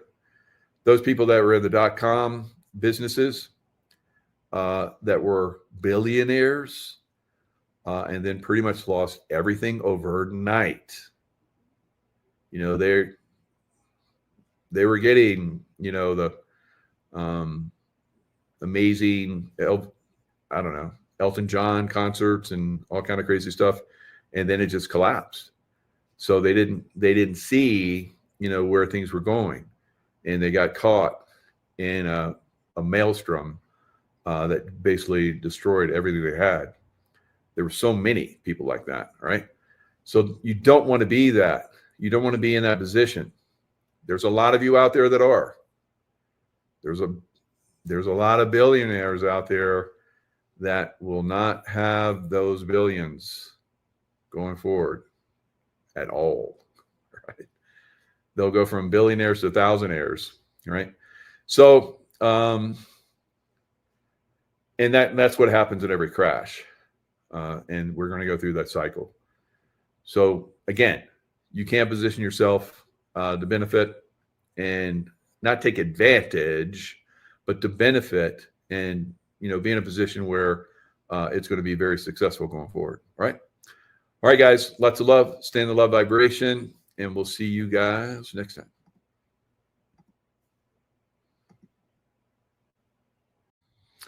Hello, everyone. It's Michael Jaco with Unleashing Intuition Secrets. Will history repeat itself as it often does with the coming No Kings protest and the 532 Nika riots in Constantinople, basically where there was riots throughout the city for days, and eventually there was a slaughter of the rioters in a hippodrome. Constantinople under Justinian I went on to become the most prolific Byzantine empire in history.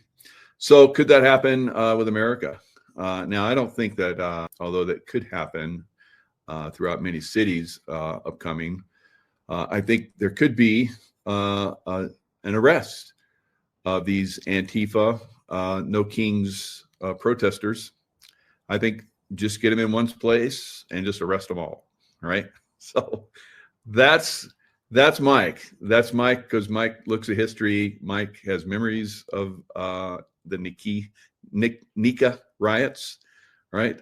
I believe that Belisarius, who was the general that basically is a reincarnation of Trump. Now, Trump is probably, as we've seen, far more peaceful, probably because of his history of having been Patton and Belisarius and probably some other generals throughout time. But he's been very peaceful ruler, done very good job. I think that the fact that he's been putting military surgically into the cities very early has been helping to quash what could be a lot of violence in those cities on an extreme level. I think that extreme level is coming. I think that sometimes you have to act, and you have to act aggressively. Otherwise, things get out of control, like they did with the Nika riots back in 532, and what I believe we're starting to see now in America. Same situation. History repeating itself once again. All right, so let's look at a little bit of history. First of all, we're going to look at Melania. So Melania Trump is, I think, doing a very good job. All right. I think many people all over the world see her as a great asset to the presidency. Great first lady, very attractive, very well-spoken, educated. You know, she's like that other side of things that we've seen in the past. We've seen the opposite of what Melania is pretty much in the Oval Office for many presidencies, unfortunately. So Melania Trump says back channel with Putin led to return of Ukrainian children. The First Lady said she has been in contact with the Russian leader since sending him a letter in August expressing concern for abducted children. So we know that she is very active with the children, as is President Trump. And as many of us have been reporting, that of all of the abductions of children, trafficking of children, and the disappearance of children, unfortunately, President Trump has been more active than any other president in history. And of course, his lovely wife, Melania, is at the forefront of that as well. So now, if we look back, like I talked about in a show recently, where I talk about the white hats, the red hats, and the black hats, we have seen probably back channel type stuff that's happening. Of course, it's happening on both sides. If we look at back channel type stuff with JFK, one of the reasons why we have heard that he was assassinated from people that were part of that red hat back channel, dark hat group, right? And there is I believe, a white hat, red hat back channel, right? So, there's there is this little war that's going on right now, and a lot of people are being exposed to it. And I've been in combat for most of my life. I've seen the horrors of combat. I'm seeing the horrors of combat now in America. And a lot of people are starting to be exposed to it, and they're not liking it. They don't understand it. All right. So one side has to win. Which side do you want to win? Do you want your side to win? Of course, the other side wants their side to win as well. So there is this, this back and forth that's going on right now. And this has happened, obviously, many times in history. And the one that I'm speaking of, that I'm going to highlight, is a time where they're to the Russians. They use that as an excuse to assassinate him, right? The Red Hats, right? So the Red Hats, I've actually had James Files on my show multiple times with Ole Demigard and others, where we discussed how he was part of basically a Red Hat group that came in and assassinated President Kennedy because he had gotten out of line, according to the deep state, right? So again, we're going to see this push back and forth of these factions. I think that President Trump is at the forefront of a President Kennedy-like faction now, and that he has Red Hat activity going on for the good guys now. So the Black Hats started, I believe, this Red Hat activity where they had these assassins, and they call them the 30 assassins. James Files was one of those assassins. And he talks about how there's this whole group, and they have these women. All right. So we've had lots of people come on and talk about this, about how there's women that are basically come in and, give these guys, or with these guys, right? Kind of like a Jeffrey Epstein type situation. And Kathy O'Brien has been on my show talking about this, how they develop these girls from birth to be spies, and they pass information, they have sex with these presidents and men and so forth, and they're gathering information for the dark side, all right, the Black Hats. So the Black Hats use like Red Hats, right? So Kathy O'Brien, I would say, would have been a Red Hat that is now a White Hat, all right? I know it gets a little confusing here, but you can switch sides and you can go to the good guy side. That's what we hope everybody does, but some will not. Now, James Files, in my opinion, has gone to the good guy side, and he is disclosing about the use of he being a Red Hat by the Black Hats. All right, so he was the assassin behind the picket fence that shot President Kennedy and blew the back of his brain out. All right, so he talks about that. He's been on my show many times, and he talks about how they would use these women. One of them was for Ted Kennedy. She got out of line, and James Files and his group came in, and they suffocated her, put her in the car, and Chappaquiddick, they pushed it into the water. And Ted Kennedy, after they said, you can go to the police after we leave the island, because they had to catch a ferry off the island. So they got on the ferry, and then he went to the police like 2 hours later, and everybody's like, why did you wait 2 hours? His squeeze, this woman that's basically part of the Red Hat group that was gathering information, she was getting out of line, so they had to eliminate her, right? Kathy O'Brien was going to be eliminated, and she was saved. Her daughter was part of this process too. She rescued her daughter. So it's a Red Hat, Black Hat, White Hat, Red Hat operations that are going on all over the place right now, right? So Melania Trump having a back channel to Putin, Russia, would have been grounds for the Black Hat, right, in the past. So that's where we're at. We're at a very, very interesting, inflection point in America, where one side is going to win decisively, right? So it's very important that everybody understands this process, because through that understanding, it's a shield. It's a shield for us against the deep state, right? So if we have that knowledge, if we have that understanding, then their fear and manipulations that they use to usually control people, we're shielded from it with our knowledge, right? So you need to understand how this is working.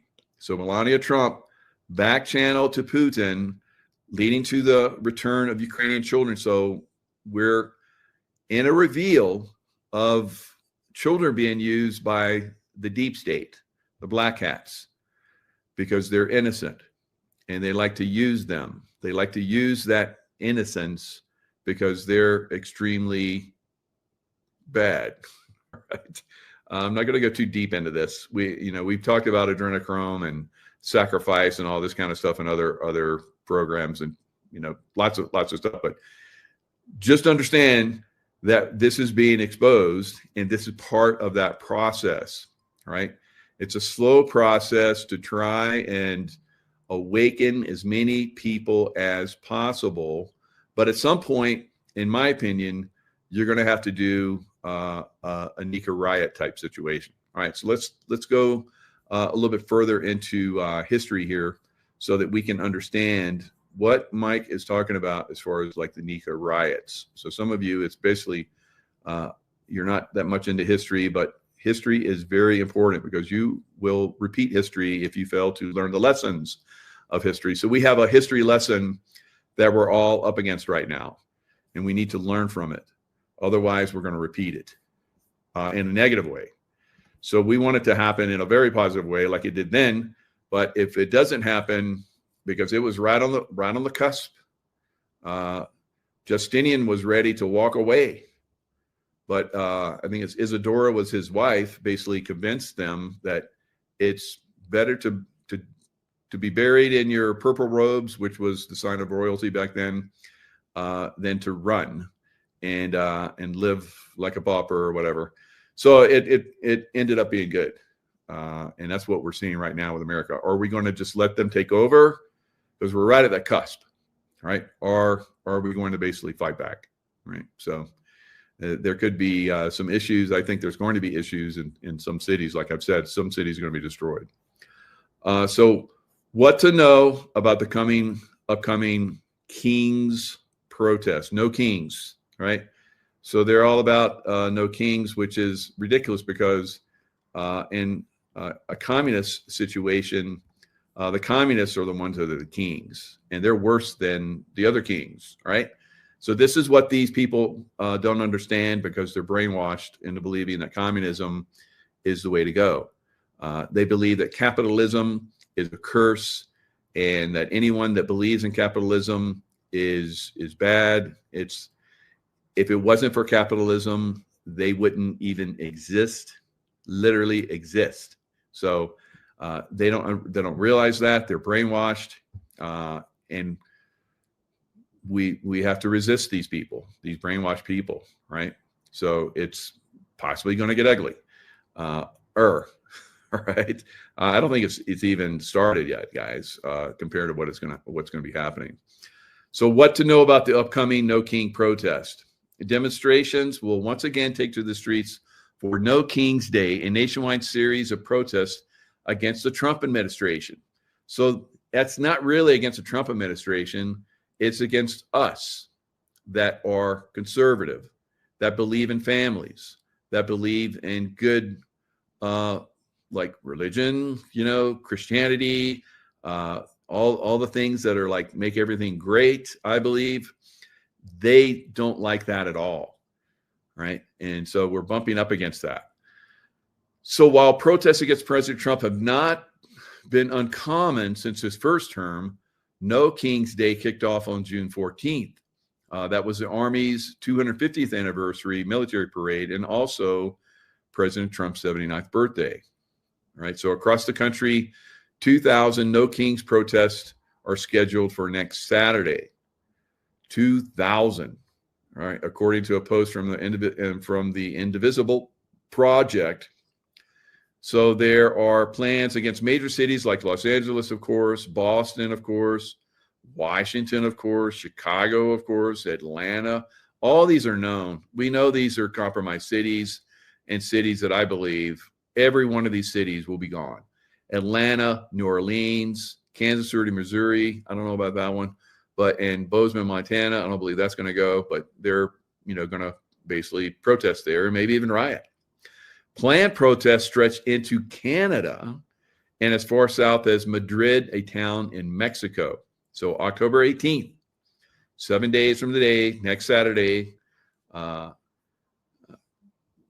will be millions, as they say, of us rising again to show the world America has no kings and the power belongs to the people. All right. So these are communists. These are terrorists. And I think they need to be treated as such, guys. I think these people should be rounded up. Wherever they go to protest, they should be rounded up and thrown in jail. I'm just saying it, right? I'm just coming right out and saying it, right? It gets me in trouble, whatever. Somebody has to say it, and it needs to be done at some point. The sooner, the better, right? So that's pretty much what we're seeing upcoming. Now, No Kings Movement issues warnings ahead of next anti-Trump protest. Warnings, because President Trump, the king, I guess, to them, has put out a lot of military into cities, and he could possibly put out more military. All right, so No Kings Movement issues these warnings, and they talk about different things. Where's the article? It disappeared. Look at that. It's like doesn't want to show. How about that? Huh. It's like, no, you cannot show us. Wow, how about that? Come on. Continue, whatever. All right. Newsweek.